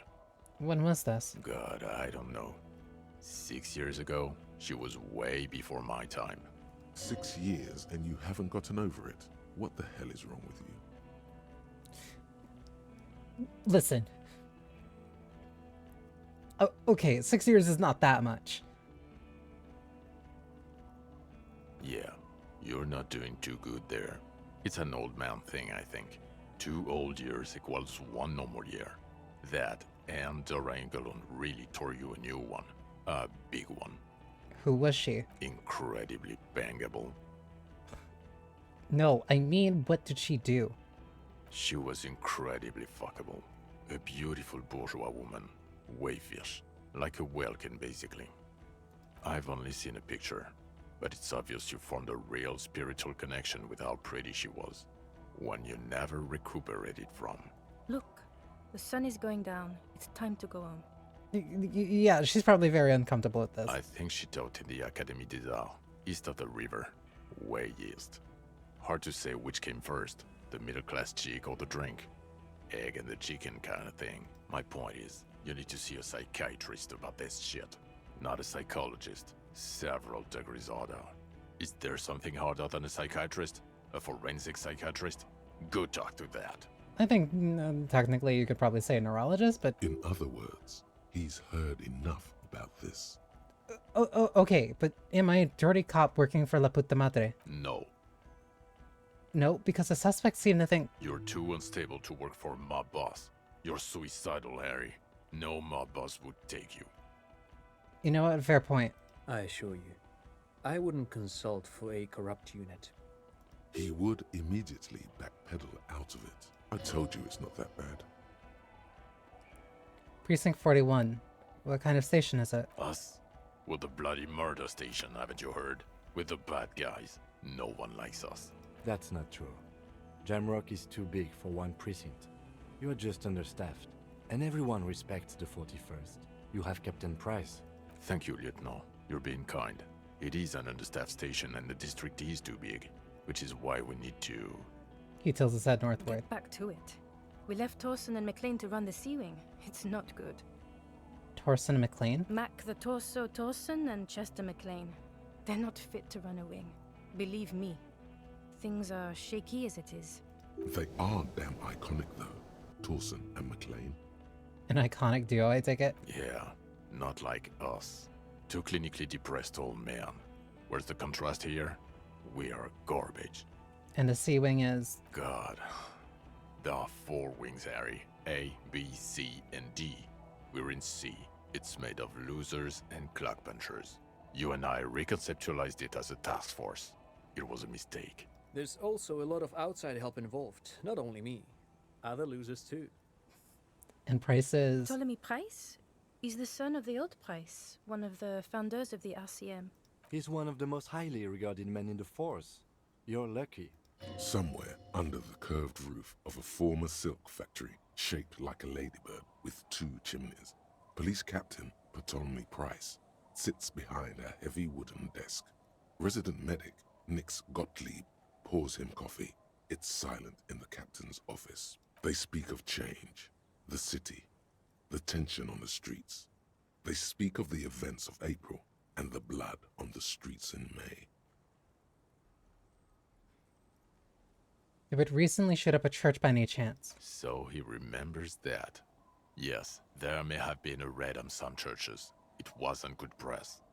That's why they care about PR. Shooting up churches never is. I was out of town, to be clear. What happened? Why did we need to go there? Our enemies were hiding in a church, to the best of our information. That's it. I'm not talking about this anymore. Your security clearance is shit tier right now. You have to wait for it to go up. Your clearance will not go up while you're within earshot of the Union headquarters. Fair enough. So I work in a bloody murder station. Okay, it's not the bloody murder station. It's an old converted silk mill with green desk lamps and a coffee corner. A lot of good people work there, hard, every day. Jamrock is the largest ghetto in Rivershaw. Faubourg, technically, but it's divided into 11 districts. Jamrock only has us. The press will blow over. Jamrock is lucky to have you, and it's often considered to be the greatest of the districts. You're lucky to have it. Thank you again, Lieutenant.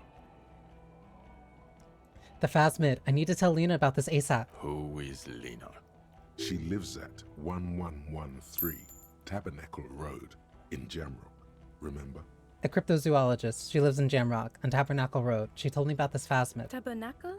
It's on the way over. Near where you live on Perdition. She looks at, so Fine. I thought it was me. If we're gonna drop you off anyway. She and her husband were conducting the search for the Phasmid. It's their discovery, in part. They should know as soon as possible. It would do you good to deliver some positive news for a change. Lieutenant Kitsuragi, what will you do now? Well, first I will go back to my station and write the most detailed report anyone has ever seen. It will have to be good to cover all these. Then I will have a serious talk with my captain. About what? Detective, we just stopped a small-scale war. Something is happening to Revachol. He pulls up his collar and looks around, the cold spring light reflected in the lens of his glasses. I don't know what yet, but it's going to be a hard spring for the RCM. We need to get ready, infiltrate, investigate. Want to do that at Station 41? Talk to Captain Price? I'd rather not ruffle the feathers of two captains with my doom-mongering. No, I meant investigate. Come work in Precinct 41. Work with Price? I'm flattered, but I don't know if I... A crooked smile quivers on his lips. Would fit him. And crazy enough. Can take the stress. He doesn't know how to finish the sentence. This truly came as a surprise to him. Not a bad one, but he's at a loss. Flattered? You're Lieutenant Kitsuragi. We would be flattered if you even considered. I would have to tie things up in GRIH first. But, I mean, whatever is coming, Jamrock will be more central to it than the harbor. The lieutenant turns very serious all of a sudden. And we also have a huge caseload, Lieutenant. Piles that we need to get back to. Mountains, even. I do like the sound of that.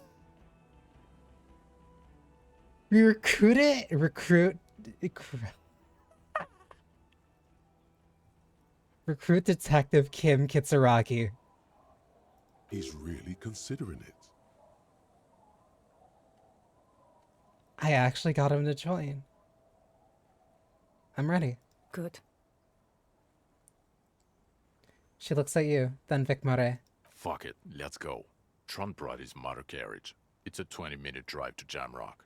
Under the evening sky, the great district turns on its lights. A chessboard of wooden houses, 80,000 living souls inside.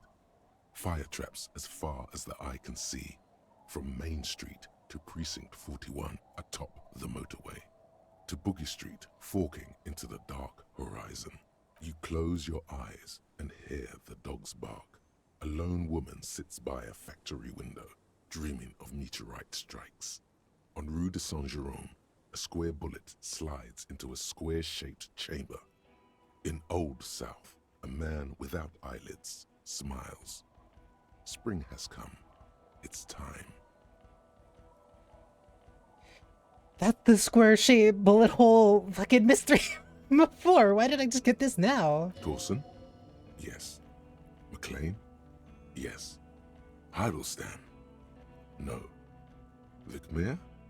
Yes. Dubois? Of course. Really? Nick Gottlieb looks up from the list. I hear he's unstable. You say that like it's a bad thing. Captain Ptolemy Price gestures with a ballpoint pen. It's dim in his office, and the curtains are drawn. Harry's our man. He'll pull through. When he does, he'll side with the people. Understood. Gottlieb returns to the list. Minnow? Of course. It's funny that they're saying this, even though, like, my PR continuously has been me punching people younger than me, from a child to a college student. Like... Wonderful. Then can we please just go back to Jamrock now?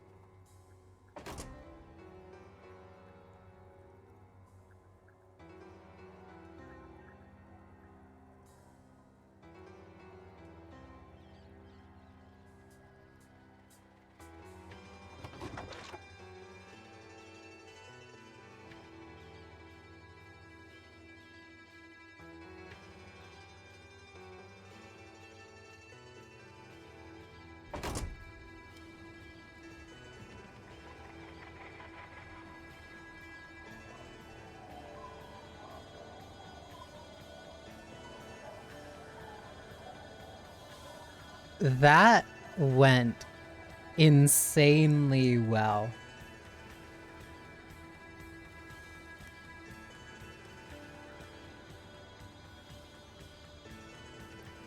I was nearly certain that it was going to be an absolute shit show by the end. But like...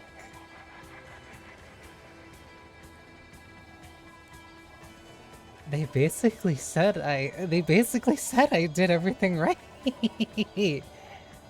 Like I basically got full marks. Sure, I didn't necessarily do everything, but like I solved the murder. I found the Insulinian phasmid. Like bad things did happen. Like I can't side skirt that, but like the positives very clearly outweighed the negatives. And Kim liked me and trusted me enough to the point where, like, he joined the precinct.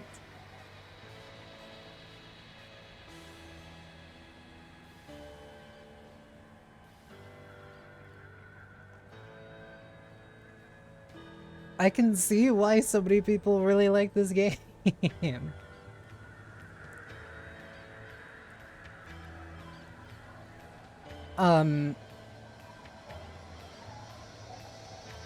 Damn.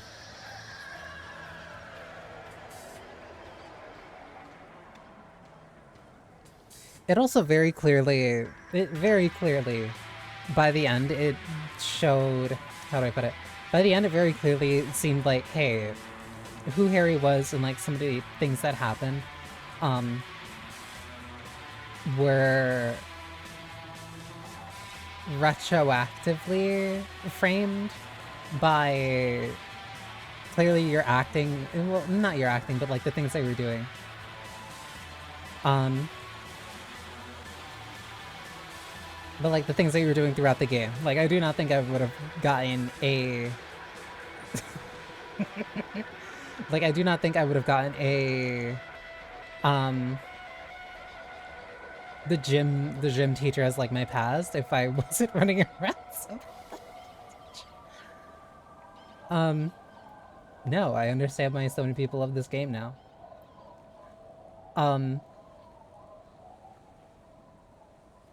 I like it. I like it a lot. Oh my god. The way that that one expands for Final Cut. That's insane. All of these expand for Final Cut. Jesus. Kim Kitsuragi, insane performance. Absolutely insane performance. No, I really like this.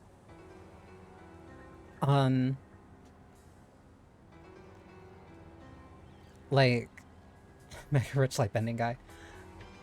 Like, I don't really have a note. Like, I don't necessarily think it's like my favorite game of all time. If I was going to give it like an arbitrary, so good to see these credits. It is like finally to see them. The Insulinian Phasmid. Hill Latitude Compressor. Oh, also for that too. I like it. I think if I were supposed to give it like a very arbitrary score,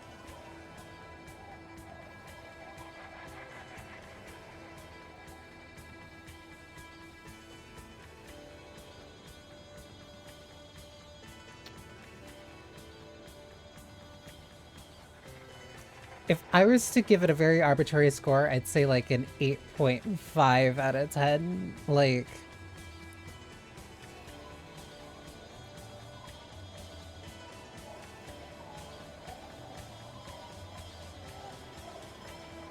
and I'm trying to word like what's stopping that from being like a 10 out of 10 for me. But like I can perfectly understand why it would be somebody else's 10 out of 10. Like, I get it. And I also do think it is like very smart. I do think it's very funny, but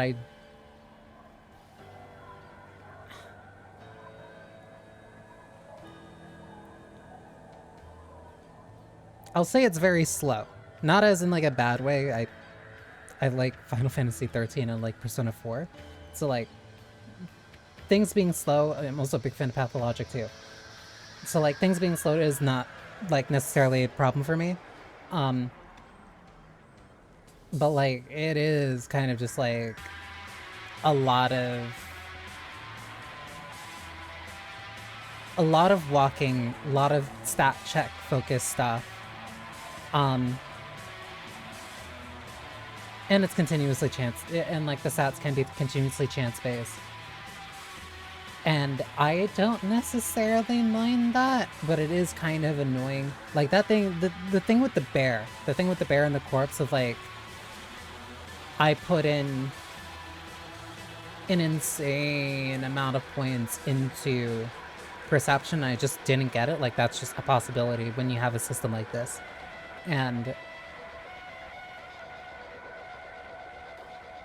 I feel fine with that. But then I can also see...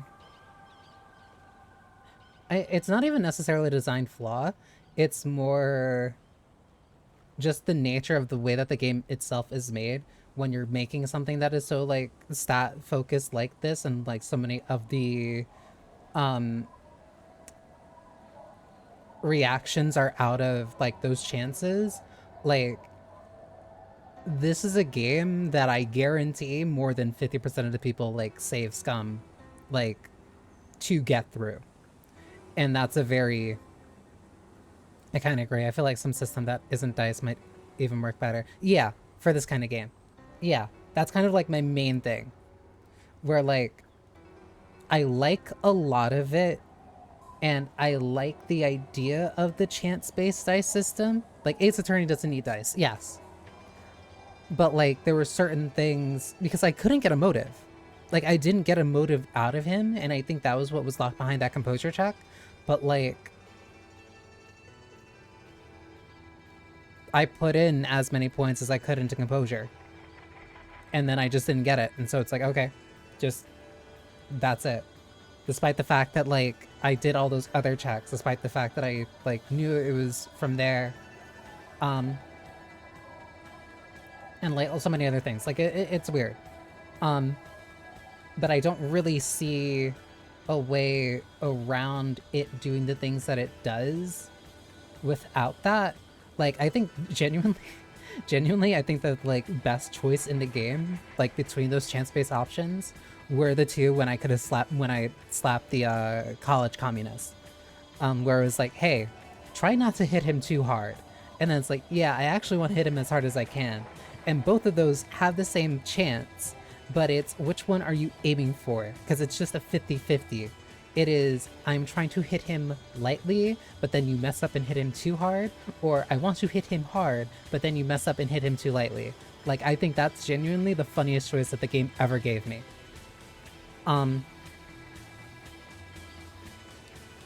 But when you have a game like this where like so much stuff is focused around like chance-based like discoveries, especially when it comes to like making progress in a quest, like how just like that church quest was locked off because I didn't want to force her out, and like I just physically could not open the icebox. Like, oh well, I guess I just can't do that.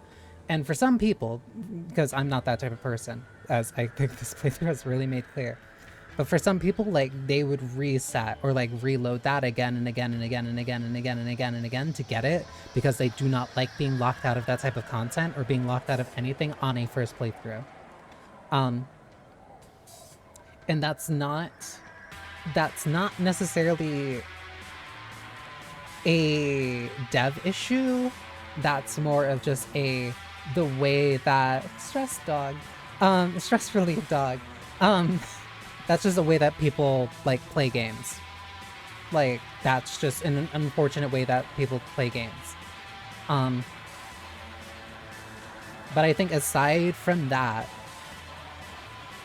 I do think for a majority of it, playing the way that I played, which was letting the bad decisions lie and just kind of being okay with saying, like, I guess I'm just not gonna see that this time. Mankind, be vigilant, we love you. I think it's a really cool game. Probably not one of my favorites, but it is really cool, and this was incredibly fun. Oh, and that's it. This was incredibly cool and very fun. The world is also very, like, just like in terms of a setting, like this is incredibly well thought out and very, full. Like that's the main way I can say it. Like it's just a very full game. Like if you really, only full playthrough I've seen. Well, I am honored to be the person that you've seen play through it. Considering the fact that like I wanted to put so many stats into speech stats and then I fucking slapped 3 people.